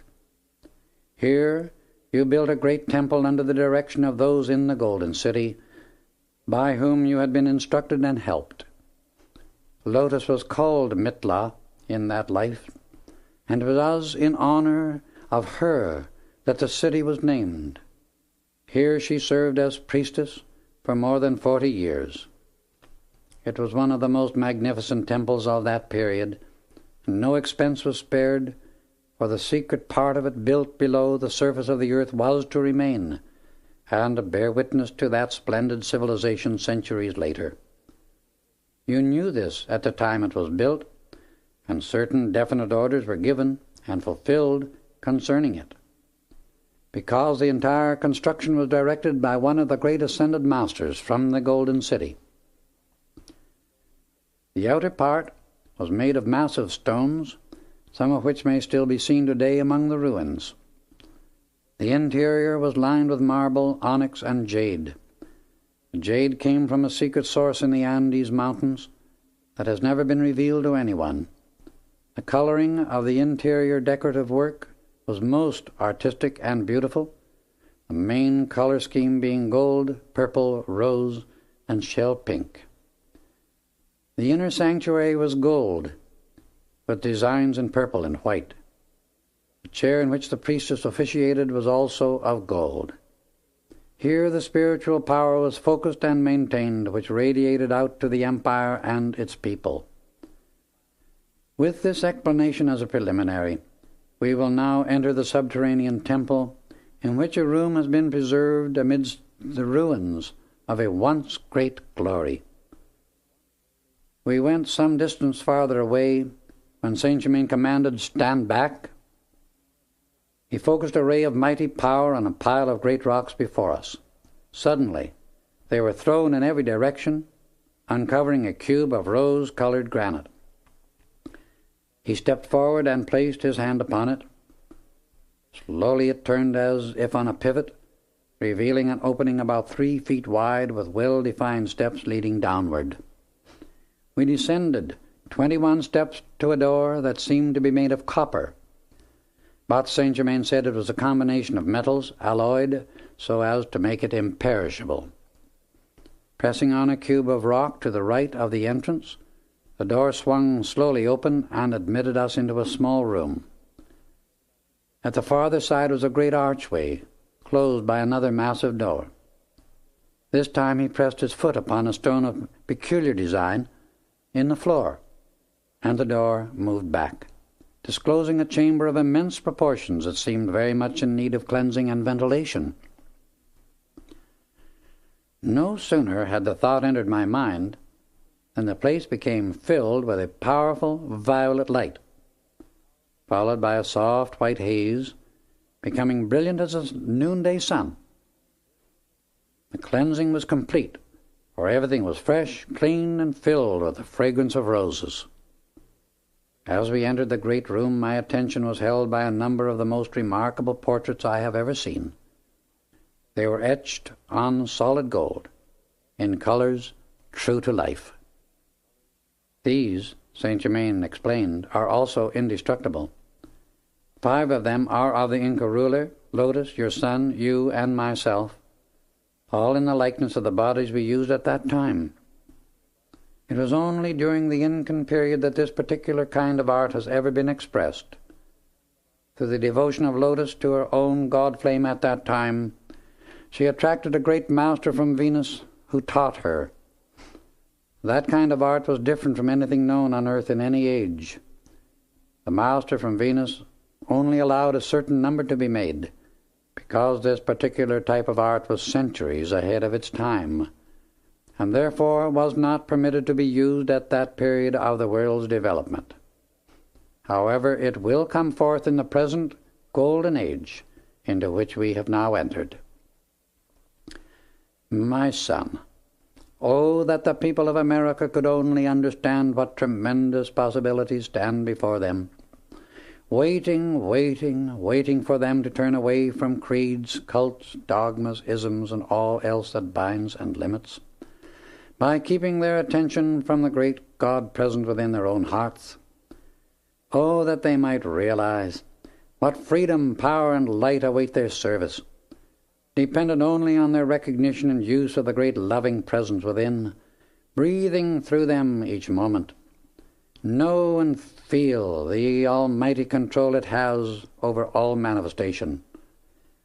Oh, could they only realize that their bodies are the temples of the Most High, a living God, who is ruler of heaven and earth, that they might know what it means to love that mighty self, talk to it, acknowledge it in all things, and feel the reality of that presence with at least as great a certainty as they do other persons and things. If they could only feel the closeness and reality of the great presence deeply, even for a moment, nothing could ever again stand between them and the same mighty supreme accomplishment as Jesus and other ascended masters have attained. O America, beloved children of the light, let this great God presence, its wisdom and power surge through you now, and see how quickly God's kingdom can and will manifest upon earth. America is the way shore among the nations, bearing the light that heralds the incoming golden age. Regardless of her present conditions, that light shall burst forth and consume the shadows that seek to disrupt her ideals and love for the great God's self. We then passed through a door at the right, where we found more imperishable records, this time of the Incan civilization, and the important part it played in that cycle. You recalled the process for making these records from the memory of your life 14,000 years ago, remarked Saint Germain. They will be transported to the Royal Teton together with the portraits, for this secret temple has completely fulfilled its usefulness and is now to be dissolved. Soon, beautiful, glistening beings appeared and removed the portraits and records. When they had finished, he returned to the entrance. We walked to some distance away. Saint Germain focused his attention for a few moments upon the position of the secret temple and stood very silent. I felt a sudden stillness grip and hold me motionless. There was a great rumbling like an earthquake. In a moment all was over, and the secret temple, which had been the most magnificent creation of its day, collapsed into ruins. I could but gasp at Saint Germain's stupendous power. Truly the great ascended masters are gods. It is no wonder in the mythology of the ancients that their activities have been brought down to us in the guise of myth and fable. They wield tremendous God power at all times, because they hold with unwavering determination to the great God presence, and hence all power is given unto them, for they are all perfection. When Jesus said, Verily, verily, I say unto you, the works that I do shall ye do also, and greater works than these shall ye do, he knew whereof he spoke, continued Saint Germain. He came forth to reveal the conscious dominion and mastery that it is possible for every human being to attain and express while still here on earth. He showed the dominion of the ascended Master and proved to mankind that it is possible for everyone to so call forth his God-self that he can consciously control all things human. The great ascended masters of love, light, and perfection, who have guided the expansion of the light in humanity on this planet from the beginning, are no figment of anyone's imagination. They are real, visible, tangible, glorious, living, breathing beings, all such love, wisdom, and power that the human mind gasps at the immensity of it. They work everywhere in the universe with complete freedom and limitless power to do naturally all that the average individual considers supernatural. They are wielders of such power and manipulators of such force as to stagger the imagination of the person in the outer world. They are the guardians of the race, and as in the world of physical education, various grades of teachers are provided to guide the development of the individual's growth from childhood to maturity and then beyond, preparing him for special work, so do the ascended masters of perfection exist to educate and help the individual, that he too may expand his consciousness beyond ordinary human expression. Thus he develops his superhuman attributes, until, like the student graduating from college, the one under the care and instruction of an ascended master graduates out of his humanity into the full continuous expression of his divinity. The ascended master is an individual who by self-conscious effort has generated enough love and power within himself to snap the chains of all human limitation. And so he stands free and worthy to be trusted with the use of forces beyond those of human experience. He feels himself the oneness of omnipresent God, life. Hence all forces and things obey his command, because he is a self-conscious being of free will, controlling all by the manipulation of the light within himself. It is through the radiation or outpouring of this light, which is really his own numinous essence of divine love, that an ascended master is able to help those who come under his care and direction. When such an outpouring to a student takes place, his own inner bodies, and by that I mean his emotional, mental, and causal bodies, absorb the master's luminous essence, and the light within them glows and expands like a spark which one fans into a flame. This luminous essence has within it the highest force in the universe, for it dissolves all discord and establishes perfect balance in all manifestation. The ascended master's body is constantly pouring out rays of his light essence upon the discords of earth, dissolving them as the rays of force which we call light and heat from our physical sun dissolve a fog. The radiation they pour out to humanity on earth is consciously drawn energy to which they give quality, and again send it out to accomplish a definite result. In this way they give protection thousands and thousands of times to persons, places, conditions, and things, of which mankind is totally oblivious, going on its appointed way, serenely unconscious of its protectors and benefactors. In this kind of activity the ascended masters are able to change the bodies they function in like one ordinarily changes his clothes, for the cellular structure is always under conscious control, and every atom is obedient to their slightest direction. They are free to use one or more bodies if the work they desire to do requires it, for their ability to assemble or dissolve an atomic body is absolutely unlimited. They are all powerful manifestors of all substance and energy, for the forces in nature which mean the four elements are their willing and obedient servants. These glorious beings who guard and help the evolving human race are called the ascended masters of love, light, and perfection. They are all the word master implies, because by bringing forth the love, wisdom, and power of the God-self within, they manifest their mastery over all that is human. Hence they have ascended into the next expression above the human, which is the superhuman, divinity, pure, eternal, all-powerful perfection.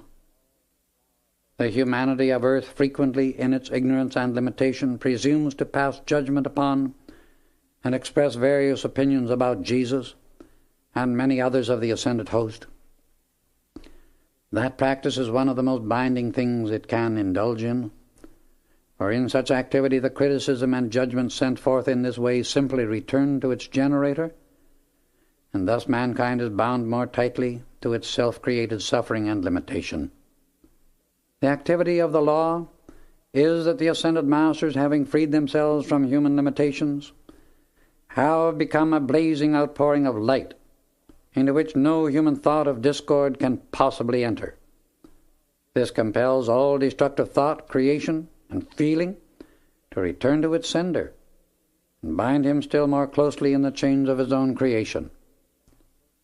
If human beings could see their own thoughts, feelings, and words go out into the atmosphere upon the ethers, gather and gather more of their kind, and return, they would not only be amazed at what they give birth to, but would scream for deliverance.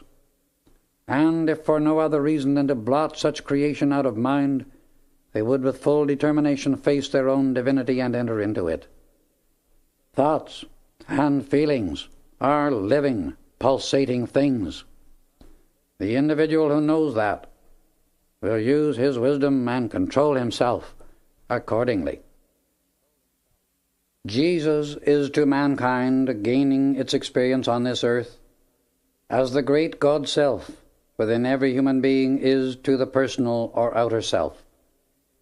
He revealed the master record to the outer world, and he is still the living proof of the individual's ability to free himself from all limitation and to express divinity as was originally intended, for the first condition in which humanity existed was wholly harmonious and free. When some of those individuals who study life and the laws of the universe more deeply than the mass of Earth's children become aware of the fact that there are ascended masters, they often desire to go to these great ones for instruction. While in many instances this is an unconscious upreaching of the soul within to the greater light, yet the personal self little realizes in what relation it stands to those great beings who are wholly divine. There is a way by which an intensely earnest and determined student may make contact with one of them, but that can only be through the activity of enough love and discipline of the personality. If the motive for such contact be for the gratification of curiosity, thinking to prove or disprove the ascended master's existence, to merely solve a problem, or to convince a doubt in the personality, it will never come about. Rest assured of that, for the ascended host are never concerned with satisfying the human side of any student. Their entire effort is with the expansion of the God Self within, so that its power may be released forcefully enough to snap the limitations in the human self that do not give it a perfect vehicle for use in the mental, emotional, and physical worlds of manifestation. These are the realms of thought, feeling, and action. Human weaknesses and limitations simply impair the vehicle that should be trained and kept in the best possible condition, as an efficient servant, for the use of the great inner God Self. The human body with its faculties is God's temple of energy, which the great God Presence provides, and through this outer self it wishes to express a perfect divine plan or design. If the uncontrolled sense appetites and demands of the personality waste the God energy, so the inner presence is not given command of the vehicle, it steadily withdraws, the human self loses the power to manipulate mind and body, and the temple collapses into decrepitude and dissolution. We then have the condition the world calls death. The person who seeks to contact an ascended master in the visible, tangible, living, breathing body, without the preparation needed to gradually attune his own outer structure and mind, is in the same position a child in kindergarten would be were he to see a college professor and insist on learning the ABCs under him. The ascended masters are really great batteries of tremendous power and energy, and whatever touches their radiance becomes highly charged with their light essence, through the same activity that makes a needle kept in contact with a magnet take on its qualities and become a magnet also. All their help and radiation is forever a free gift of love. This is the reason they never use any of their force to compel. The law of love, the law of the universe, and the law of the individual do not permit the ascended master to interfere with the free will of the individual, except at those periods of cosmic activity in which the cosmic cycle supersedes that of the individual. It is during these times the ascended master may give more than ordinary assistance. The earth has entered such a cycle now, and the greatest outpouring of the light the earth has ever known is being and will continue to be shed upon humanity to purify it and reestablish the order and love that is imperative for the future maintenance of our planet and the system of worlds to which we belong. All that does not or will not come into the action of order, balance, and peace must of necessity pass into some other schoolroom of the universe, and work out its own understanding of this law in some other way than is to be the expression of the future life upon our planet. There is only one passport into the presence of these great ones, and that is enough love poured out to one's own God-self and to them, united with the determination to root out of the human all discord and selfishness. When an individual becomes determined enough to serve only the constructive plan of life, he disciplines perfectly his human nature, no matter how unpleasant the task. Then he will automatically draw to himself the attention of an ascended master, who will take note of his struggles and pour out courage, strength, and love, sustaining him, until he maintains the feeling of his permanent contact with the inner God-self. The ascended master knows and sees all concerning the student, for he reads clearly the record which the student has made in his own aura. This reveals the state of the disciple's development, his strength, as well as his weakness. The ascended master is the all-knowing mind and all-seeing eye of God, for from him nothing can be hidden. The one who wishes to come into the visible, tangible presence of the ascended host should understand that unless he makes himself a radiating sun of love, light, and perfection which the master can expand and use as a part of himself, that he can direct to any place consciously at will, he would be useless, merely a barnacle and drain upon the master's work and world.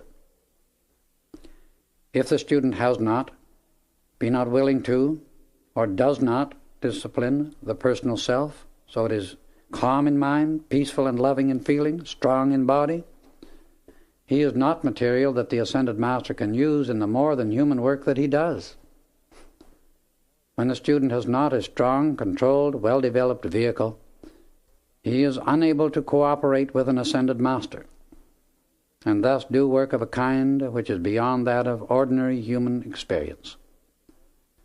Were one of these perfected beings to take a student without such qualities into his field of work, he would be making the same mistake one does in building a machine or home if he constructs it of imperfect material.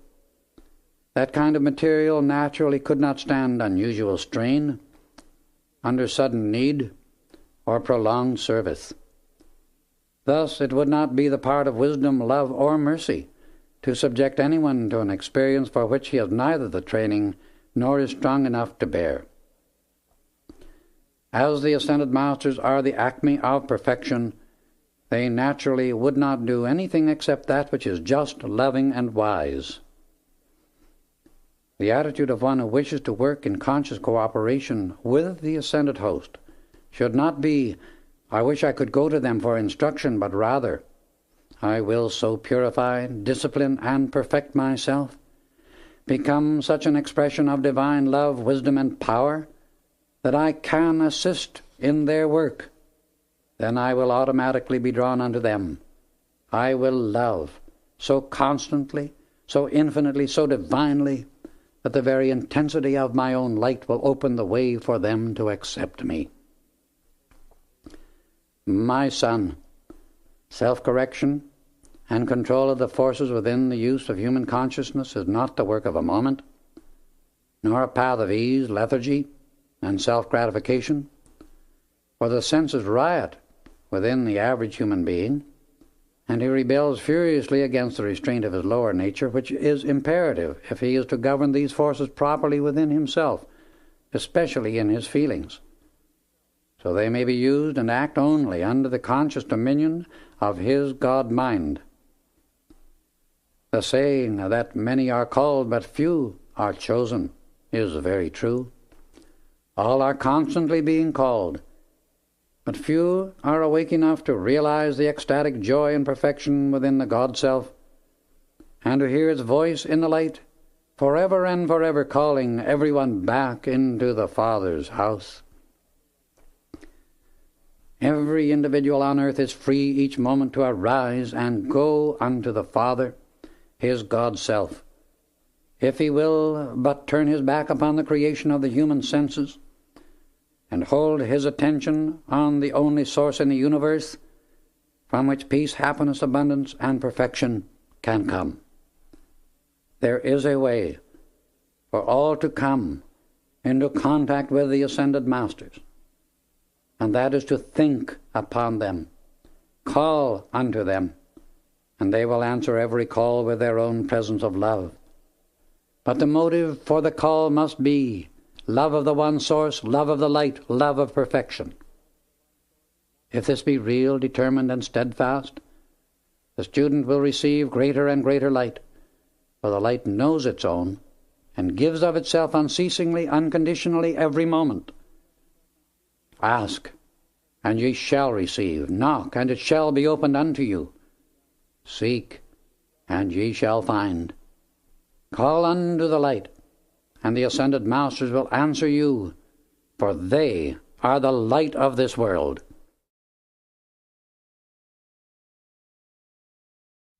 Lotus served as a priestess in the temple of Mitla for more than 40 years with you and your son. By the combined efforts of you three, the various cities in the colonies were brought to a state of great perfection.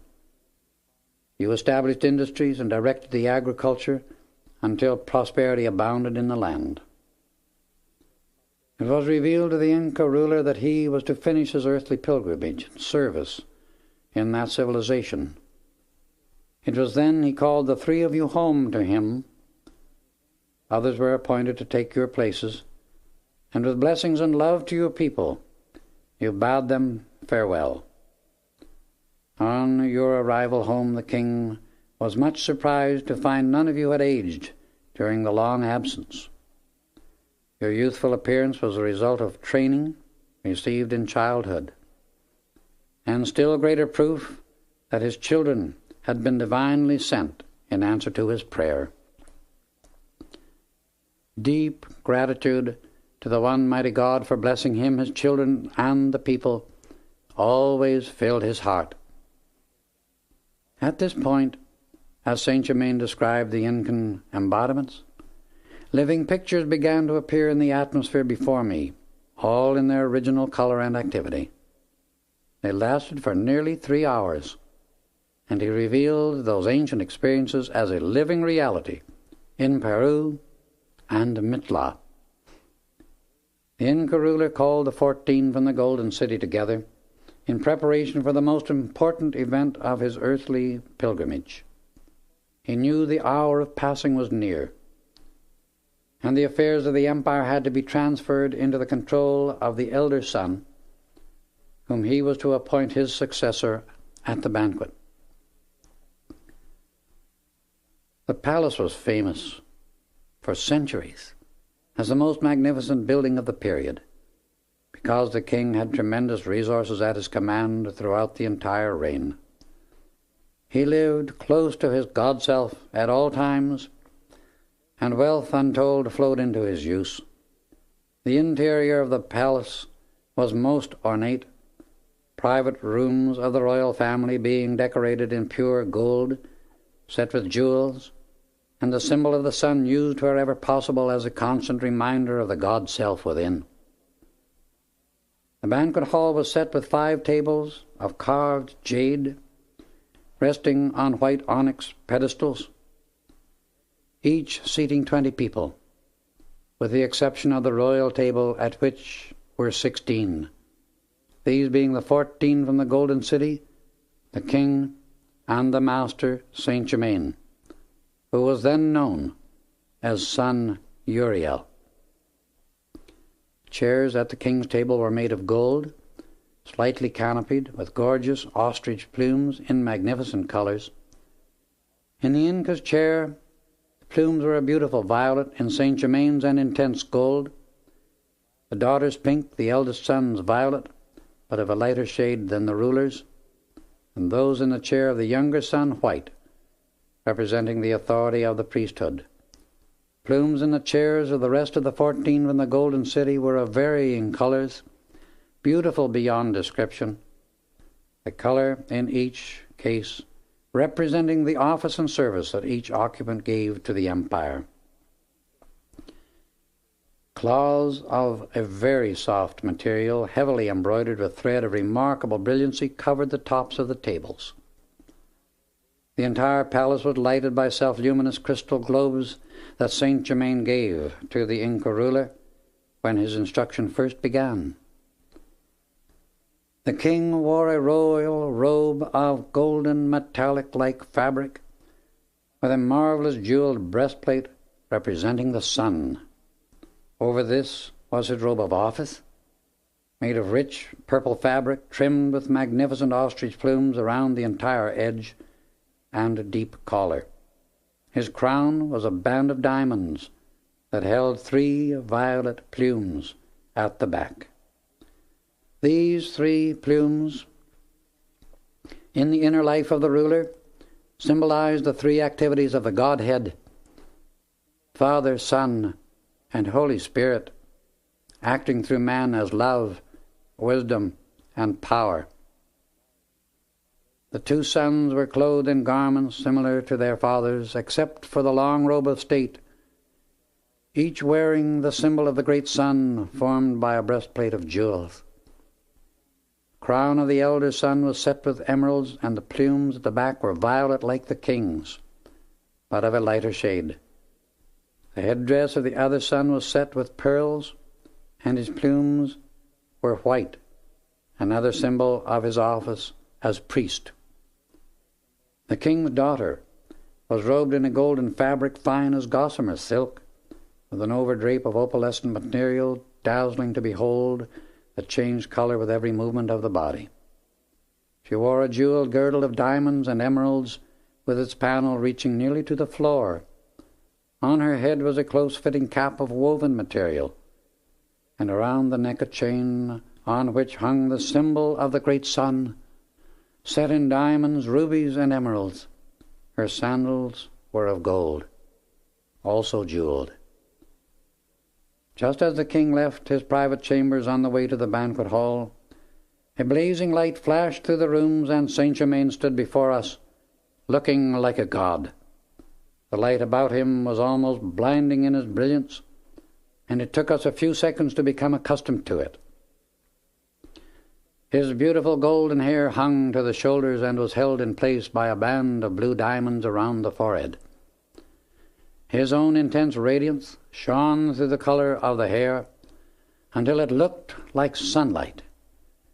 The piercing, sparkling violet of his eyes contrasted strongly against his skin that revealed the soft, pink color of youth and perfect health. His features were very regular, like those of the ancient Greeks. He wore a robe of marvelous, dazzling white fabric, entirely different from anything in our modern world.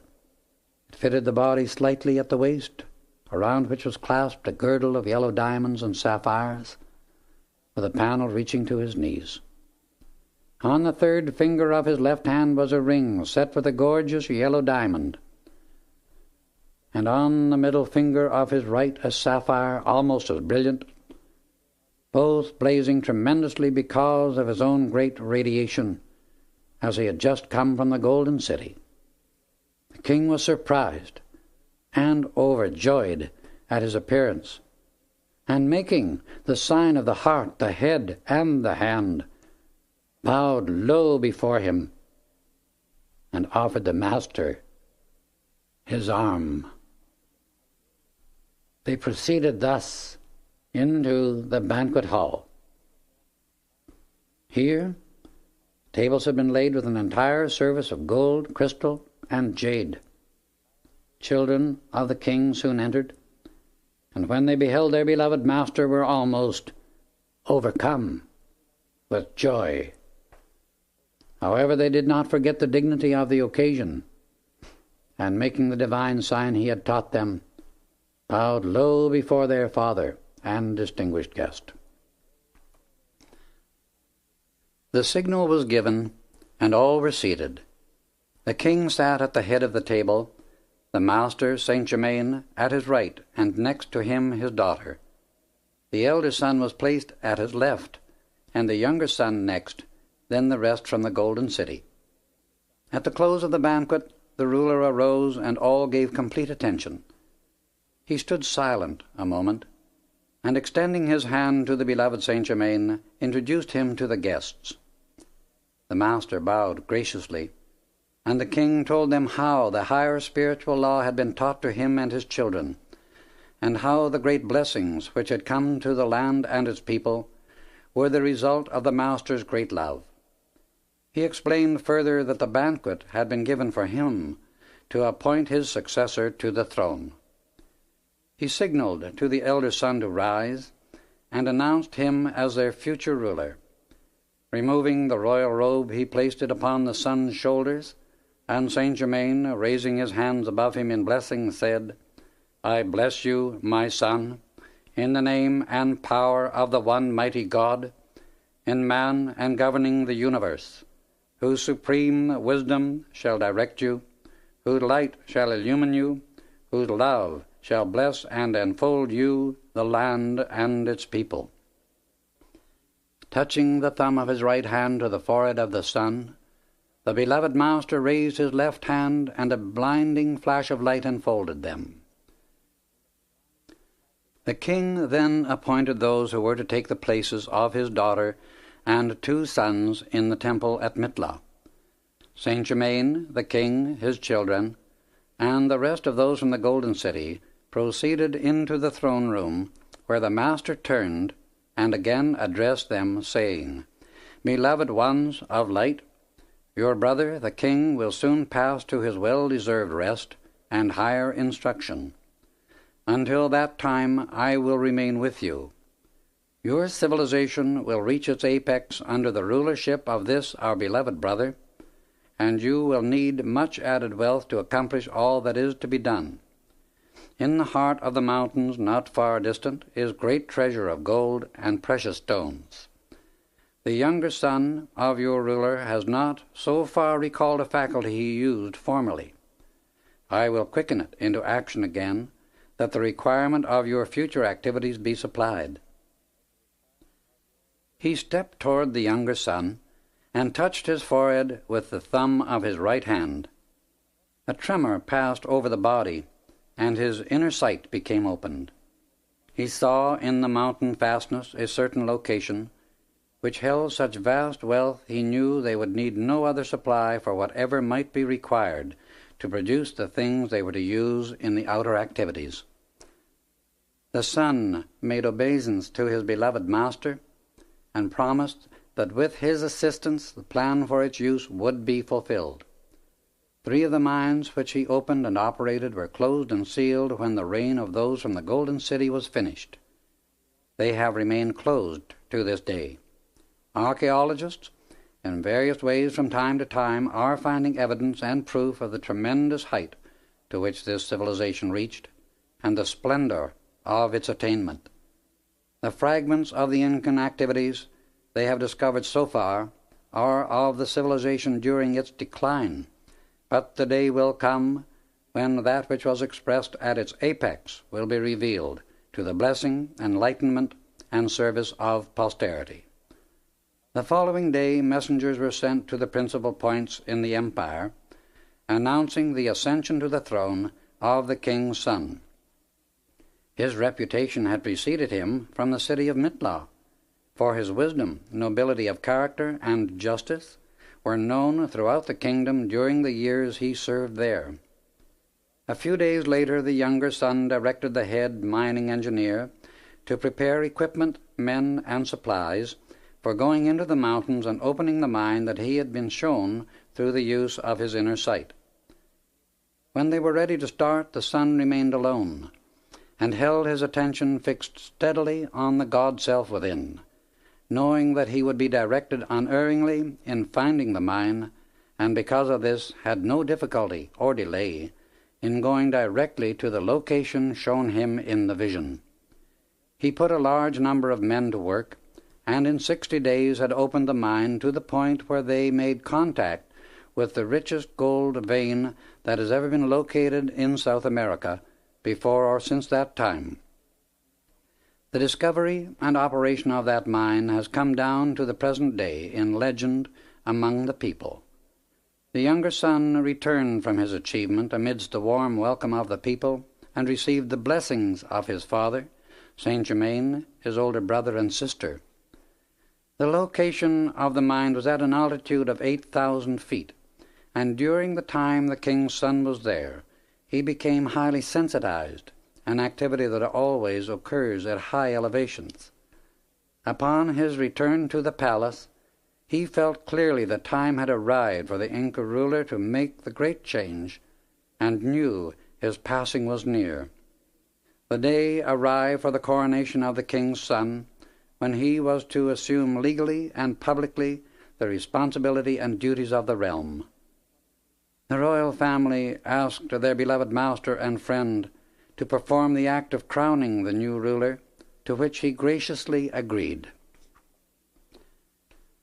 Elaborate preparation for the important event had been completed, and the ceremony had progressed to the moment when the crown was to be placed upon the head of the new ruler. All noticed that Saint Germain made no effort to receive it. Suddenly there was a blinding flash of light, and before them stood a most wonderful being.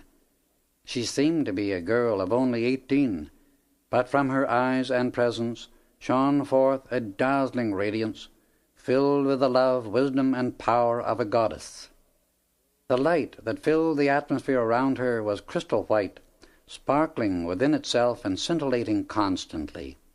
Extending her dainty hands to the crown-bearer, she lifted the crown and with infinite grace placed it upon the head of the king's son, and in a voice that was the very soul of music said, "Beloved of the Golden City, I crown you with love, light, and wisdom, of which this crown is the symbol.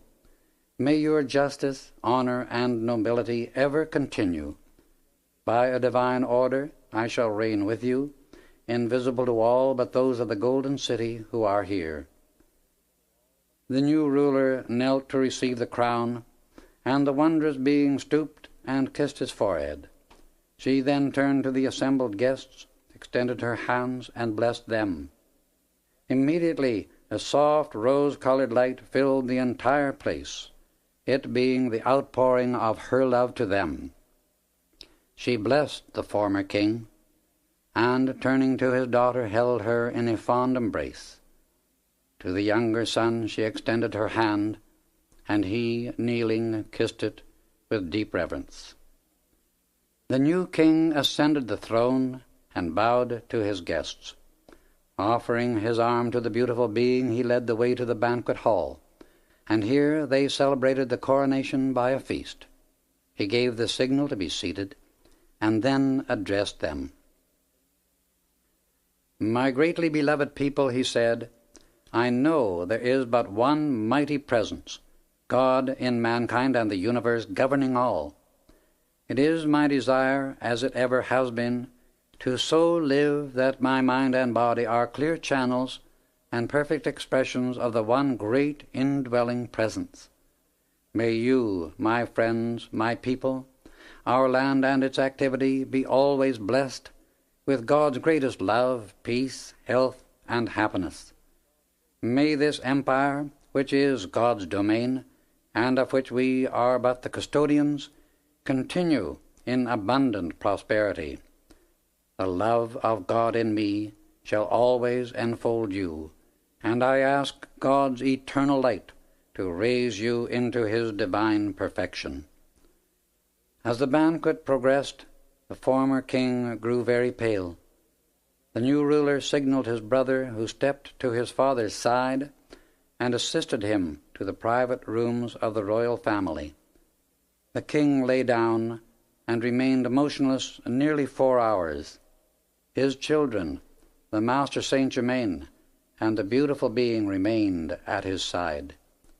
When the final moment of his earth span arrived, the beautiful being stepped forward to the head of the couch on which he lay, and addressed him, saying, "Brother Inca, thou hast thought to leave thy form to the action of the 4 elements, but I say to thee, it shall be raised, transmuted and illumined into that eternal temple of God that expresses all perfection. Thy great service hath freed thee from the wheel of birth and so-called death. Be thou now received by the ascended host of light with whom thou art forever one. Slowly, the body was raised into its eternal perfection, and then completely disappeared.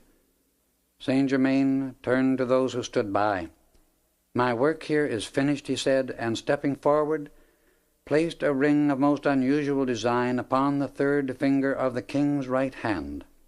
Its jewel was a miniature self-luminous globe of some kind of precipitated substance that looked like pearl, and directly within the center was a tiny blue flame. It was a focus of light, the same as the globes Saint Germain had given the king's father, with which the palace was lighted.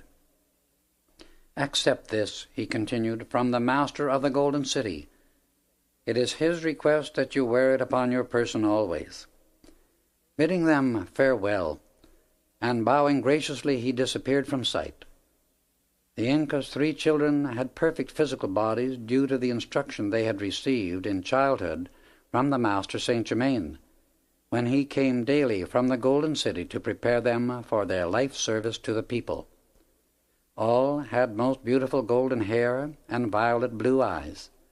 The 2 sons were fully 6 feet 3 inches in height, and the daughter about 5 feet 7. There was a great natural dignity of bearing, suggesting the inner dominion which they had gained under his instruction.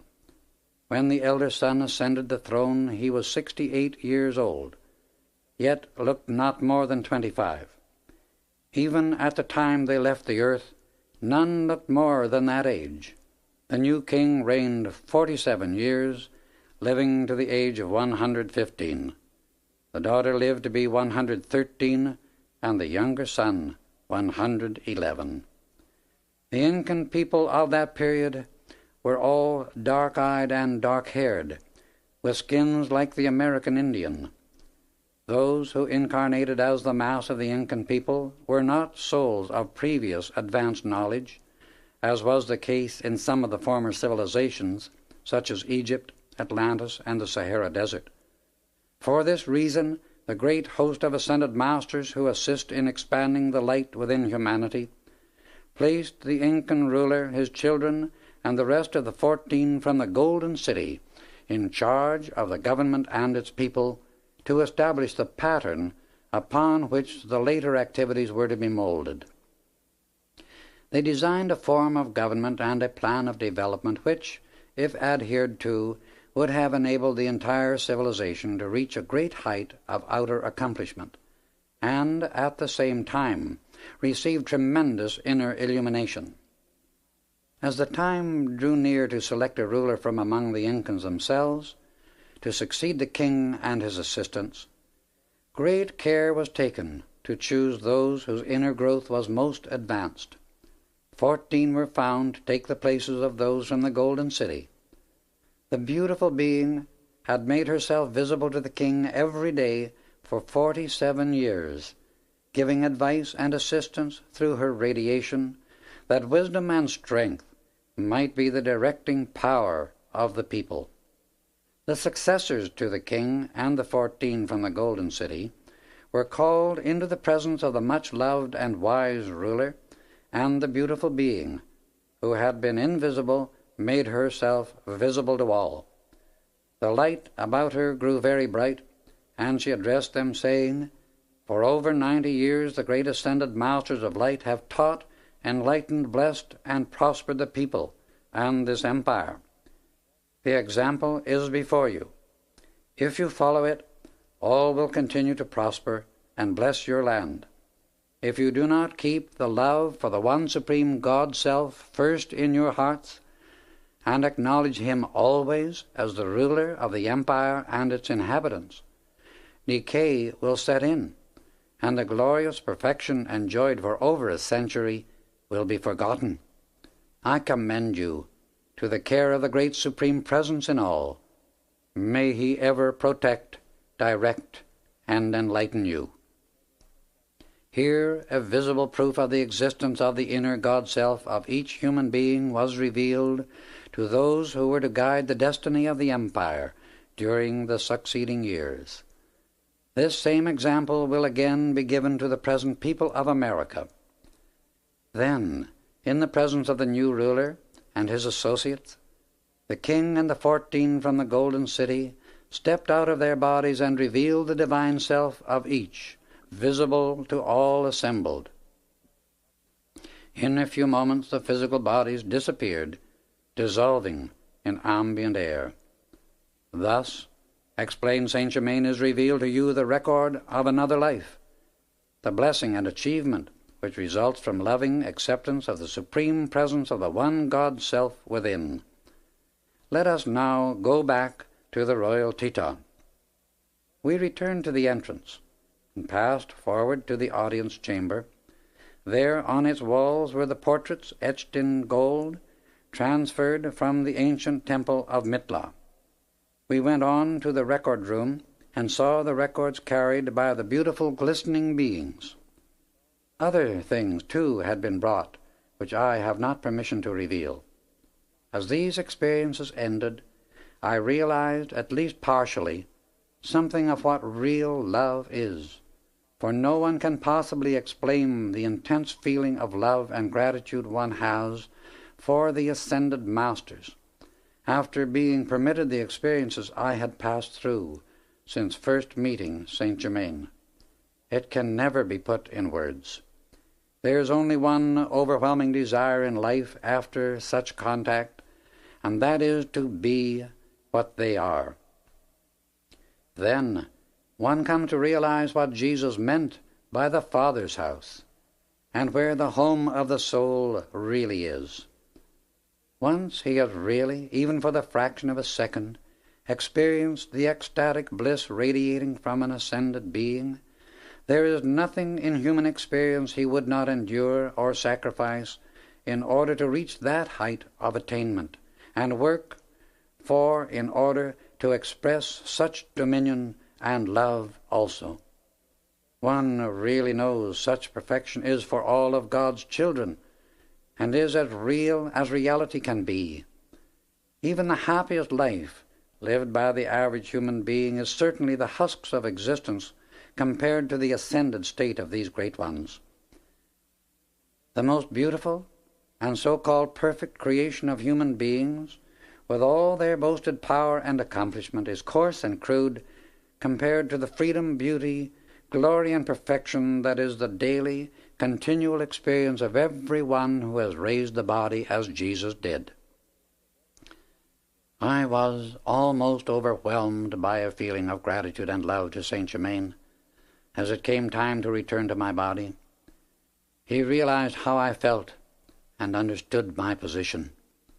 "My son," he said, "you cannot receive what has not been earned. You deserve this and much more, which will become evident as we advance. Remember, however, what seems mysterious only appears so because it is unexplained. When understood, all unusual occurrences will be found natural and according to law. The following truth shall remain engraved on your memory forever.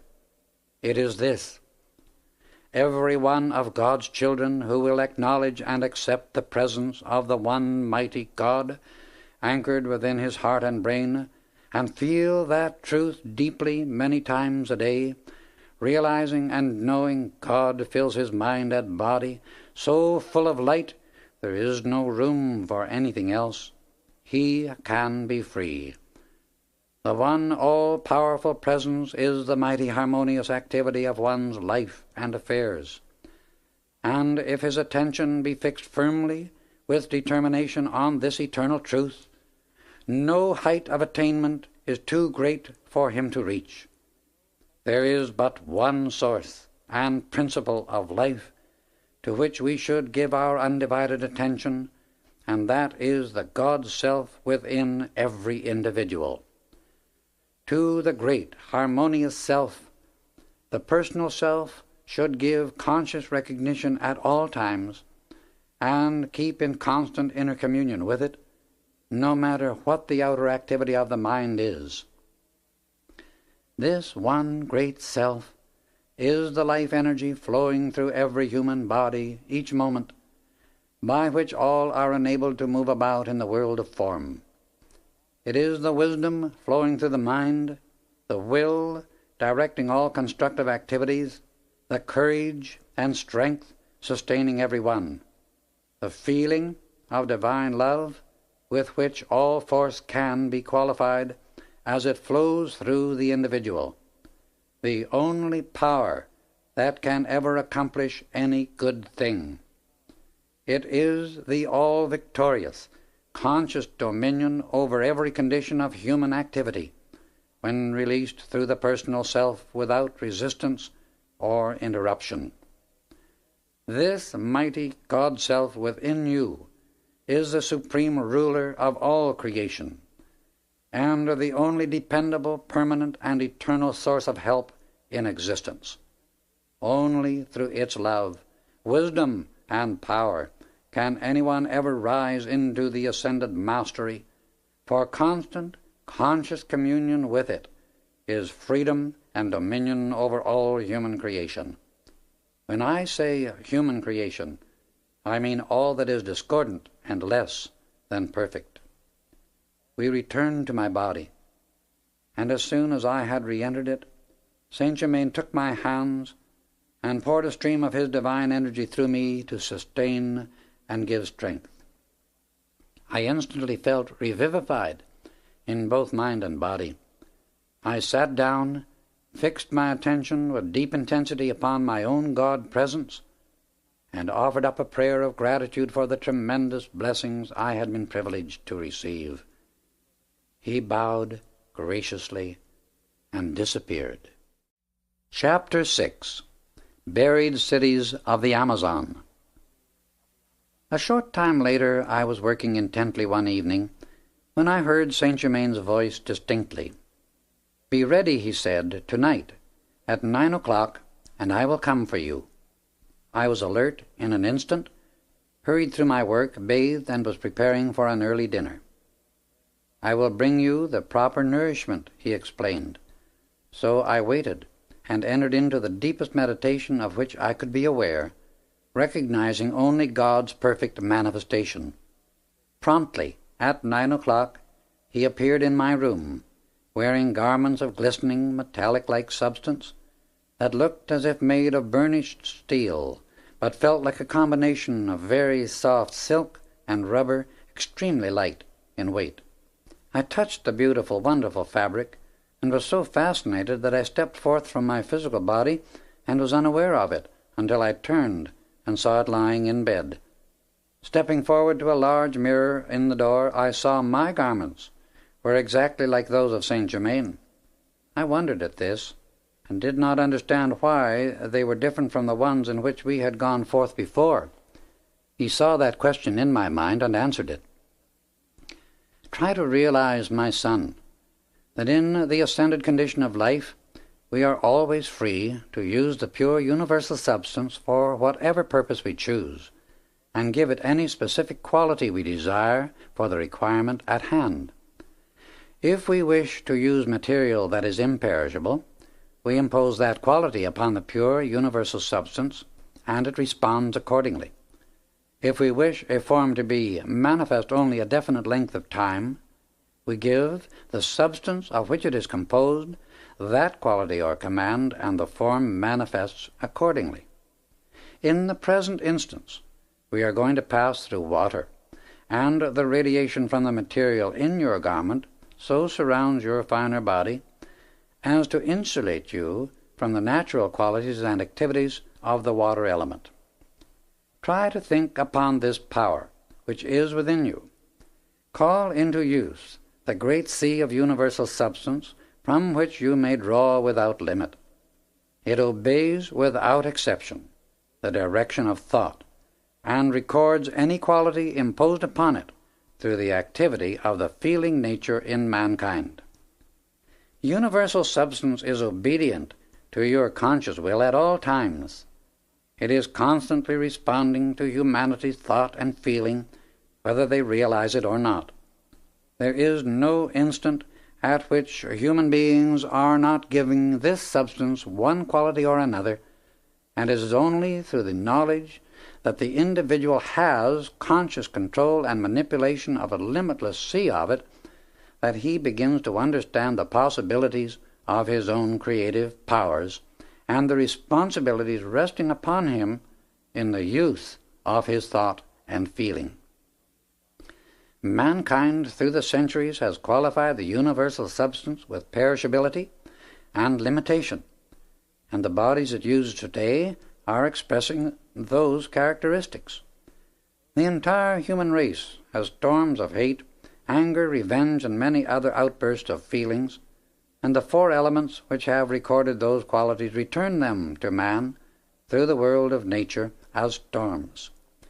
The people of earth have cataclysms of thought and feeling, as resentment against each other, against injustice, against places and things, knowingly and unknowingly sending out the feeling of revenge. The great sea of universal substance upon which these qualities have been recorded expresses them back to their source, the individual, by means of the four elements as cataclysms in nature. Such activities are but nature's way of purifying and shaking herself free from the contamination of human discordant thought and feeling, and returning to her pristine condition of God's purity. Every moment each individual is receiving into his mind and body the pure and perfect life of God. Each moment he is also giving quality of some kind to the pure universal substance of God. This quality he alone creates and generates, and he must receive it back into his mind and body, for all things in the universe move in circles, and thus return unto their source. The ascended masters have learned the law of the circle, the law of the one. Hence we impose upon the pure universal substance only the quality we wish to use for the special work in hand. If we desire a manifestation to express a certain length of time, we set the time, give the command, and the substance of which that special manifestation is composed responds accordingly. In the case of the records at the Royal Teton and certain retreats throughout the world, it is necessary for our work that certain things be made imperishable, in order to be maintained during the centuries. We decree that quality into them, and they record exactly our decree, for nature never lies. She is a truthful recorder of the qualities playing upon her. She obeys us, and also obeys man, but there is a certain activity within her that mankind is either in ignorance of, or else stubbornly refuses to acknowledge. For this ignorance and stubbornness it pays, and pays, and pays continually, until the individual personal self learns and does acknowledge this fundamental eternal truth. It is the law of the one, the law of love, the law of harmony, the law of the circle, the law of perfection. When humanity really does learn that truth and obeys its everlasting decree, the discords of earth and the destructive activities of the four elements will cease. There is a self-generating and self-purifying force within nature that rises and throws off all that disagrees with the law of the one. This force or energy is a pushing activity from within out, and is the one power expanding. If discord is imposed upon pure universal substance, the electronic energy becomes temporarily dammed up within it. When such accumulated energy reaches a certain pressure, expansion takes place, shattering the discord and limitation. Thus, the great life of the One, the ever-expanding luminous essence of creation, God in action, overpowers whatever seeks to oppose it, and goes on its appointed way, the supreme ruler of the universe.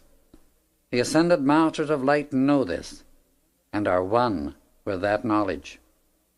Mankind may know it, and be at one also, if it only will. It is within the capabilities and possibilities of every individual, for it is the innate eternal principle within self-conscious life. All human beings are self-conscious life. This principle plays no favorites, and all can express its fullness. Within the life of every human being is the power by which he can express all that the ascended masters express every moment, if he but choose to do so. All life contains will, but only self-conscious life is free to determine upon its own course of expression. Hence the individual has free choice to express either in the human limited body or the superhuman divine body. He is the chooser of his own field of expression. He is the self-determining creator. He has willed and chosen to live as self-conscious life. When one individualizes within the absolute all-pervading life, he chooses of his own free will to become an intensified individual focus of self-conscious intelligence. He is the conscious director of his future activities. Thus, having once made his choice, he is the only one who can fulfill that destiny, which is not inflexible circumstance, but a definitely designed plan of perfection. It is a blueprint which he elects to express in the realm of form and action. So you see, my son, a human being may at any time determine to rise out of his human qualities or limitations, and if he will give all of his life, his energy, to that determination, he will succeed. Those of us who have raised the body accomplish the ascension by giving all unto the God-self within, and hence it expresses through us its perfect qualities, the divine plan of life. Come, let us go. As we started on our journey, I was conscious of going south and east. We passed over Salt Lake City, New Orleans, the Gulf of Mexico, the Bahama Islands, then came to a silver ribbon which I knew to be a river. This we followed to its mouth. As we proceeded, the God voice within me said, "It is the Amazon." Now be conscious, instructed Saint Germain, that the God in you is always directing and is master of every situation. Just at that moment we began to descend, and in an instant touched the surface of the water. It seemed as firm as solid earth under our feet, and I experienced a feeling of surprise at the contact. He explained further that we could go under water quite as well as to remain on top, because the garments we wore radiated a protective aura for a considerable distance around our bodies, and contained the conditions we needed, which enabled us to explore the subterranean strata of earth and things under water. This, he continued, is due to what the scientific world would call an electrical force field around our bodies. But the electronic force with which these garments are charged is of a higher, finer electricity than that known in your physical world. Some day, even your men of science will stumble upon it and realize it has always existed in the atmosphere, but they have not known how to direct and control it for the service of mankind. It is much more easily directed by the mind than by physical apparatus of any kind, yet it can be drawn and controlled through mechanical means. That which the outer world knows as electricity is but a crude form of the great spiritual energy of life. It exists throughout creation. As man raises and keeps his consciousness in contact with his inner God-self, he will become aware of the gigantic possibilities in the use of this higher power and force. Its service to him is infinite in the creative work that he can do in all phases of activity. We then entered the water, passing through it with no resistance at all. I was slightly startled at the novelty of the experience, but remembered instantly the admonition to be conscious only of the God within me as the master of every condition. Presently we came near the shore and passed over many crocodiles who saw us but were undisturbed by our presence. Proceeding inland, we came to what looked like the top of a monument. This is the top of a 60-foot obelisk, explained Saint Germain.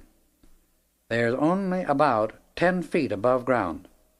It marked the highest point in a city of importance that was buried during the last cataclysm when Atlantis was submerged. The obelisk is made of imperishable metal and covered with hieroglyphics of that period. Notice, they are very clear and will remain so because of the indestructibility of the metal. The city was originally built 10 miles from the edge of the river, but at the time it was submerged, the mouth of the river was widened many miles.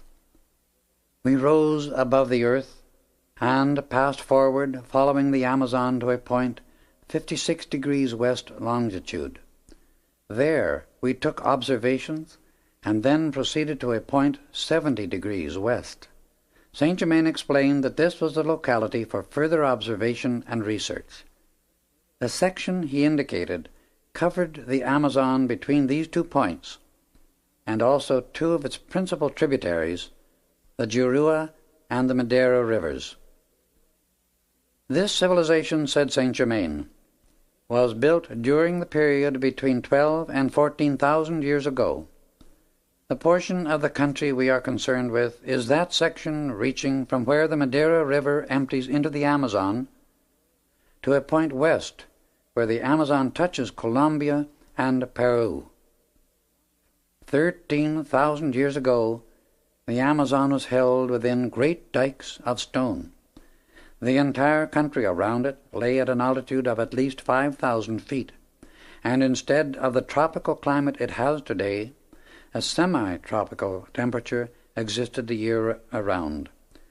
For a great distance in this locality, the country formed a tableland or plateau.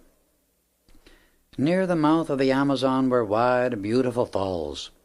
The city in which the obelisk stood was built between the falls and the sea-coast, about 10 miles south of the river. There were great reptiles and vicious animals to be found in the Orinoco River to the north.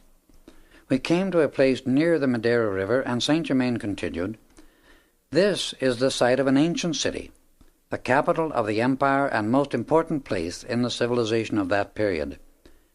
Here he raised his hand, and it became as clearly visible as any physical city is today.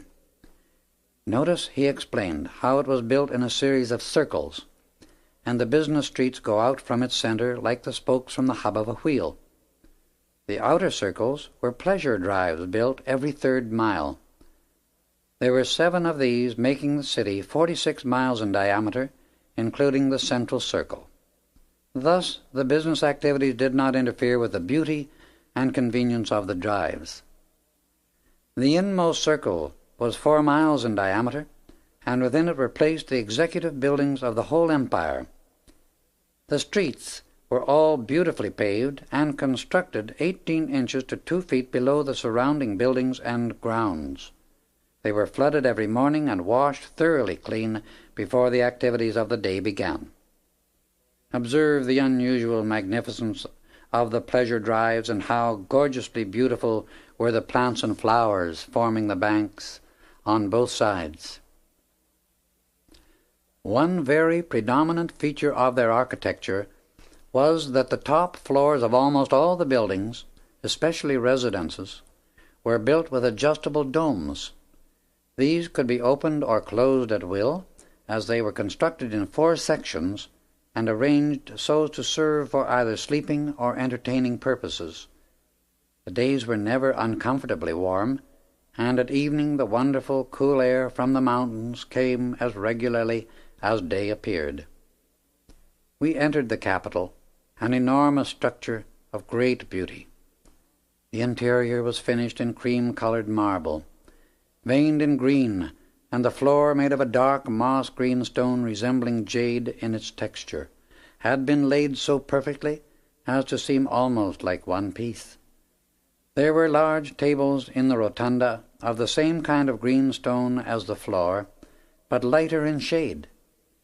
These had heavy bronze pedestals placed about 3 feet from each end. Here Saint Germain again held out his hand, and we were among living people, moving through the buildings and grounds. I held my breath, astonished, for I saw an entire race of golden-haired people with beautiful pink and white complexions. The men stood fully 6 feet 2 to 6 feet 4 inches in height, and the women averaged about 5 feet 10. Their eyes were a most beautiful violet blue, very clear and brilliant, expressing great calm intelligence. We passed through a door at our right and entered the throne room of the emperor. It was evidently his audience day, for he was receiving foreign and local guests. This was the emperor, Casimir Poseidon, said Saint Germain in explanation. He was truly God incarnate. Note the kindly nobility of his face, and yet the tremendous power within him. He was and is an ascended master, blessed and greatly beloved. For many centuries in myth and fable, his memory was kept alive and the perfection of his kingdom described in epic poems. But as time passes into eternity, the memory of such great accomplishments fades and is often forgotten by succeeding generations. Casimir Poseidon was every inch a magnificent ruler. He was fully 6 feet 4 inches in height, well built and straight as an arrow. When he stood, he towered above those around him, and the very atmosphere seemed charged with mastery. His golden hair was heavy and hung full to the shoulders. The royal robe was made of a material that looked like violet silk velvet, trimmed in gold, and under it he wore a close-fitting garment of soft golden fabric. His crown was a simple band of gold with an immense diamond in the center of the forehead. These people, said Saint Germain, were in direct contact with all parts of the world through marvelous aerial navigation that had been brought forth for their use.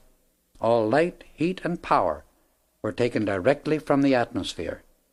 Atlantis, during this period, was in a wonderful state of progress because she had been governed and shown the way to perfection by various ascended masters appearing from time to time and ruling for the spiritual uplift of the people. Again and again, all the way down the ages, whenever a great civilization has arisen, it has been founded on spiritual principles in the beginning, and maintained obedience to those laws of life during the time of its ascendancy. However, the moment any government or the people themselves begin to drift into lax ways, so that injustice and the unclean use of life become habits, either of officials or the people, disintegration begins and continues until they either return to the fundamental laws of balance and purity, or are wiped out by their own discord, that the balance may be re-established and a new start given. Casimir Poseidon was a direct descendant of the mighty ascended master rulers of Atlantis. In fact, the civilization over which he ruled was a child of the Atlantean culture and attainment.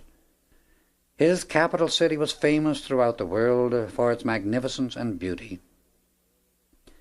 As the rural districts are shown, watch the method by which objects are transported, for the power these people used was generated in an instrument-like box 2 feet square and 3 feet long, attached to the mechanism of the implement in use.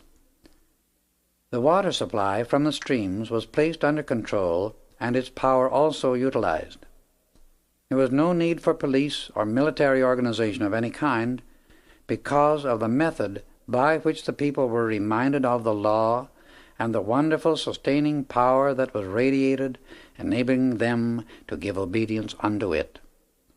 To the east in the park stood a magnificent building. We approached it. Over the entrance were placed the words, "God's living temple to man." We entered and found it much larger within than seemed apparent from the outside. There must have been seating capacity for at least 10,000 people. In the center of this immense temple stood a pedestal about 2 feet square and 20 feet high, made of a self-luminous milk-white substance that gave off a white light with a breath of pink in it. Upon it stood a crystal globe 2 feet in diameter, made of some kind of substance, holding a soft, self-luminous white light within. It was very soft, and yet so intensely luminous that the entire building was brilliantly lighted.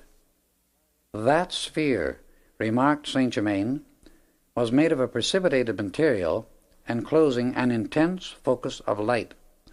It was drawn and placed in the temple at that period by one of the great ascended masters as a sustaining and life-giving activity for the people. It continually sent forth not only the light, but an energy and power which stabilized their activities and the empire. The sphere of light was focused by the great being, and the building erected around it afterward. It was really a precipitated focus and concentrated activity of the Supreme God Presence. The great cosmic master who established it appeared once a month beside the light and proclaimed the law of God, the law of government, and the law of man. Thus he decreed the divine way of life and was the focus of the Christ activity for the people of that age. Here Saint Germain stretched forth his hand again, and living, talking pictures of this great being passed before us. It is absolutely impossible to describe in words the glory of that presence. I can only say he was truly the Son of God in perfect expression. In a moment, I heard the great cosmic master proclaiming the law to the people.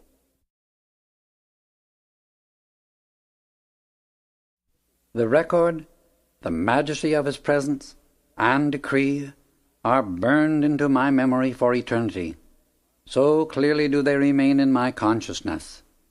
I give his decree to you, just as it still stands before me. Beloved children of the one mighty God, knowest thou not the life thou art using is from the one supreme presence, eternally pure, holy, and perfect? If thou dost aught to mar the beauty and perfection of that one life, thou cuttest thyself off from the gifts of thy God. Thy life is the sacred jewel of thy God's love, the source of the secrets of the universe. Thy God doth trust thee with his own heart's light. Cherish it, adore it, let it ever expand unto greater light and greater glory. Thy life is the pearl of great price. Thou art the keeper of God's wealth.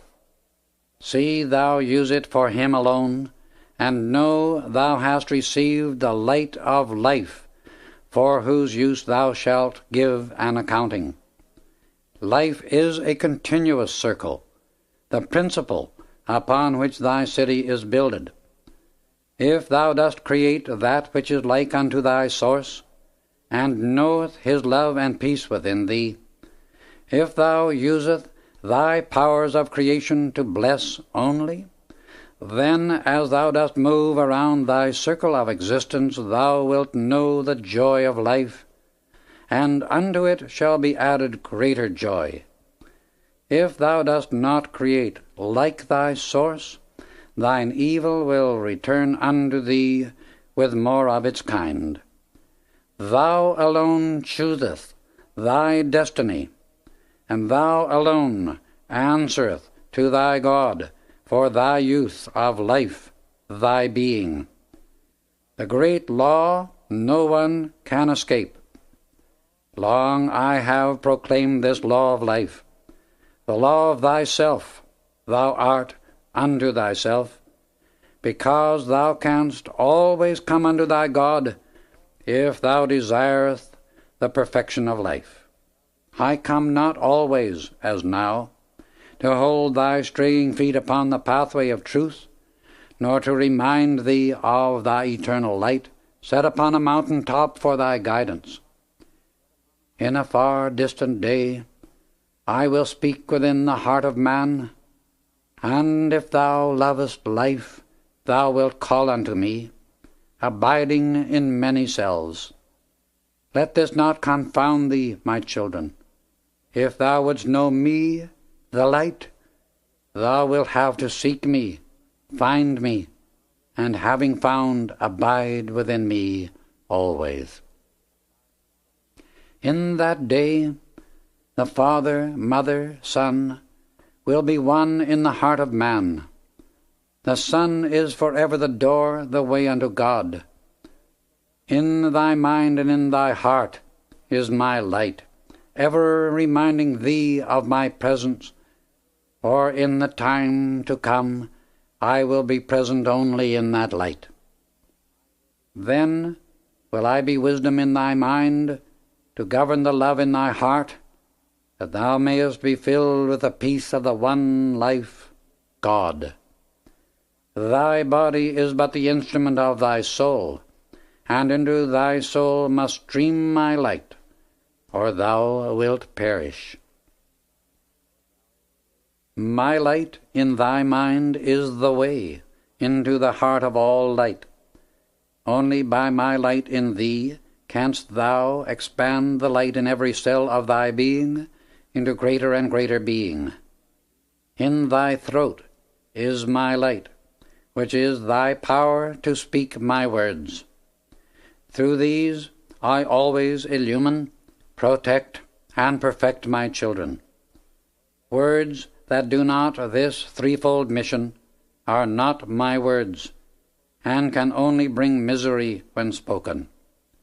Meditate upon my light in thy mind, in thy heart, and thou shalt see within all things, know all things, and do all things. Then that which is not of me can never confound thee. I speak these words now, for they shall be engraved upon the tablets of earth, and the memory of its children. In the far-off day of which I speak, one of God's children shall receive these my words, and shall give them forth to bless the world. In that time, when thou hast fully received my presence, and are letting it always act in thy life and thy world, thou wilt find the cells of the body thou dost then occupy becoming bright with my light, and thou wilt realize thou canst continue on into that eternal body of light, the seamless robe of Christ. Then, and then only, wilt thou be free from the wheel of rebirth. Having traveled thy long journey through human experience and fulfilled the law of cause and effect, thou shalt transcend all conditions governed by law, and shall thyself have become the law, all love the one. Such is the eternal ascended body of Christ, said Saint Germain, turning to me, in which one is able to wield the scepter of dominion and be free. My son, even now you can ascend into the light of the One, for the light is in your mind, the light is in your heart, and if you will stand in it firmly, you can and will raise your physical body of limitation into your pure eternal body of light, forever youthful and free, transcending time, place, and space. Your glorious self stands ever waiting for you. Come into its light and receive eternal peace and rest in action. It needs no preparation. It has all power. Come fully into the embrace of your light self, and that moment, even today, your present body can become ascended. As he finished speaking, the pictures ceased. We went a short distance farther on and stopped at a place where a large flat stone lay on the ground. As Saint Germain focused his power upon it, the stone raised from the earth and moved aside, disclosing an opening with steps leading downward. We descended about 40 feet and came to a sealed door. He passed his hand quickly over the door, unsealing it, and revealing certain hieroglyphics. "Center your attention on this writing," he instructed. I did so, and saw the words, "God's living temple to man," stand out clearly on the door before me. There in front of me stood the physical door we had just seen a short while previously in the living pictures. The door opened, and we entered a room under one of the small domes built at each corner. In this were a great number of metal boxes about 2 feet long, 14 inches wide and 6 inches deep. St. Germain opened one, and I saw they contained sheets of gold on which the records of that civilization had been written with a stylus. I realized there must be rooms which had been sealed and preserved under each of the 4 small domes, and that the large central dome had been built over the sphere of light. We found a secret passage connecting the 4 small rooms, passed on to the second of these, and saw the containers filled with jewels belonging to the temple. The third room contained golden and jeweled ornaments, the throne chair, and other chairs of gold. The throne chair was a striking example of the goldsmith's magnificent workmanship. The back formed into a shell, making a canopy over the head of the ruler, and from its sides hung golden drapes made of tiny golden links, each forming a figure 8. These were looped back against the chair, making a delicate and extremely graceful effect. In the center of the room was a table about 14 feet long and 4 feet wide, made of real jade, resting upon a golden bronze pedestal. Near it stood 14 jade chairs, whose feet were tipped with gold. The seats curved, and the backs beautifully carved.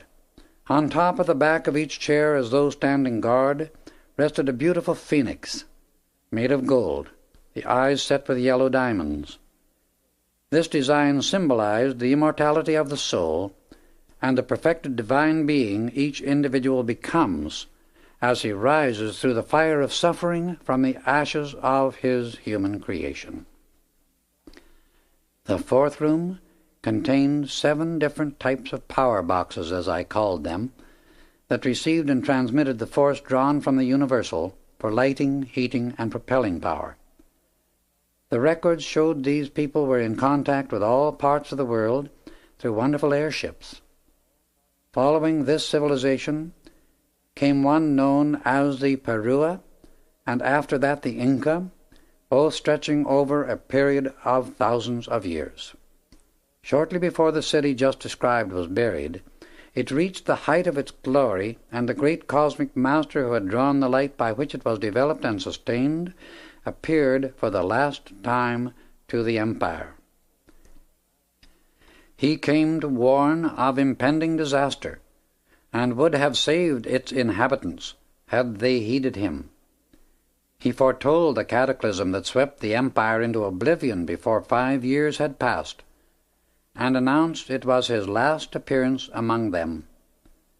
Those who wished to save themselves were instructed to leave that part of the country, and were directed where to go, with the warning that the final activity would be sudden and complete. As he finished the prophecy, his body faded rapidly from sight, and to the consternation of the people, the pedestal and the crystal globe holding the eternal light disappeared with him. For a time, the populace was disturbed by the forecast of events affecting their empire. But after a year passed and nothing occurred, the memory of his presence became dulled, and doubt began to creep in as to the fulfillment of his decree. The emperor and those more advanced in spiritual growth left the kingdom and came to a certain place in the western part of the United States, where they remained in safety until the change had taken place. The great mass of the people who remained became more and more skeptical, and after 2 years, one among them, more aggressive than the rest, attempted to set himself up as emperor. When the real emperor had left the kingdom, he sealed both the palace and the temple in which the light had been maintained. The would-be emperor attempted to force an entrance to the sealed temple, and fell lifeless at its door. Near the end of the 5th year, at noon on the fateful day, the sun was darkened, and an awful terror filled the very atmosphere. At sundown, terrible quakes shook the earth and demolished the buildings into unbelievable chaos. The land, which is now South America, lost its equilibrium and rolled to the east, submerging the entire eastern coast 160 feet. It remained so for several years, and then gradually righted itself to within 60 feet of the original position where it remains today. That activity caused the widening of the Amazon. Previously, the river was 18 miles wide, deeper than it is today and navigable from end to end. It flowed from what is now Lake Titicaca in Peru to the Atlantic Ocean. In a former time there had been a canal built from the Pacific to Lake Titicaca, and this, connecting with the Amazon, formed an entire waterway between the two oceans. The name of the continent at that time was Meru, it having been given the name of a great cosmic master whose principal focus of activity was and is at Lake Titicaca. The meaning of the name Amazon is boat destroyer, which has come down the centuries from the cataclysmic period referred to above. The rolling of the entire continent of South America explains many conditions on its western coast that geologists and men of science have been unable to explain from the scientific data they have discovered up to the present time. Thus do the great cataclysms of nature draw the cosmic veil over civilizations of splendid achievement, and only fragments of these come to light as time passes into eternity. This truth may be doubted by the outer world, but the records of that civilization, now reposing in the Royal Teton, will one day be its proof, reveal its existence and the accomplishment of that former age. As I was shown these tremendous activities, I wondered why a civilization could be brought forth so wonderful, beautiful, and perfect in every way, and then go down through the terrible, destructive activities of a cataclysm. Saint Germain saw the question in my mind and volunteered the following explanation. You see, he said, when a group of mankind is fortunate enough to come under the instruction and radiation of a great master of light, such as this great cosmic being, it is given an opportunity of seeing what the plan of life is for humanity, and the perfection it is intended to bring forth and live in by its own conscious effort. However, unfortunately, and it has been so many times down the centuries, the people will not try to understand life, but let themselves drop into a state of lethargy. They do not exert the necessary effort required to accomplish these things by the power of God within the individual. They begin to lean on the one giving the radiation. The sustaining power is only withdrawn when the individual ceases to make conscious effort to understand life and willingly work in harmonious cooperation with it. They rarely realize that most of their blessings are the result of the sustaining power from the one giving the radiation. If a certain group of souls has been taught the way of mastery, and reminded lifetime after lifetime of their divine birthright, the hour arrives when no more assistance is permitted. It is then the radiation of the ascended masters is withdrawn, and those souls are compelled to come face to face with the fact that the sustaining and accomplishing power was not due to their own effort. These must understand they can only receive that for which an effort is made. In such activity the experiences passed through compel them to make the necessary self-conscious application, and when that is accomplished, expansion and God-dominion begin to express. There is no failure for anyone who continues to make self-conscious effort to express dominion of the divine over the human, because failure only comes when self-conscious effort ceases. All experience through which the individual passes exists for one purpose only, and that is to make him aware of his source. He must learn who he is, recognize himself as a creator, and as such, master of what he creates. Everywhere throughout the universe, whenever the power to create is given to a being, the responsibility of creating is always coexistent with the power. All creation is by self-conscious effort, and if the individual upon whom this great gift of life has been bestowed refuses to take his responsibility and do his duty, his experiences in life will prod him with misery until he does. For mankind never was created in a condition of limitation, and it can have no rest until the perfection with which it was endowed in the beginning is fully expressed.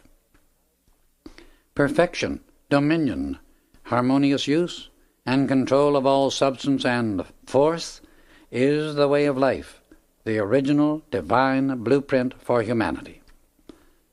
God within the individual is that perfection and dominion. It is that presence within the heart of every one, which is the source of life, the giver of every good and perfect thing. When the individual looks to and recognizes his source as the outpouring of all good, he that moment automatically starts the flow of all good things unto him and his world, because his attention to his source is the golden key that opens every good thing unto him. The life in every person is God, and only by the self-conscious effort to understand life and express the fullness of good through himself can the discord in the outer experience cease. Life, the individual, and the law are one, and so it is unto eternity. Come, he continued, we will go to a buried city near the Jurua River. We travelled west and soon came to a slight elevation. Saint Germain extended his hand and again vivified the etheric records of these people. The place we observed was the second city of importance in the empire. The one from which we had just come was the focus of spiritual power and activity, while the second we were now to see was the seat of commercial and governmental operations concerned with the physical welfare of the population. Here was located the national treasury, mint, and governmental, experimental, and inventive activities.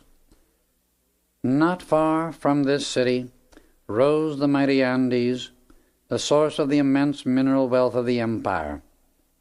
I noticed one thing among these people that seemed most remarkable. All were so completely at peace and thoroughly contented. They expressed quiet and exquisite rhythm as they moved about. The pictures came to an end, and we proceeded to the only rocky spot visible. Saint Germain touched one of the rocks. It moved aside, and we saw a flight of 20 metal steps leading downward. These we descended and came to a metal door. We passed through, went down 20 steps more, and found ourselves before a massive sealed bronze door. He reached to the right and unsealed a square opening in which were metal stops, like those of an organ. He pressed 2 of these, the great mass slowly opened, and we stood in an immense room, with everything just as it had been in that far-off time.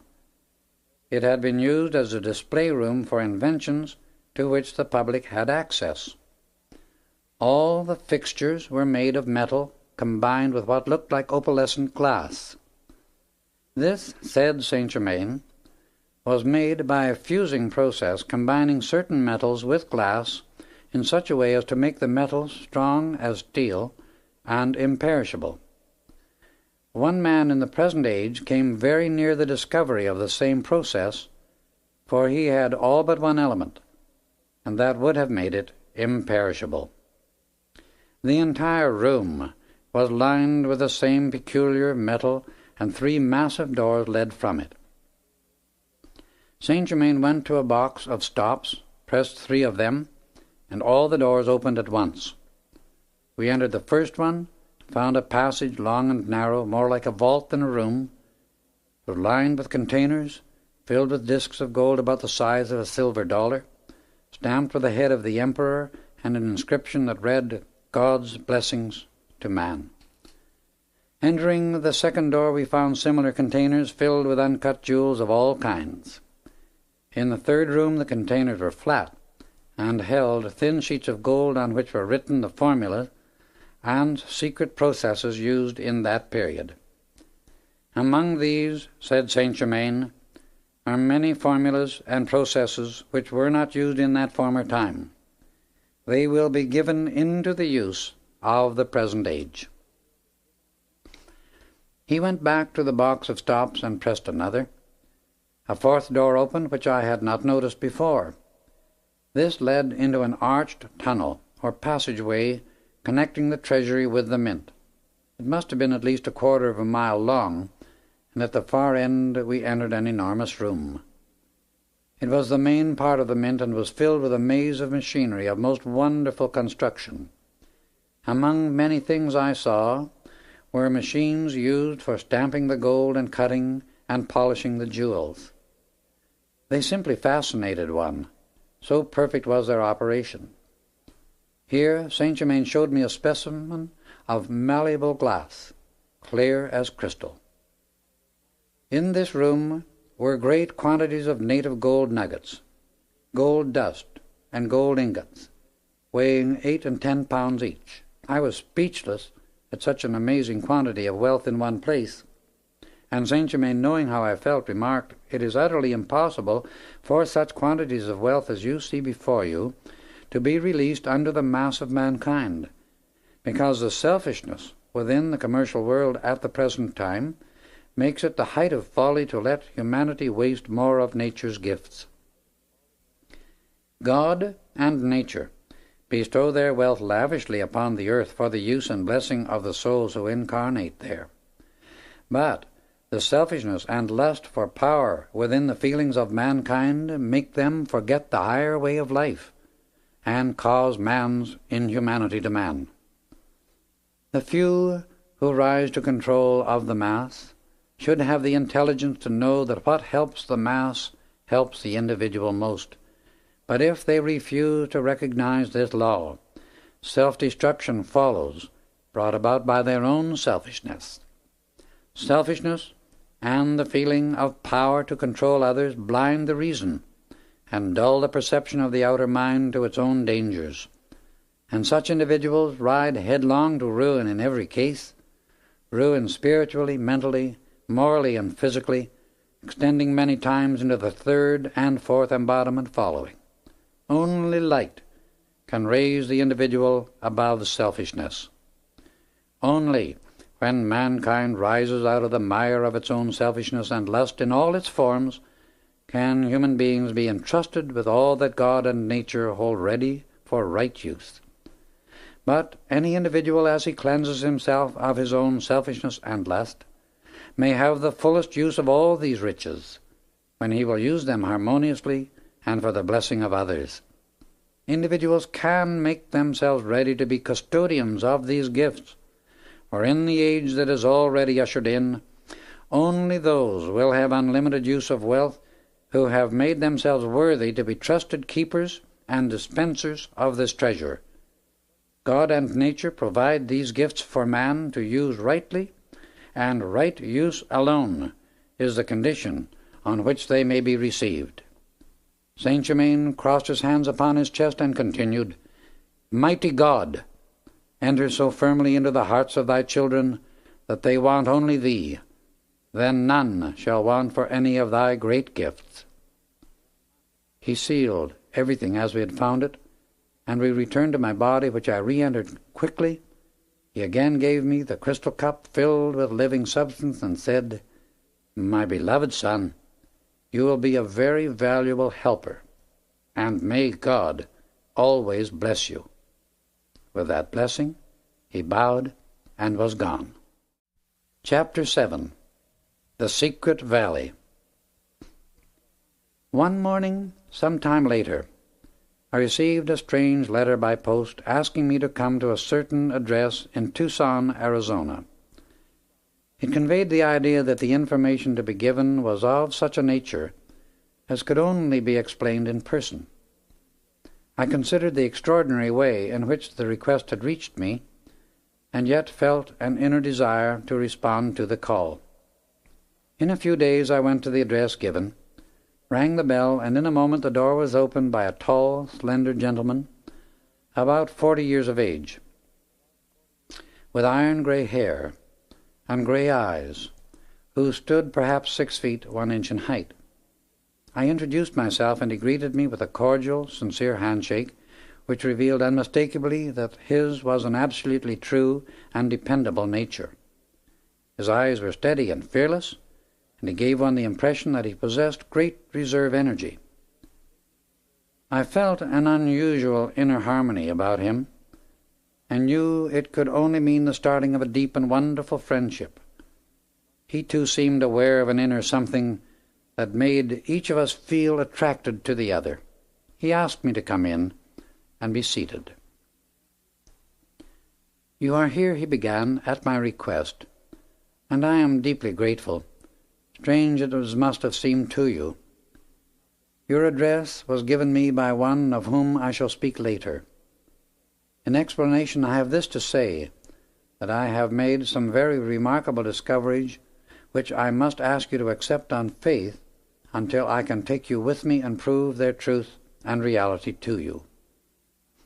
I was advised to get directly in touch with you personally, as the only one to whom this should be revealed, and with which I am concerned.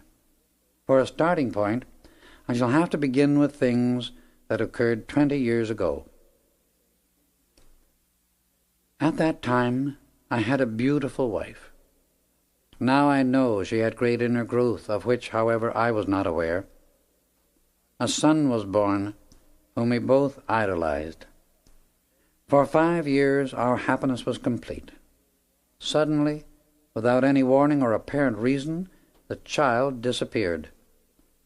For many weeks we searched, and did everything humanly possible to find him, but to no avail. Finally we gave up all hope. His mother never recovered from the shock, and 5 months later passed on. She had made a strange request during the last few days of her life, that her body be held in the vault for 7 days after her passing, and then be cremated. It seemed rather peculiar to me, for at no time had we ever discussed anything in regard to this subject. However, I complied with her wishes. Imagine my surprise 5 days after her funeral, when I received a call from the man in charge of the cemetery saying he had found the vault opened that morning and the body gone. No clue to anything concerning the whole strange occurrence was ever discovered. 16 years later, I awakened one morning to find a letter upon the floor of my room, addressed to me but with no postmark. I picked it up, opened it, read the contents, which left me mystified and incredulous. It read, "Your wife and son are living, well and strong. Soon you will see them. Have patience until that time. Rejoice to know there is no death. At the appointed time, directions will reach you in this manner which you are to follow implicitly. All depends upon your absolute silence. You shall see and receive full explanation of all that has seemed so mysterious. Then you will understand why truth is far stranger and more wonderful than fiction, for even the most extraordinary fiction is but the record of a truth that is somewhere in the universe. Signed, a friend." My friend, you can imagine my astonishment. At first I did not believe a word of it. The 3rd evening after this, I was sitting in front of my great fire, when I heard my beloved wife's voice as clear and distinct as if she were in the room beside me, saying, "Robert, my beloved, I am alive and well, and our son is with me. We will be so happy when you are with us again." Do not distrust the message. It is all true. You will be brought to us if you do not allow doubt to shut the door. I speak to you through the sound ray, which you will one day learn to use. I could stand the tension no longer and said, "Show yourself to me and I will believe." Instantly the voice replied, "Wait a moment." In about 3 minutes a brilliant ray of golden light came into the room, forming a tunnel, at the other end of which stood my beautiful wife. It was she, unmistakably. "Beloved," she said, "seeming miracles have taken place in the midst of your life for years. But because your attention has not been called in the right direction, we had to wait until this time. Trust the message that will come to you. Then you will come to us, and I assure you a new world will open. To our great love there is no barrier." Instantly the light ray vanished, and with it the voice. My joy knew no bounds. I could no longer doubt. I felt a relaxation, peace, and rest I had not known for years. Then came weeks of waiting, which I now know was a preparation going on within me. At last, the message I longed for so much came, and with it a diagram and directions to be followed. I saw this would lead me into the high mountains southeast of Tucson, Arizona. I made preparation to go at once, saying to my friends I was going to do a little prospecting. I took a horse and pack animal, finding very little discomfort and no difficulty in following the directions given. If I could have gone as the crow flies, I would easily have covered the distance in 2 days.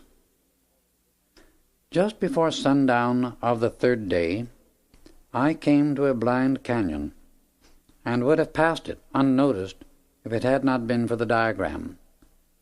I had just made camp when it became dark. I rolled up in my blankets and soon dropped off to sleep, dreaming most vividly of waking in the morning and seeing a young man standing nearby looking at me.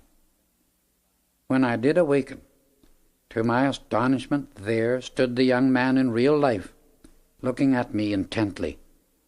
He greeted me with a beautiful smile, saying, "My friend, you are expected to follow me." I noticed he had my things in readiness, and turning without further discussion led the way toward the head of the canyon. After about an hour, we came to a stop because of a cliff that seemed to close the way before us.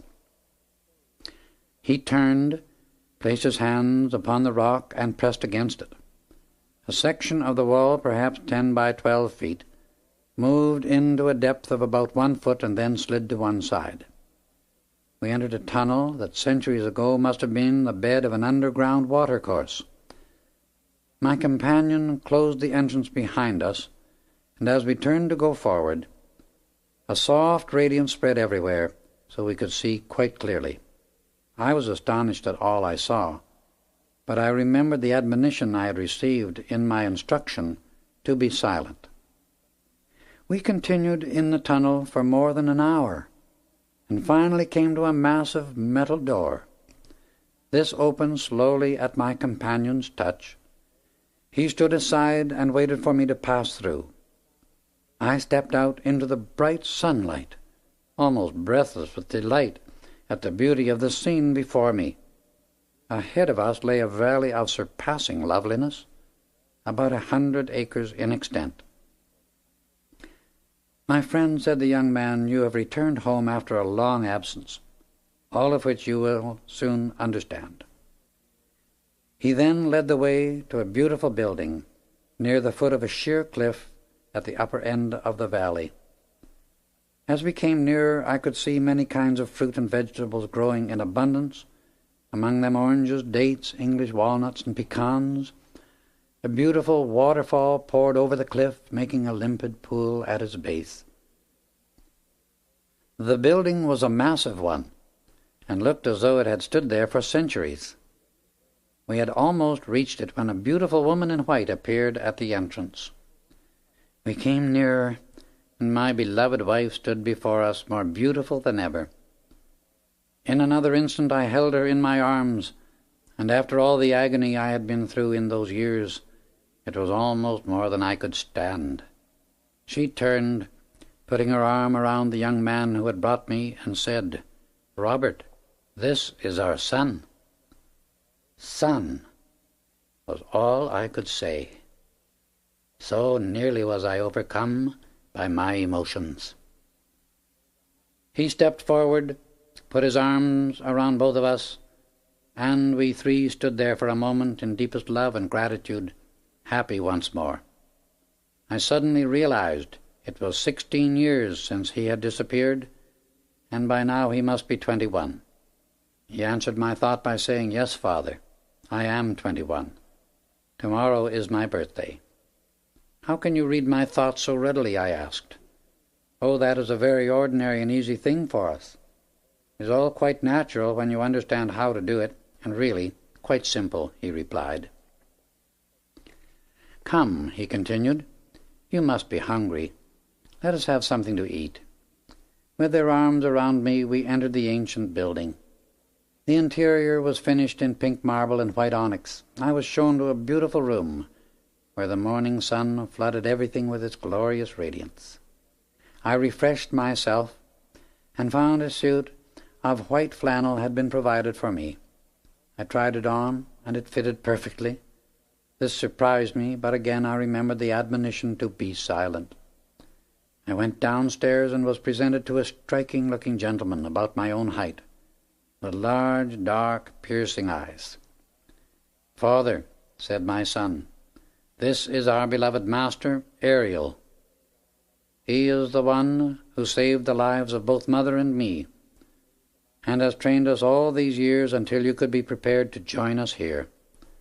It was he who sent you the message and directions to come, because the time had arrived for your definite training to begin." We entered the dining room, which was magnificent, and I could not refrain from expressing my admiration. It had been placed at the southeast corner of the building on the main floor, and was flooded with sunshine morning and afternoon. The walls were made of heavily carved walnut, and the beamed ceiling inlaid between the beams with motifs in hexagonal design. A solid piece of walnut, at least 2 inches thick, rested on an ornately carved pedestal, served as a table, and looked as if it were thousands of years old. We took our places around it, and presently a slender youth entered. My son introduced him by saying, "This is our brother Fun Wei, whom our master brought from China when he was an infant, at a time when his life was about to be taken.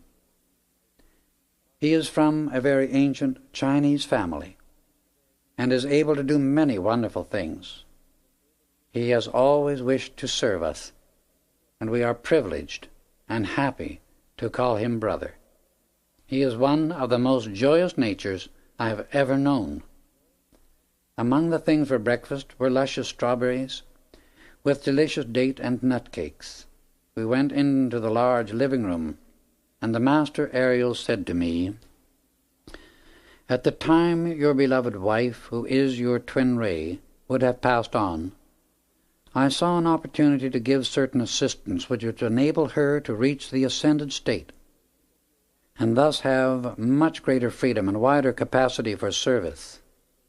It was my great privilege and joy to give that assistance. I opened the casket, restored her to conscious action, and enabled her to raise the body. It had already reached a point of high attenuation, because her desire for the light was very great. It was her intense adoration to, and longing for the light, that made possible her ascension. I explained this to her the day you thought she had passed on. All 3 of you were children of mine in an embodiment of long ago. A great love was generated then which has lasted through the centuries. Her deep love made possible the assistance and raising that has been accomplished at this time. Your son, who was stolen with the intention of being held for ransom, was brought to this canyon. The 2 concerned with his kidnapping began to quarrel, and one planned to take the child's life. I appeared before them and took him. They were paralyzed by their own fear, and neither ever recovered. Both passed on a few weeks later. If one deliberately takes the life of another human being, or determines mentally to take it, he has set a cause into motion that will surely take his own.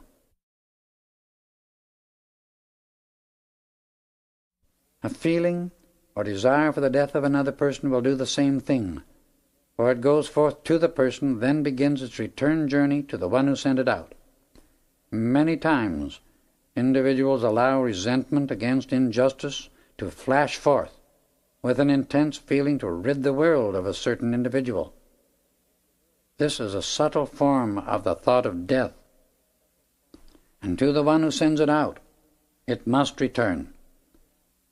Many, many people bring about their own dissolution by this very subtle activity of the human self, for no one ever escapes this immutable law. There are many phases of its reaction, and it is because humanity indulges in such thoughts and feelings that the race as a whole has been experiencing the dissolution of body after body. The number of mankind that pass out through physical violence is infinitesimal compared to the deaths brought about by these subtle activities of thought, feeling, and the spoken word. The human race has been killing itself off for thousands of years in this subtle way, because it will not learn the law of life and obey it. There is only one law of life, and that is love. The self-conscious thinking individual who will not or does not obey that eternal, beneficent decree cannot and will not retain the physical body, because all that is not love dissolves form, and it matters not whether it be thought, word, feeling, or deed, intentional or unintentional. The law acts regardless. Thoughts, feelings, words, and deeds are each but so much force acting, and eternally move in an orbit of their own. If man knew that he never ceases creating, even for an instant, he would realize through the presence of God within himself he could purify his miscreations and thus be free from his own limitations. He spins a cocoon of human discord around himself and goes to sleep within it, forgetting, at least for a time, that if he can build it, he can also break through. By using the wings of his soul, adoration and determination, he can break through his self-created darkness. Then he lives once more at the center of his being, in the light and freedom of his God-self. However, in the activity of you and your beloved family, or shall I say my beloved family, the cloud that has seemed to hold so much of sorrow is now turned inside out and reveals its glorious golden lining. You have now come within the radiant splendor of the light, from which you will never again recede. In most cases, if human beings knew the wonderful things that are sometimes planned for them, they would unknowingly prevent the approach of this greater good. You have been invited here not only to join your loved ones, but to receive definite instruction concerning the existence, use, and direction of the mighty God power latent within you. When you understand how to release and control it, anything will be possible for you. Your loved ones use the light and sound rays in communicating with you.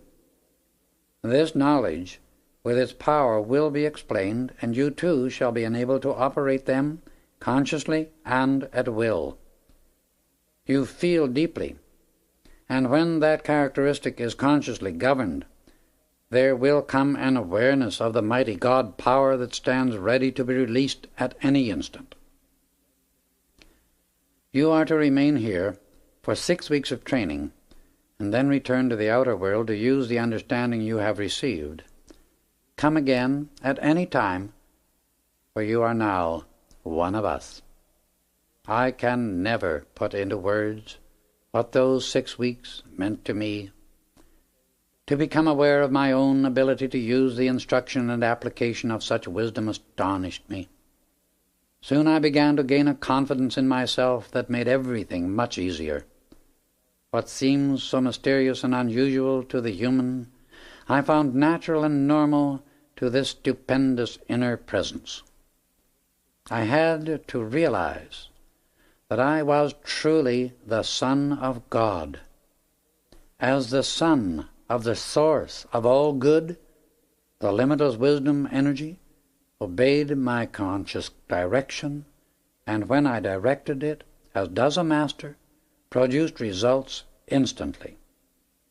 As I gained confidence in my own ability to use the great law, the fulfillment naturally became more and more rapid.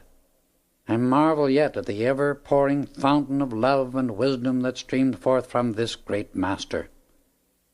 We love him with a deep devotion, greater than any love that could ever exist between parent and child, for the love tie formed by the giving of spiritual understanding is eternal and far deeper than any love generated through human experience, no matter how beautiful and strong it may be.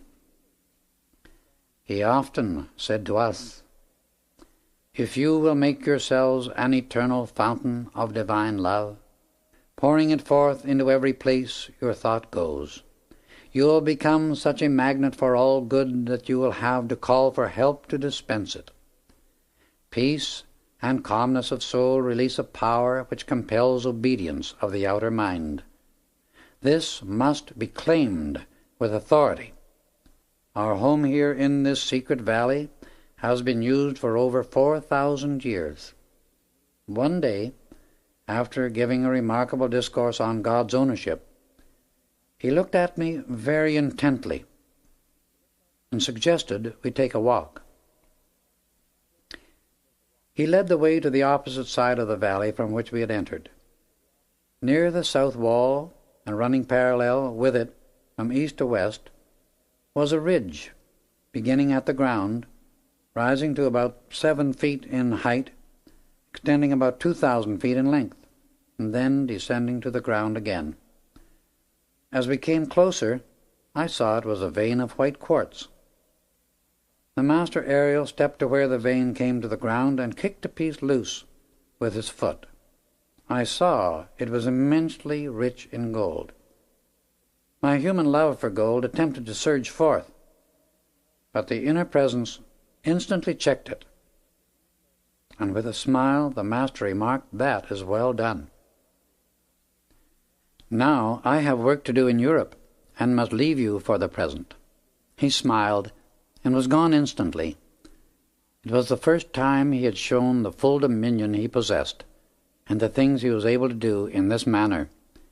Immediately my son became visible in exactly the same spot where Ariel had been standing the instant before, and laughed heartily at my surprise. "Mother and I," he said, "can take our bodies with us wherever we choose in the same way. Do not be surprised. It is a natural law, and only seems strange and unusual because you are not using it as yet. It really is no more extraordinary than the telephone would have been to the people of the Middle Ages. If they had known the law of its construction, they could have used it then, just as well as we of this century. Since that visit to my family in the secret valley, I have been there 7 times. The last time I returned to the outer world, the Master gave me your address, which accounts for my asking you to come here. He extends the invitation for you to return with me." My host suddenly realized he had been talking several hours, and begged indulgence for taxing my patience. I told him the experiences were so fascinating, and I had been so intensely interested that time was non-existent so far as I was concerned. I accepted, and was deeply grateful for the Master Ariel's invitation to visit them, and said so frankly. A moment later a tall young man came into the room. "Let me present our brother, Unveiled," said my host, introducing him, and in the most perfect English he replied, "My brother, with the heart of light, has journeyed far. My heart leaps in ecstasy and joy. My soul feels your serenity and radiance." Addressing my host directly, he continued, "Knowing you are busy, I am here to serve you." "It will give us great pleasure to have you break bread with us," said my friend, turning to me, and together we passed into the dining room. Our dinner was delicious, and when finished my host again resumed his conversation, relating many of his personal experiences with Ariel. They were remarkable indeed. That is, speaking from the human side of our consciousness only. But from the standpoint of our divinity, all was and is supremely natural. Suddenly, a ray of light, or rather a tube of light, came into the room, and from the conversation I knew it was my host's twin ray speaking. In a moment, the ray was directed to me, and he said, "Beloved, allow me to present the brother whom our master Ariel has requested I meet." I saw his twin ray and heard her as clearly as if she stood in the room beside us. This way of communicating is a wonderfully happy experience, and it is possible to so condense light as to form a tube in which sound and vision can be conveyed. It was as real as a searchlight. My host insisted that I make his home mine until the day of our departure into the mountains. We started before daylight the 7th day after our meeting, and it was one of the most memorable experiences of my life up to that time. All he had told me proved to be true in the minutest detail. Our arrival at the secret valley was a most joyous event, and our happiness was very great. I met my host's twin ray and their son, and then was shown over the ancient building where so many students had received the true understanding of the laws of being and attained their eternal freedom.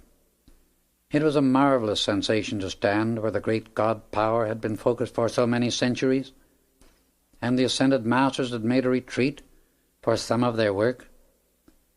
I sat contemplating the blessings the students had received who were privileged to come there, when the master Ariel addressed me.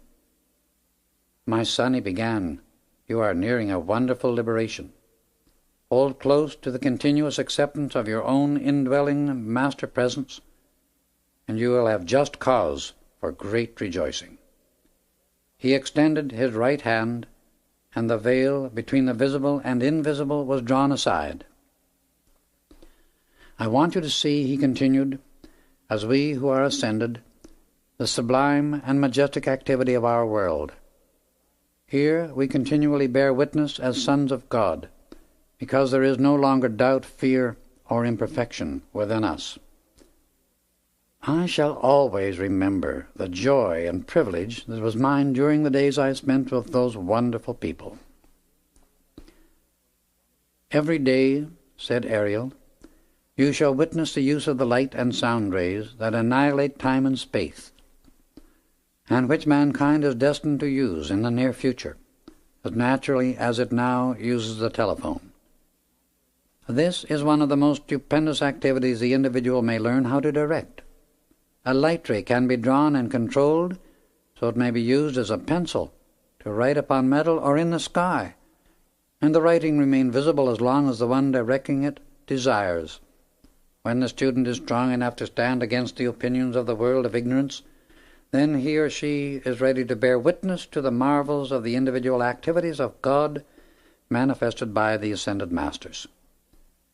Until he can do this, the power in suggestion and the radiation of doubt from others will disturb him intermittently to such an extent that he many times gives up the quest for truth.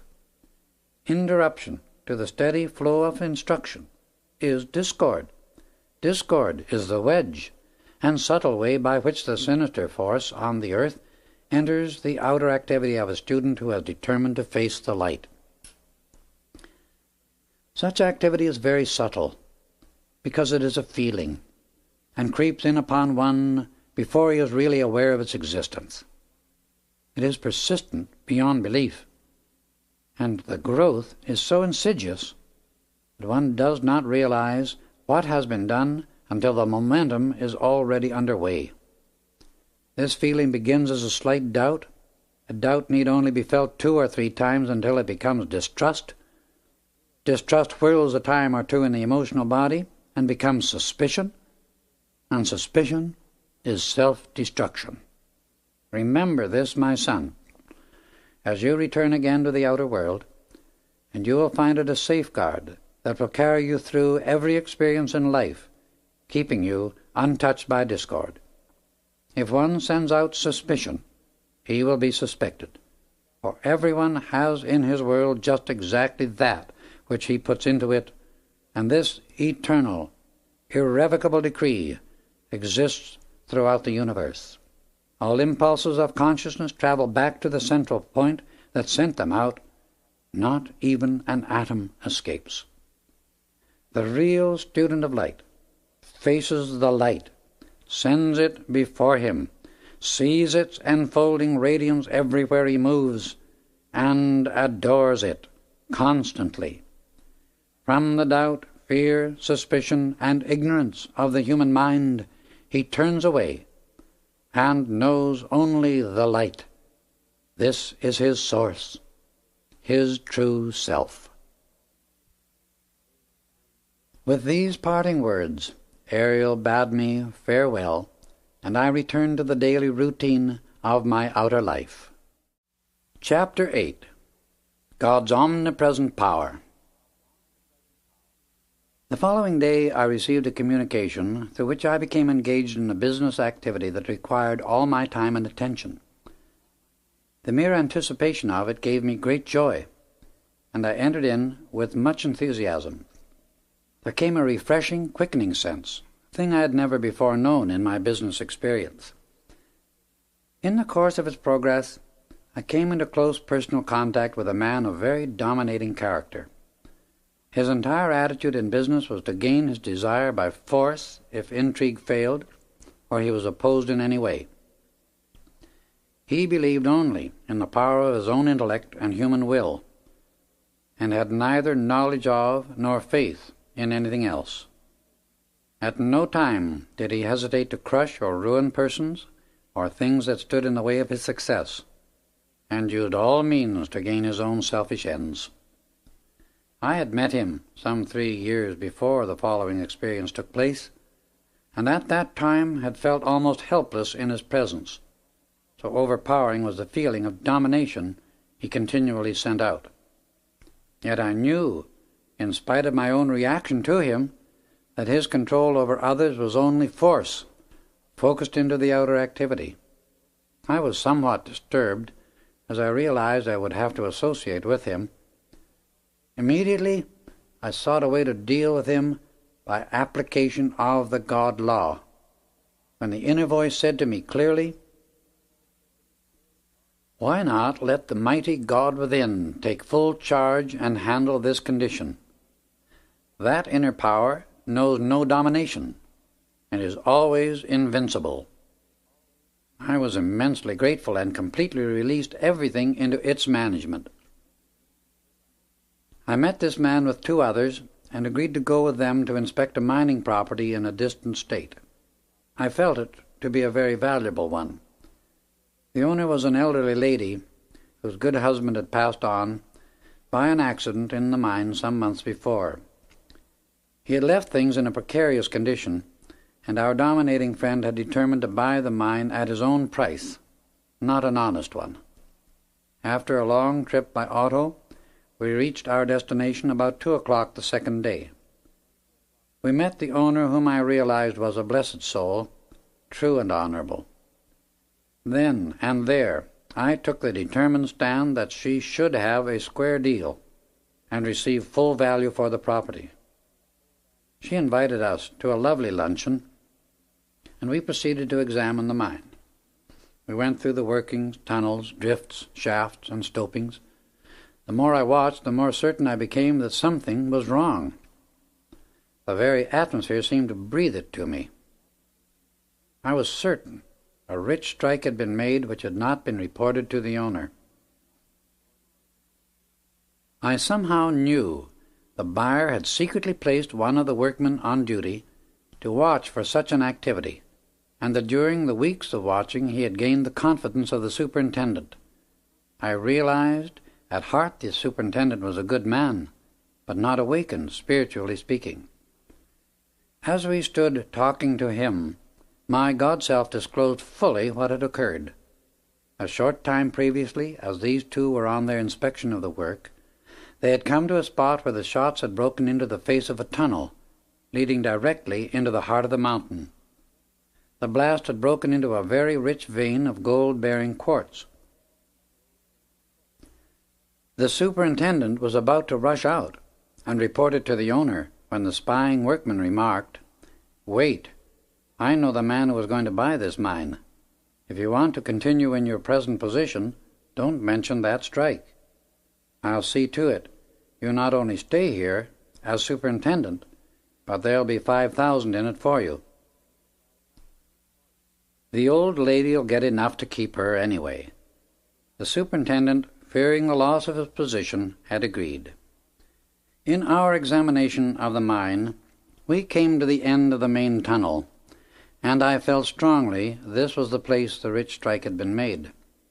It had been cleverly covered up and disguised as a loose formation where it was dangerous to work. Such was the report they had made to the woman who owned the mine. As I stood at this place talking with the others, my inner sight was opened, and I saw all that had taken place: the rich strike, the covering of it, the offer to the superintendent, and his acceptance.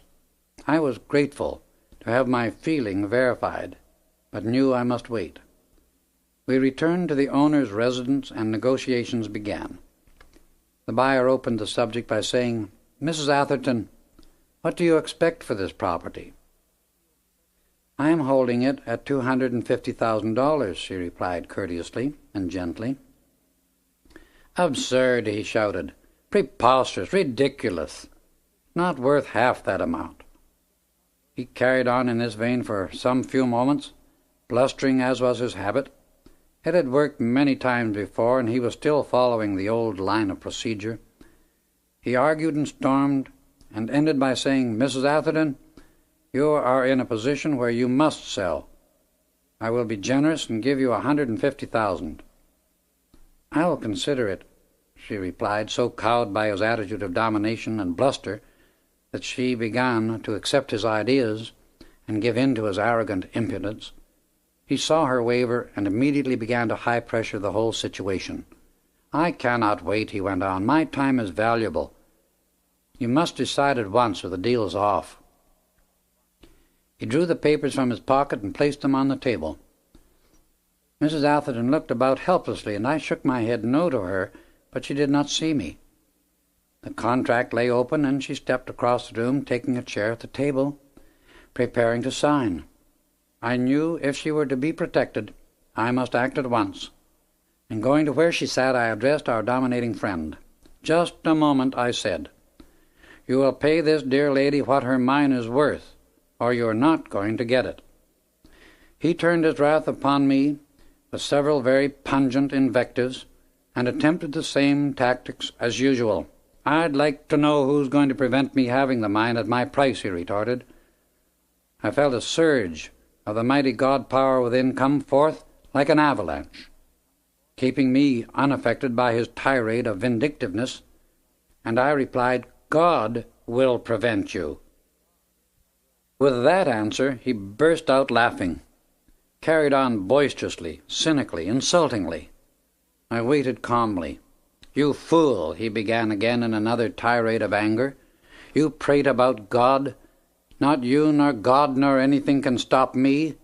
I get what I go after, and I get it regardless. No one has ever stopped me yet." His arrogance seemed to have no limit, and he revealed himself, mind and body, as the victim of his emotions.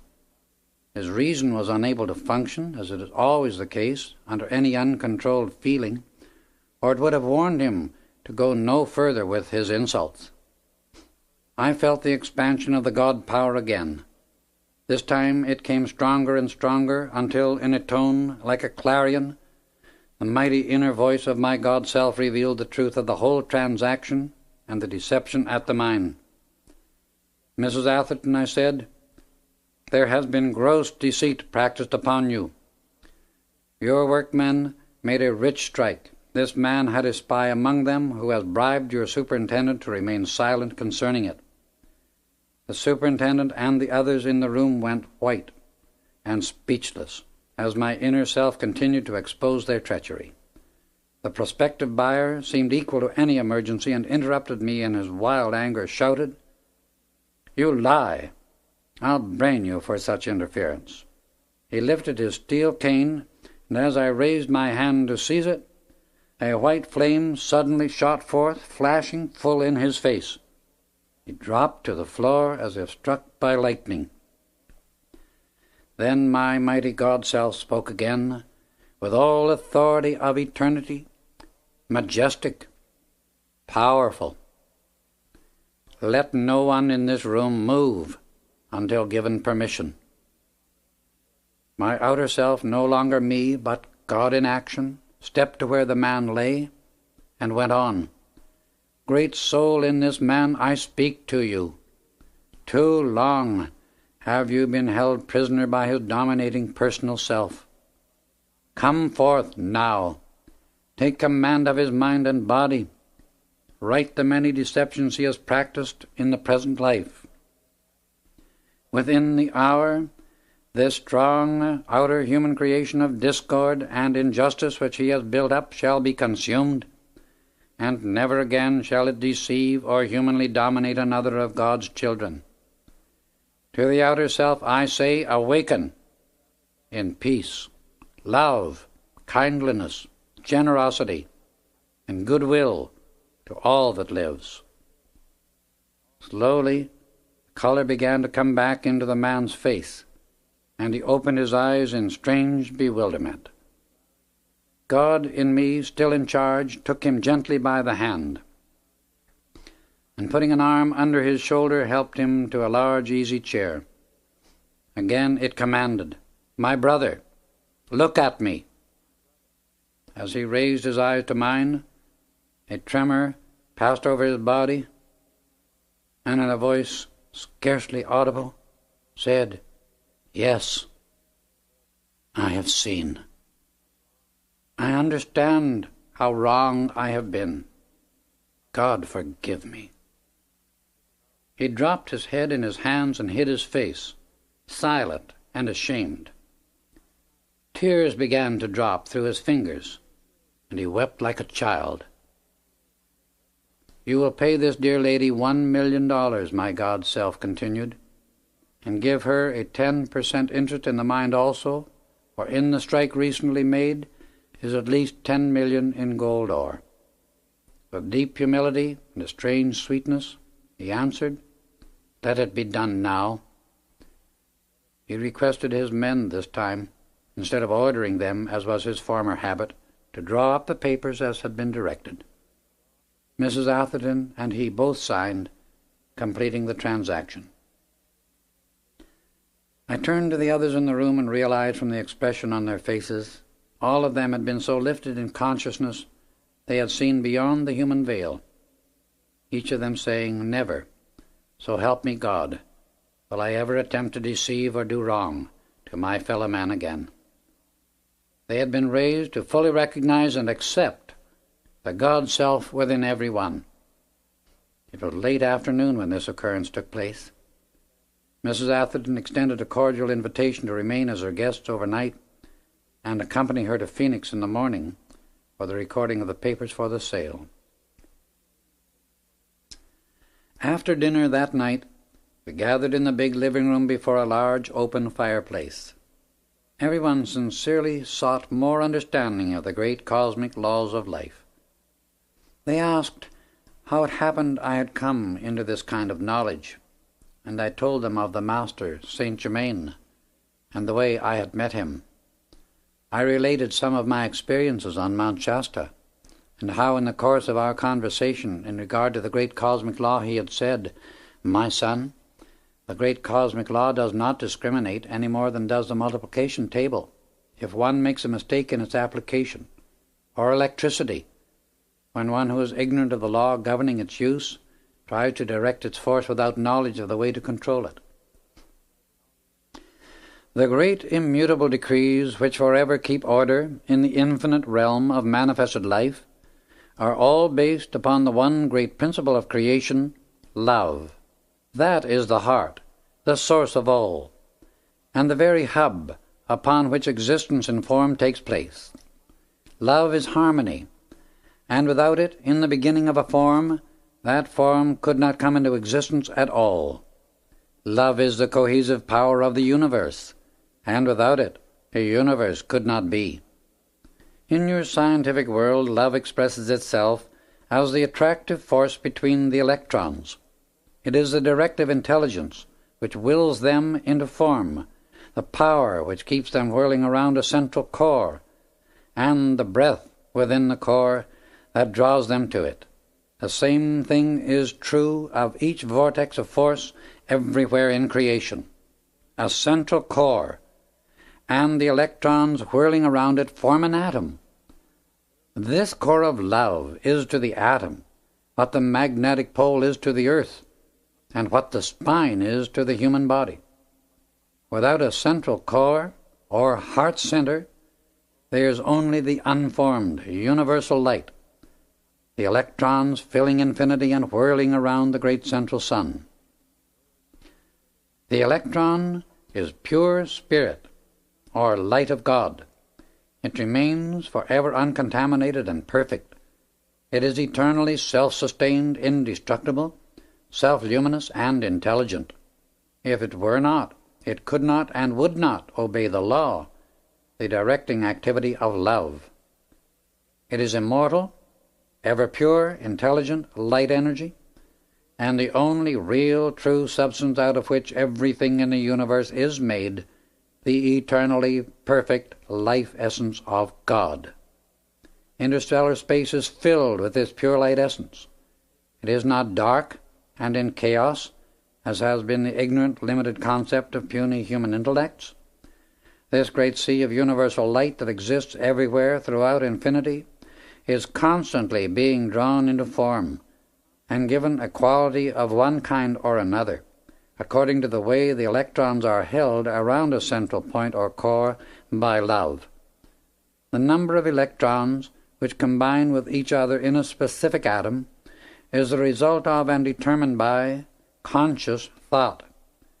The rate at which they whirl around the central core is the result of and determined by feeling. The intensity of the drawing and whirling motion within the central core is the breath of God, and therefore the most concentrated activity of divine love. Speaking in scientific terms, it would be called centripetal force.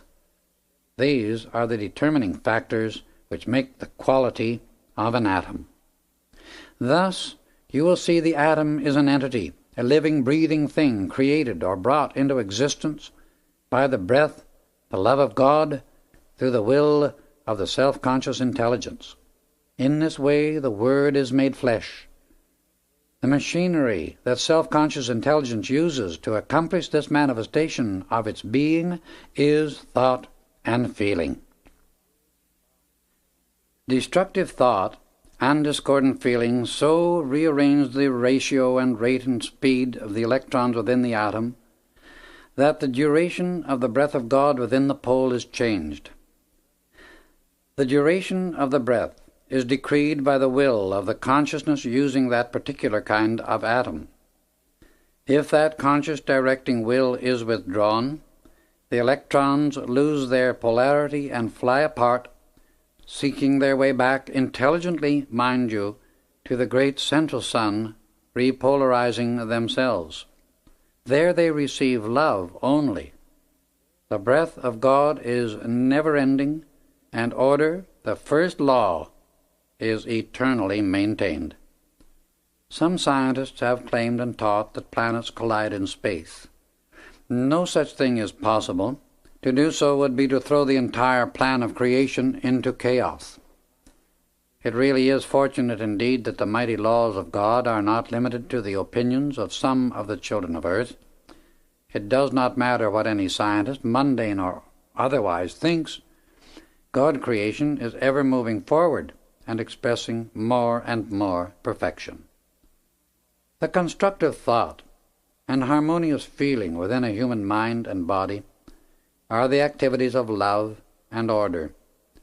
These permit the perfect ratio and speed of the electrons within the atom to remain permanent, and thus they stay polarized at their particular point in the universe, as long as the duration of the breath of God within their core is held steady by the will of the directing self-conscious intelligence using the body in which they exist. In this way, the quality of perfection and the maintenance of life in a human body is always under the conscious control of the will of the individual occupying it. The will of the individual is supreme over his temple, and even in cases of accident, no one leaves his body temple until he wills to do so. Very often, pain in the body, fear, uncertainty, and many other things influence the personality to change its decisions concerning what it has willed in the past. But everything that happens to the body is and will always be under the control of the individual's free will. To understand the above explanation concerning the electron and the conscious control the individual has through his thought and feeling to govern the atomic structure of his own body is to understand the one principle governing form throughout infinity. When man will make the effort to prove this to himself, or within his own atomic flesh body, he will then proceed to master himself. When he has done that, all else in the universe is his willing co-worker to accomplish whatsoever he wills through love. Whoever makes himself willingly obedient under the law of love has perfection in his mind and world permanently maintained. Unto him and him alone does all authority and mastery belong. He only has the right to rule because he has first learned to obey. When he has obtained obedience from the atomic structure within his own mind and body, all atomic structure outside of his mind and body will obey him also. Thus mankind through thought and feeling has the power, each individual within himself, to rise to the highest or sink to the lowest. Each one alone determines his own pathway of experience. By conscious control of his attention as to what he allows his mind to accept, he can walk and talk with God face to face, or looking away from God become lower than the animals, sinking his human consciousness into oblivion. In the latter case, God flame within him then withdraws from its human habitation. After aeons of time, it tries a human journey once again into the world of physical matter, until final victory is accomplished consciously and of its own free will. I told them of the limitless possibilities which Saint Germain had shown me were before mankind for accomplishment whenever it is willing to accept the great God presence within every individual as the directing and accomplishing power. The buyer of the mine asked me why I used the word acceptance so often, and I recalled the words Saint Germain had used in explaining it to me, for he said, "Even in the outer activity of your life, if you purchase a thing or are offered something marvelous and perfect, if you do not accept it, it would be impossible for you to use or have the benefit from it. So it is with the great God present within us. Unless we accept that our life is God life, and that all power and energy we have with which to do anything is God power and God energy, how can we have God qualities and accomplishment in our world? As sons of God, we are commanded to choose whom we shall serve, the mighty presence of God within us or the outer human self. The gratification of the outer human appetites and sense demands has one and only one result: misery and destruction. All constructive desire is really the God self within pushing perfection forward into the use and enjoyment of the outer self. The great energy of life is flowing through us constantly. If we direct it to constructive accomplishment, it brings joy and happiness. If directed to sense gratification, there cannot be anything but misery as a result, because it is all the action of law and impersonal life energy. Keep before the outer activity of your mind the constant reminder that you are life, God in action in you and your world. The personal self is continually claiming things and power of its own, when the very energy by which it exists is loaned it by the God-self. The outer personal human activity does not even own its skin. The very atoms of its body are loaned to it by the supreme God-presence from the great sea of universal substance. Train yourself to return all power and authority to the great glorious God-flame which is your real self, and the source from which you have always received every good thing. We talked until 2 o'clock in the morning, and then I had to suggest we retire. No one wanted to sleep, but I said to them, "You will sleep in the arms of God." And the next morning they were surprised to realize how quickly they had dropped off to sleep.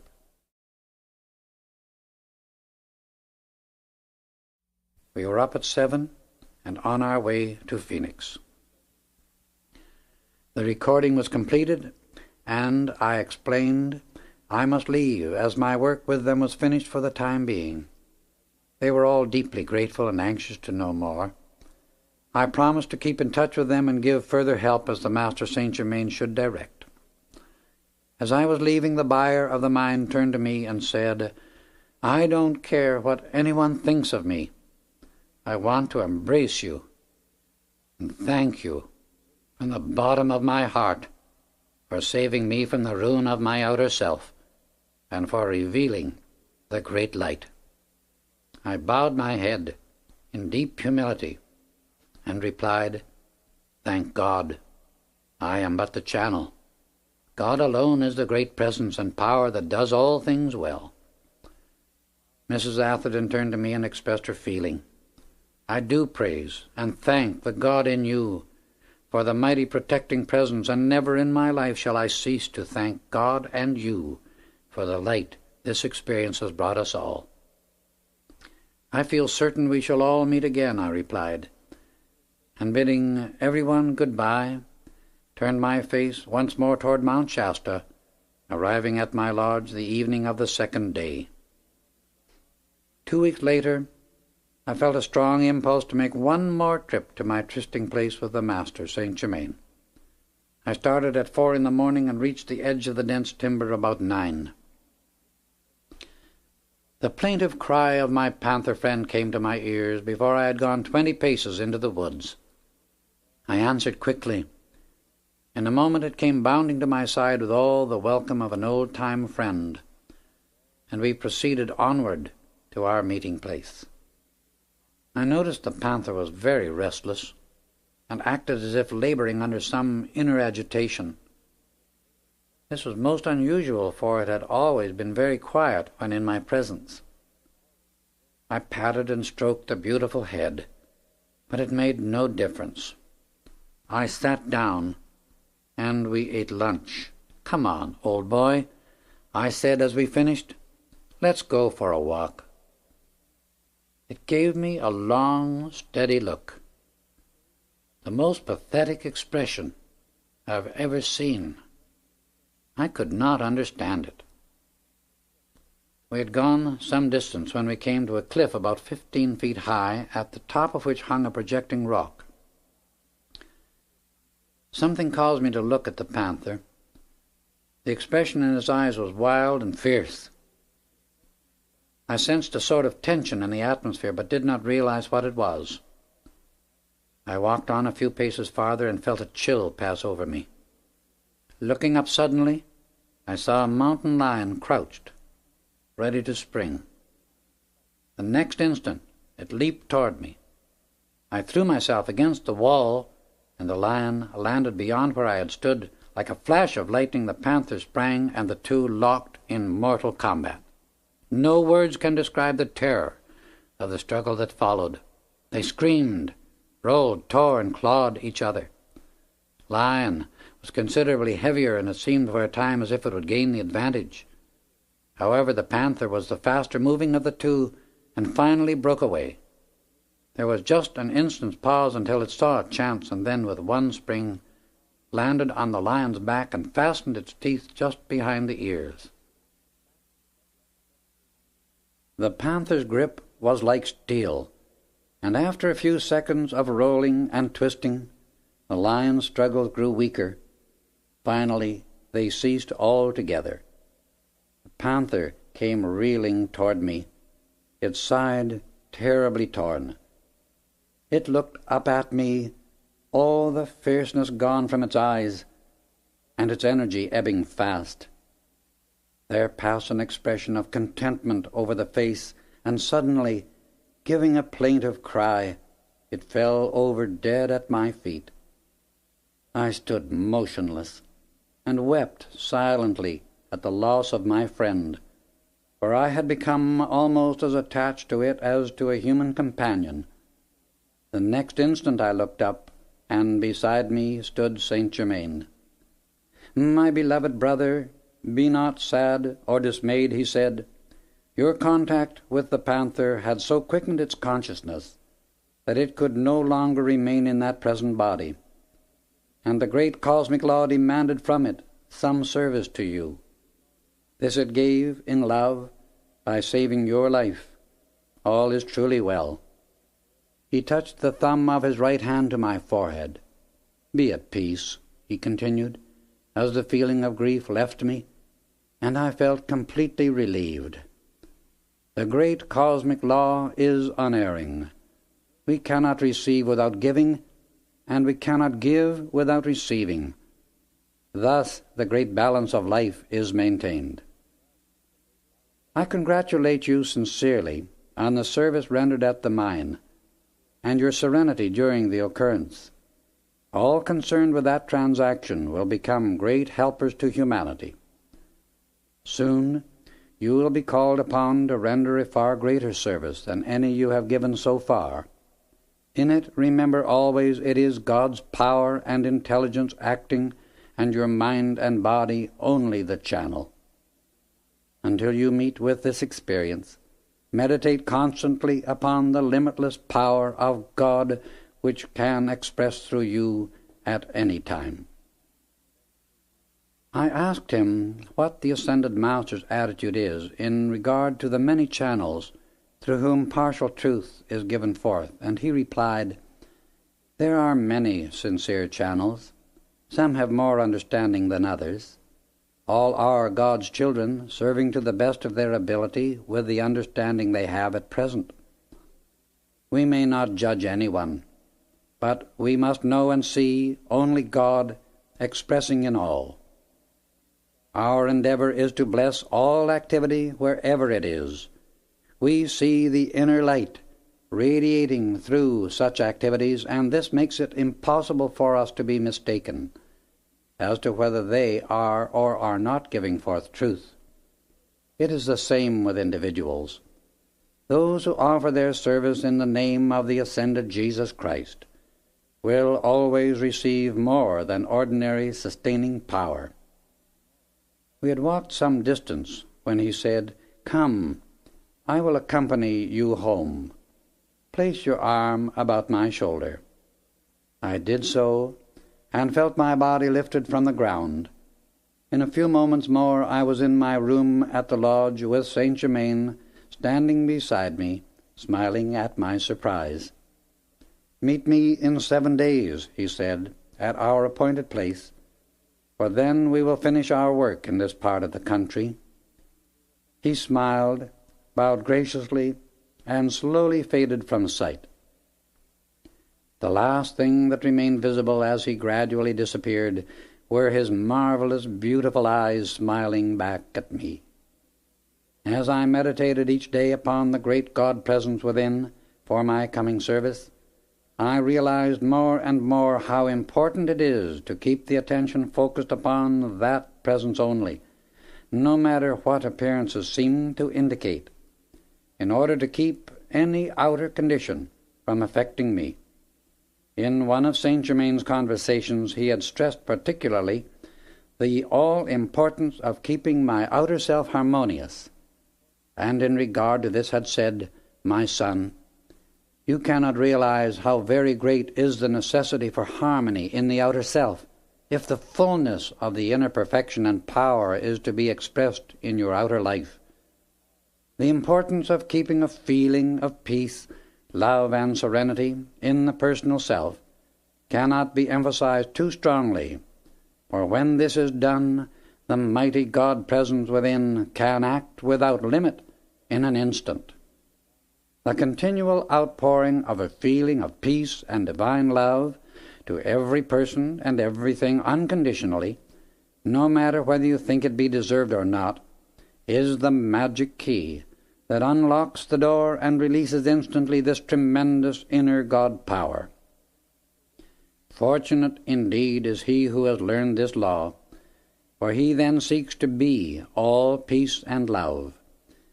Without it, humanity has nothing good, and with it they have all things perfect. Harmony is the keynote, the one great law of life. Upon it rests all perfect manifestation, and without it all form disintegrates and returns into the great sea of universal light. The following 7 days I spent much time in meditation. I felt a greater and greater peace growing within me, until by the 6th day it seemed as if my entire consciousness were like a great calm sea. On the morning of the 7th day, I left my lodge at 4 o'clock and reached our meeting place at 10:30. I sat down on a log to wait, with a feeling of wonderful exhilaration, which I knew to be the result of my meditation. I was so deep within the contemplation of my God-self, I did not hear anyone approaching until a voice spoke to me. I looked up and saw an old man with white hair and beard, whom I thought at first sight was an old prospector, although his clothing was too clean for that occupation. As he came up to me and held out his hand, that too confirmed my feeling.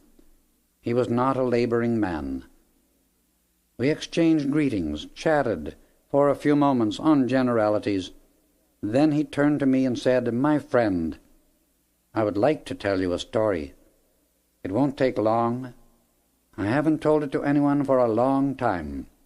I would like to try once more." By that time, I began to have a feeling of intense interest. It occurred to me he might be thirsty, and as I reached for a cup to get him a drink from the spring by which we stood, a crystal cup formed within my hand, like the one Saint Germain had held out to me several times. The old man looked up, and with eyes shining and excited, almost shouted, "It is he! It is he!" I did not know what to do, so I insisted he drink. As I looked within the cup, I saw it was filled with the same clear, sparkling liquid the Master had given me. The old man grasped it eagerly, and with an intense expression of the deepest gratitude I have ever seen, drank the contents. He immediately became very calm and quiet, but with it all a deep, intense sincerity. I asked him again to tell me the story, and he began by saying, "My father was a British officer stationed in the Punjab of India, where we made our home. When I was 16, he financed a friend who went to South Africa to try his luck in the diamond mines, but my father never heard from him afterward. The year I was 20, a tall, handsome stranger, a man of great wisdom, visited my father at our home. He had come to bring a message from father's friend. 'I bring you news,' he explained, 'from the friend whom you financed 4 years ago. He met with great success on that venture, in fact became very wealthy. He has recently passed on at the mines and left no relatives. His entire fortune has been left to you, and in case of your passing, it is to go to your son. If you desire, I will take charge of the matter and have it transferred at once.' 'I cannot leave India at the present time,' my father said, 'for I am on government duty here. I appreciate greatly your offer to take care of the matter for me.' I was standing nearby during their conversation, and when they had completed arrangements, the stranger turned to me. 'My son,' he said, When you find the man who will offer you a crystal cup of sparkling liquid, you will have met the one who can assist you in raising the body. I cannot tell you more than this, except that you will find him on a great mountain in North America. This may seem vague to you now, but it is all I can say." The stranger left, and a month later my father, who had ridden out to adjust certain government matters with the natives, was shot, and passed on before he could be brought home. I was an only son, and after another month mother and I prepared for our return to England. Just before we left, the same stranger came again and said he was ready to transfer father's fortune to me. I explained father had been shot. "Yes," the stranger replied, "when I left 2 months ago, I knew your father would pass on before my return. I have arranged for the fortune to be transferred to you, or rather to the Bank of England for you. Here is money you may wish to use on the journey home, also the papers of transfer and the credentials you will need at the bank. Present them, and you will receive custody of your wealth. Much of it is in diamonds of the first quality." I thanked him, and offered to pay for his services, but he replied, "Your kind intent is greatly appreciated, but that is already adjusted. I will be happy to accompany you to the steamer at Bombay." The trip revealed to me his great wisdom, and beside him I felt like an infant. I know now that he enveloped me in a radiation which has stayed with me throughout the years.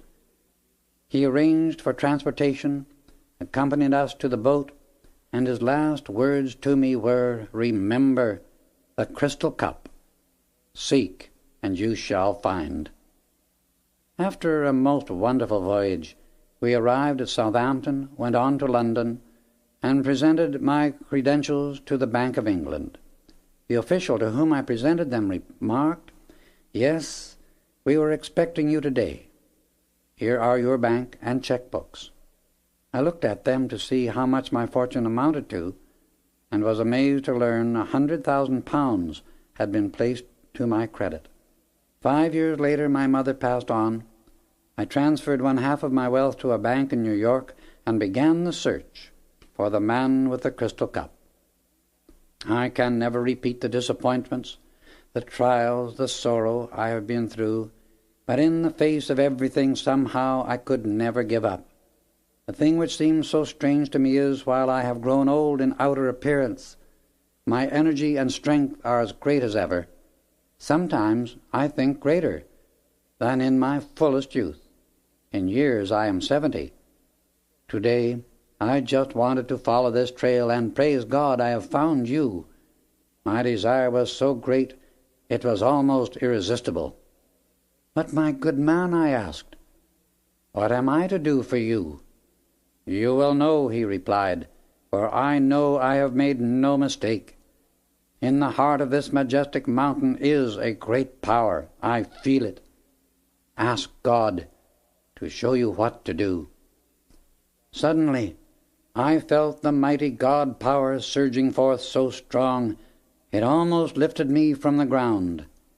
Making the sign St. Germain had taught me, I called to God for light, and raising my hand in salutation said, "Mighty God, in man and the universe, we seek thy light. We seek thy wisdom. We seek thy power.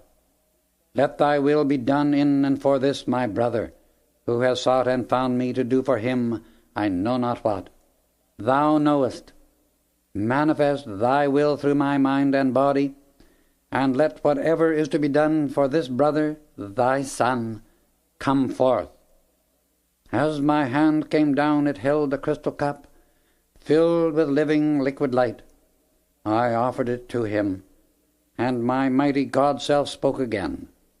"Drink without fear. Thy search is ended." He drank the contents without a moment's hesitation. I stepped forward quickly and took both his hands in mine. Slowly and steadily, every vestige of age disappeared from him, and the God in me continued, "Behold, thou art for ever free from all earthly limitation. Ascend now unto the great host of light who await thee. Very slowly he began to rise from the ground, and as he did so, his human garments disappeared, and he became clothed in raiment of glistening white. I let go his hands. Then, in a voice of deepest love, he said, I shall return to thee, beloved brother.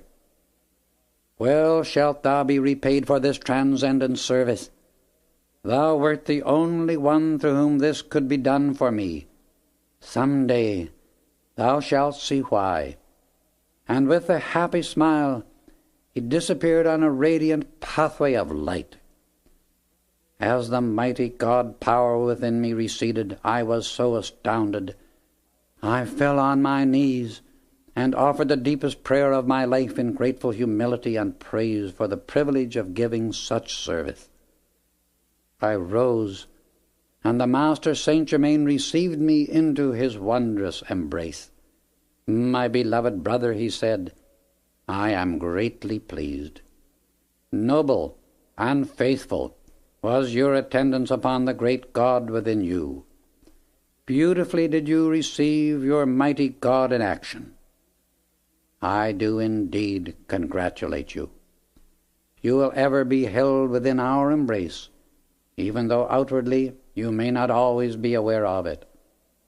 You have become a worthy messenger of the great white brotherhood and the ascended host.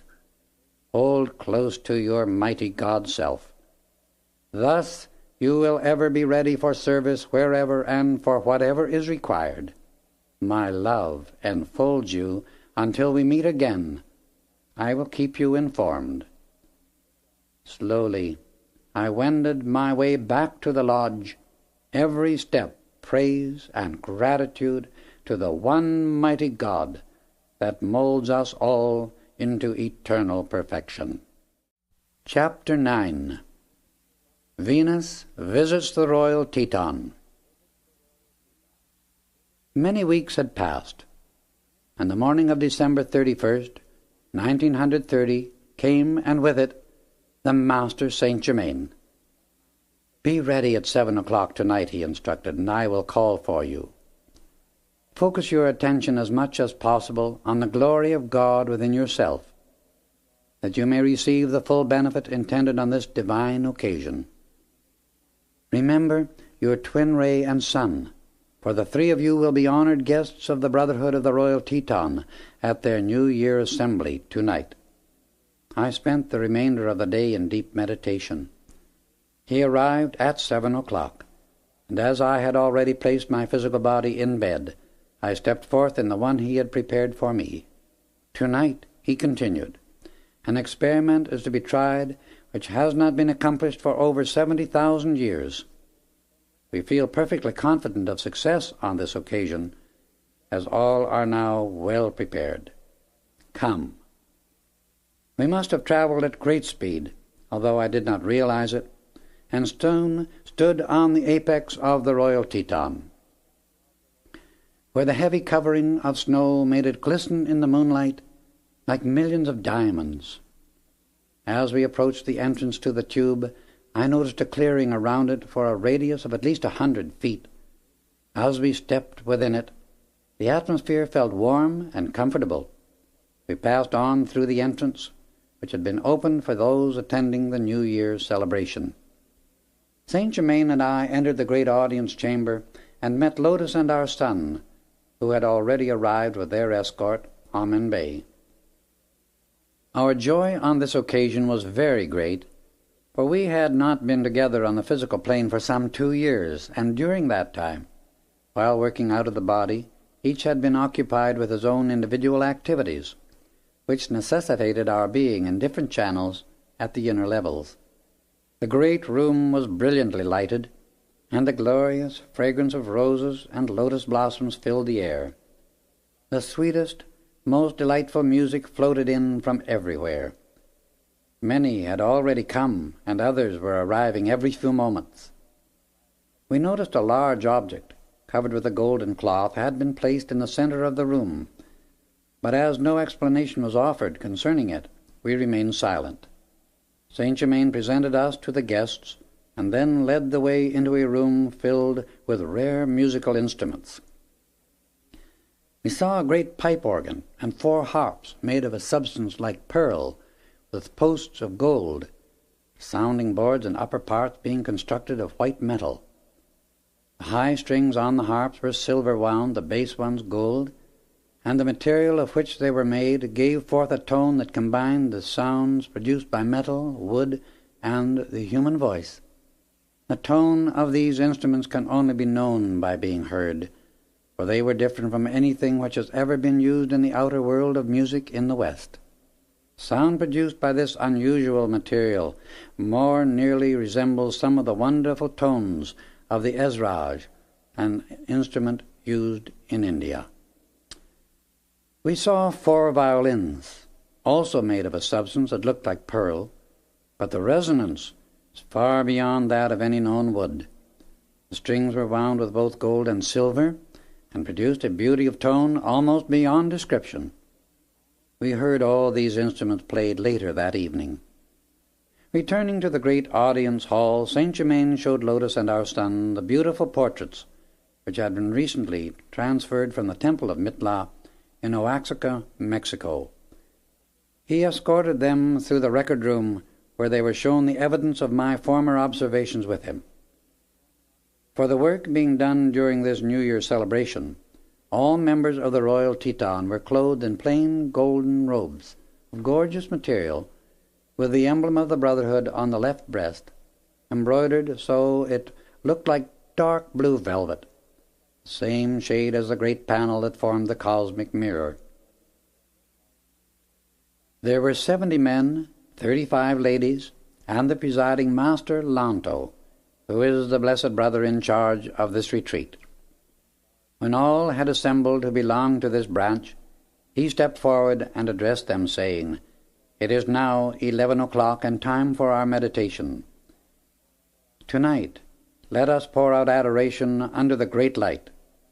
Feel at one with our own divinity for 30 minutes, and during the following 30 minutes know the oneness of Venus with our earth. All take their accustomed stations and form an elliptic in the center of the room. For 1 hour it seemed as though 106 golden figures were united in one breath, so completely were they in unison. At the close of the meditation, a joyous burst of music filled the immense hall, and Lanto stepped before the great mirror. He extended his hands, and a tremendous blaze of light flashed forth upon it, revealing a group of people far in the distance, surrounded by golden, rose, and violet light, dazzling in its beauty and radiance. They drew nearer, and the same glorious, wondrous colors filled the great audience chamber, giving everyone a tremendous feeling of uplift and power. Presently, 12 guests from Venus stood in our midst, robed in white, scintillating garments, surpassing all power of description. There were 7 gentlemen and 5 ladies, all extremely handsome. 6 of the men were at least 6 feet 4 inches in height, the 7th fully 2 inches taller than the rest. The ladies were about 5 feet 10. All had light brown hair, with the exception of the tall master, and his was a glorious pure gold.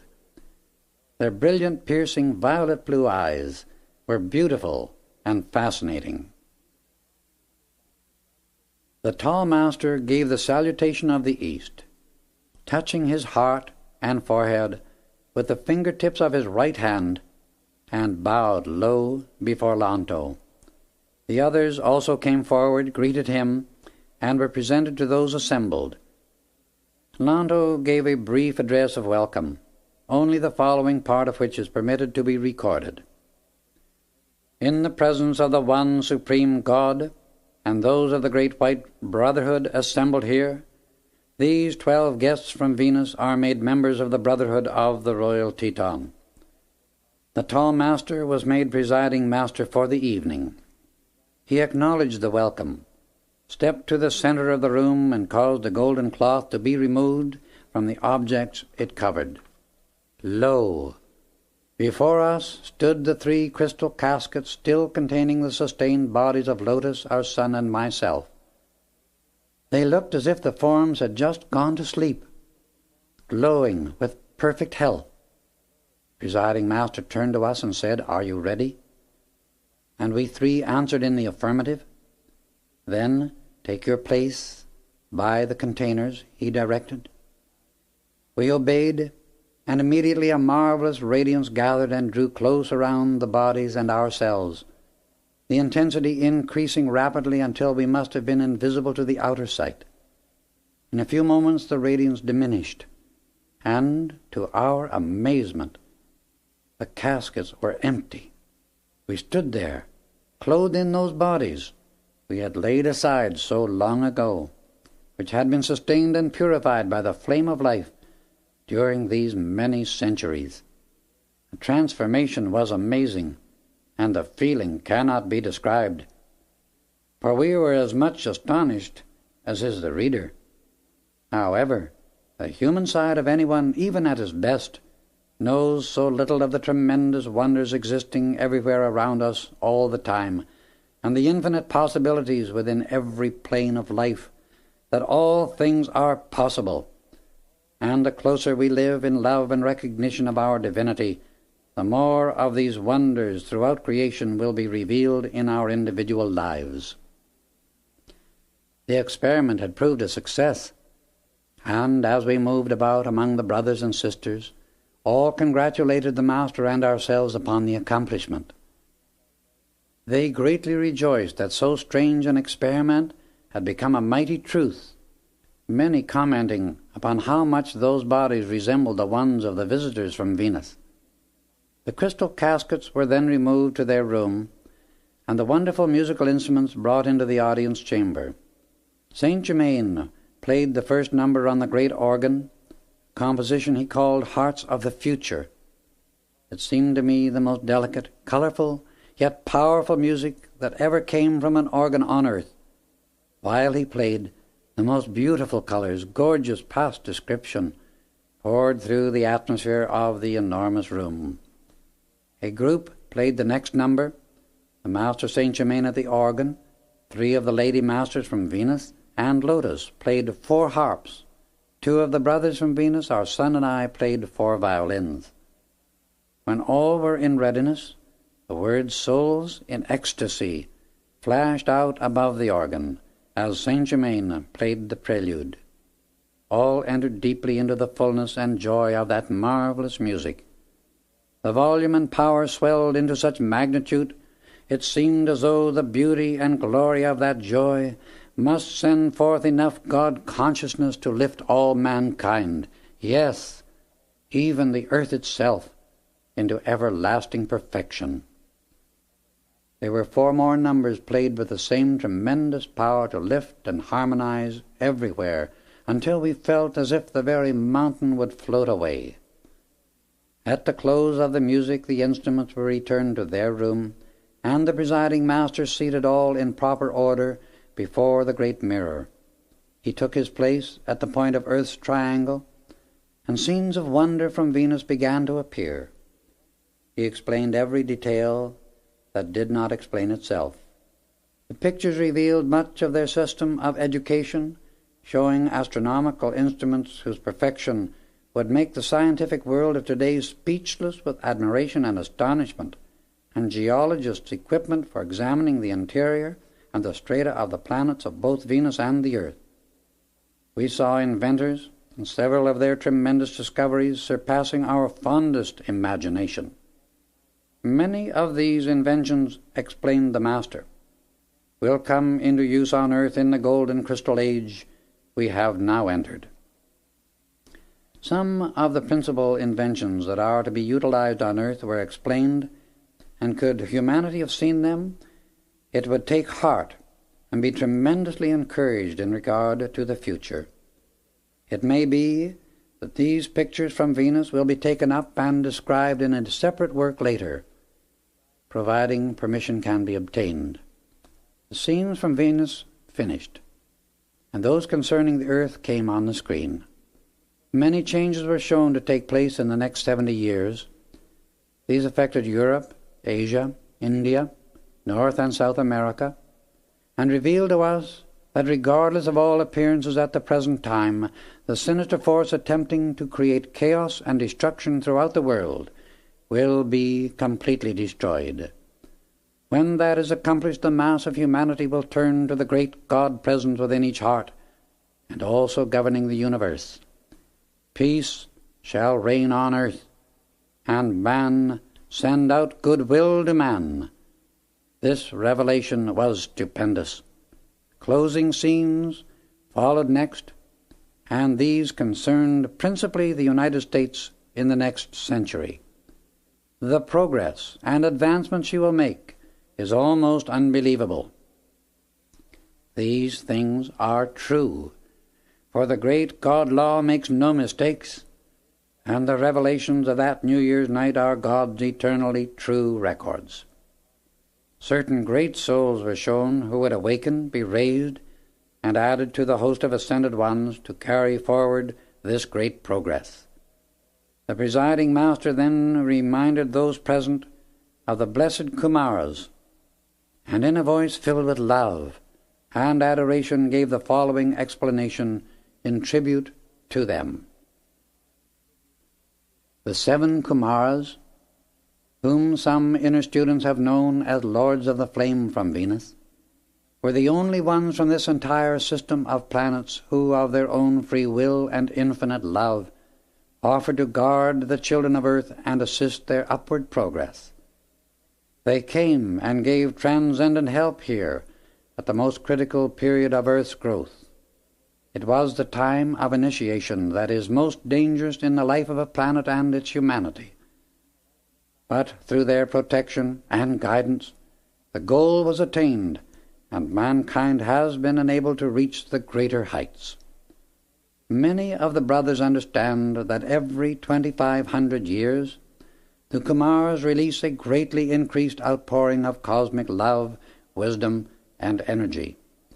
This blazing light and transcendent radiance flooding the earth and its inhabitants, interpenetrating all, is a tremendous lifting process and gives a forward impulse to the growth of the entire earth as well as its humanity.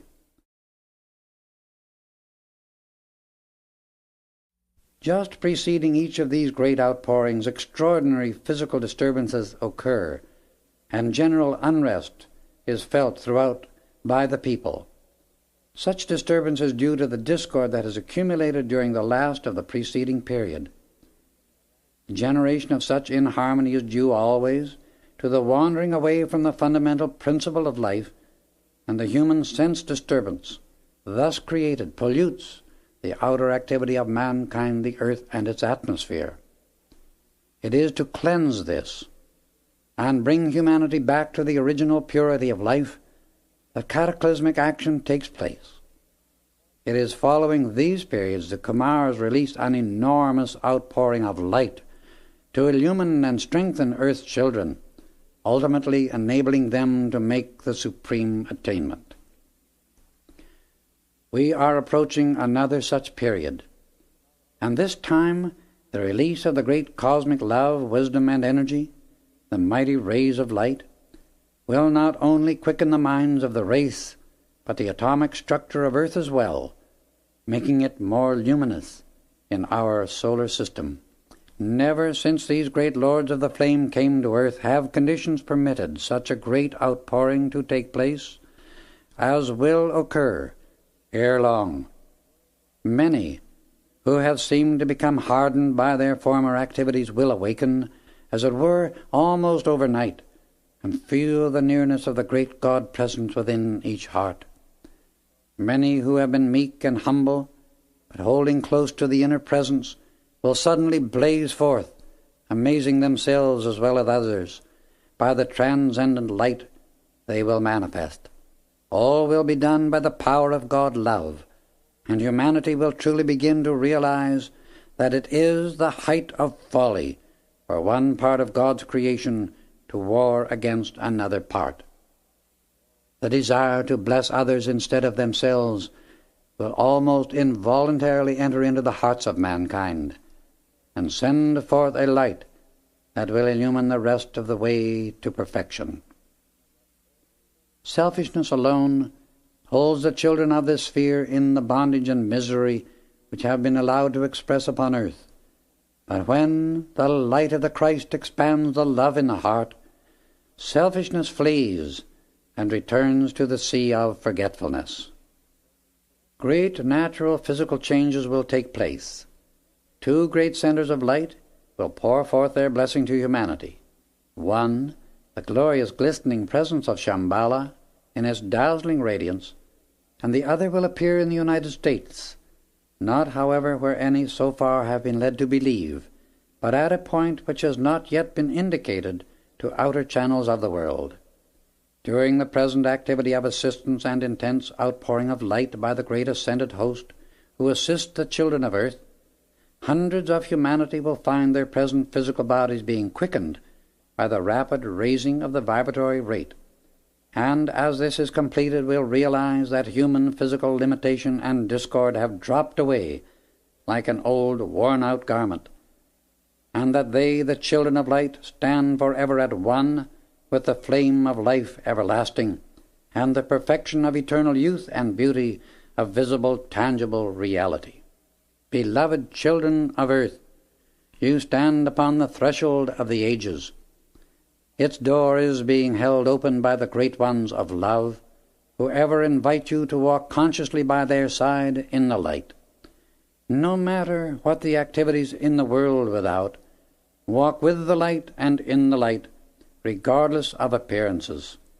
Then will you find a master of light, who has trod this self-same path before you, ever watches and stands by your side, revealing the true way.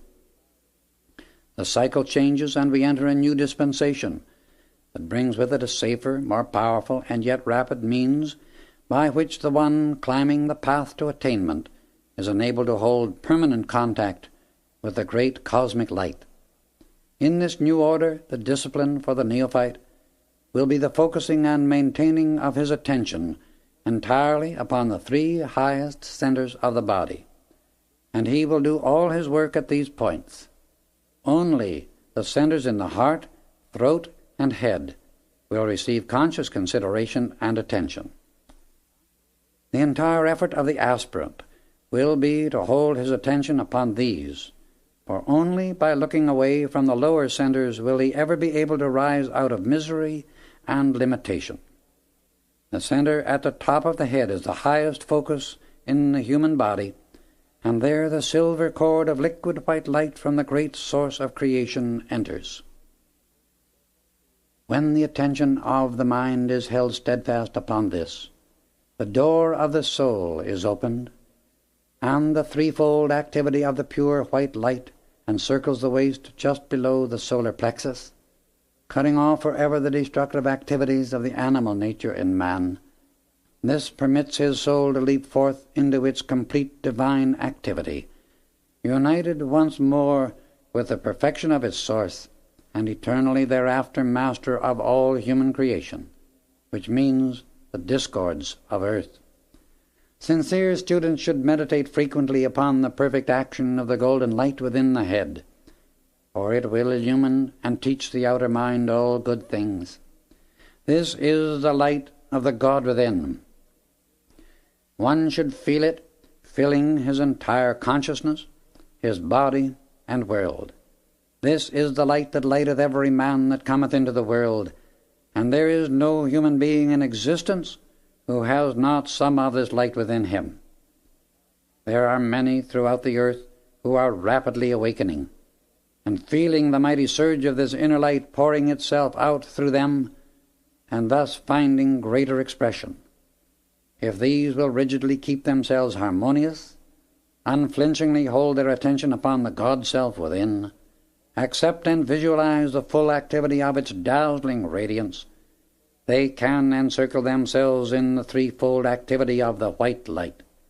This cuts off the discordant creation of the outer world. beloved brothers and sisters, it will be our great joy and privilege to meet with you in January and July of each year, here in your retreat, because of the nearness and outpouring of the all-controlling God-light, which will soon be flooding America from shore to shore. Now, while the crystal containers are being brought in, let us meditate deeply upon the oneness of Venus and the earth, the omnipresence of divinity abiding in form. We remained in deep silence for about 10 minutes, and then the presiding master instructed us three to take our places beside the caskets. He made the sign of the heart and head, crossed his hands upon his chest, and called unto the God-presence. Thou mighty Creator of the universe and all it contains, Thou one omnipresent God, we await the manifestation of Thy great beneficent presence. A soft, rose-colored, luminous essence enveloped ourselves and the containers, drawing close about us.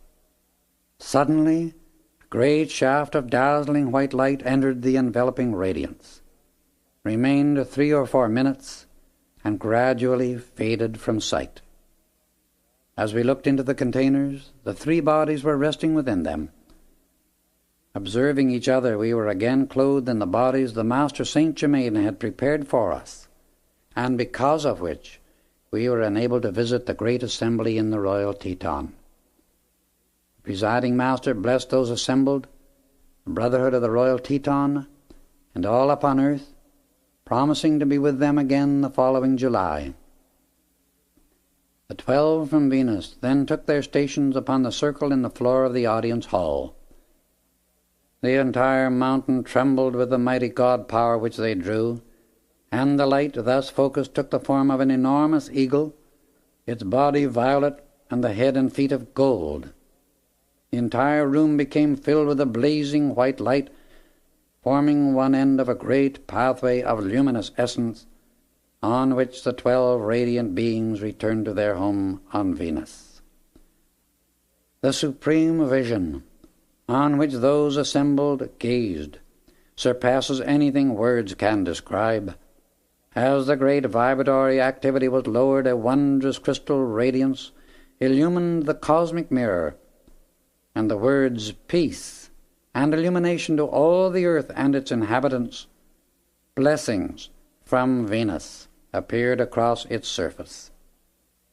Each guest touched his heart and forehead, crossed his hands upon his chest, and bowed in acceptance of the mighty outpouring. All passed before Lanto and received individual instruction for the work of 1931. Then sat in deep silence and adoration under the great light. At the end of the meditation, a glorious burst of music filled the great hall, and heads were bowed to receive his blessing.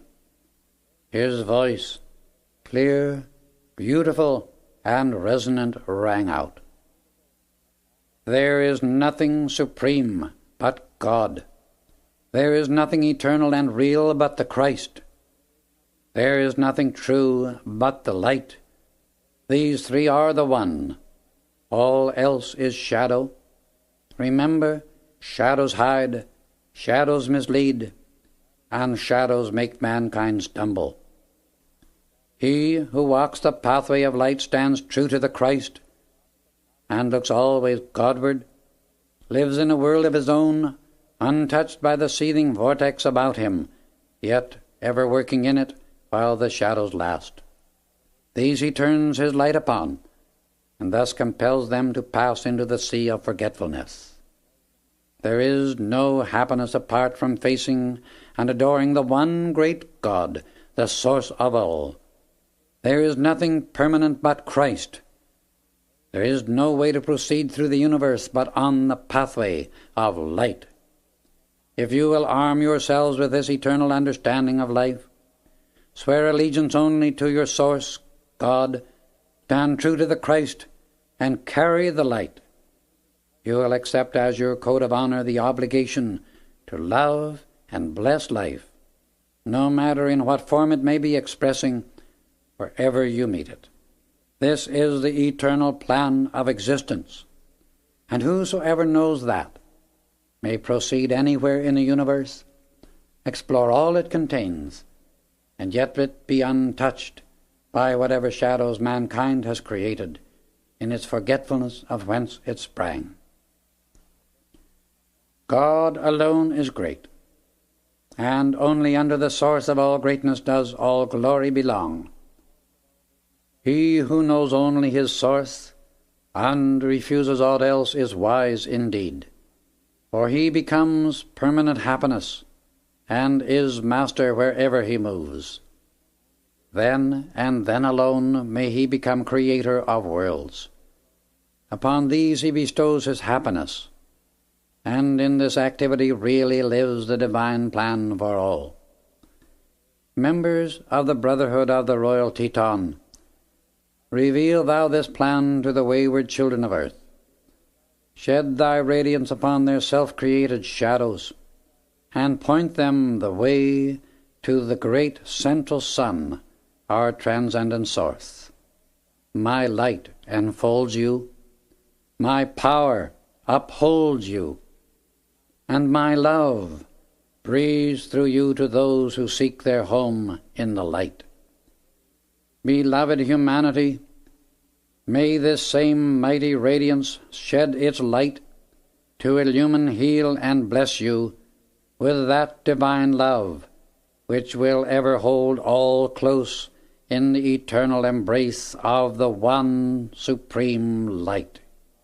America, God bless you and clothe you now with the everlasting shadowless light.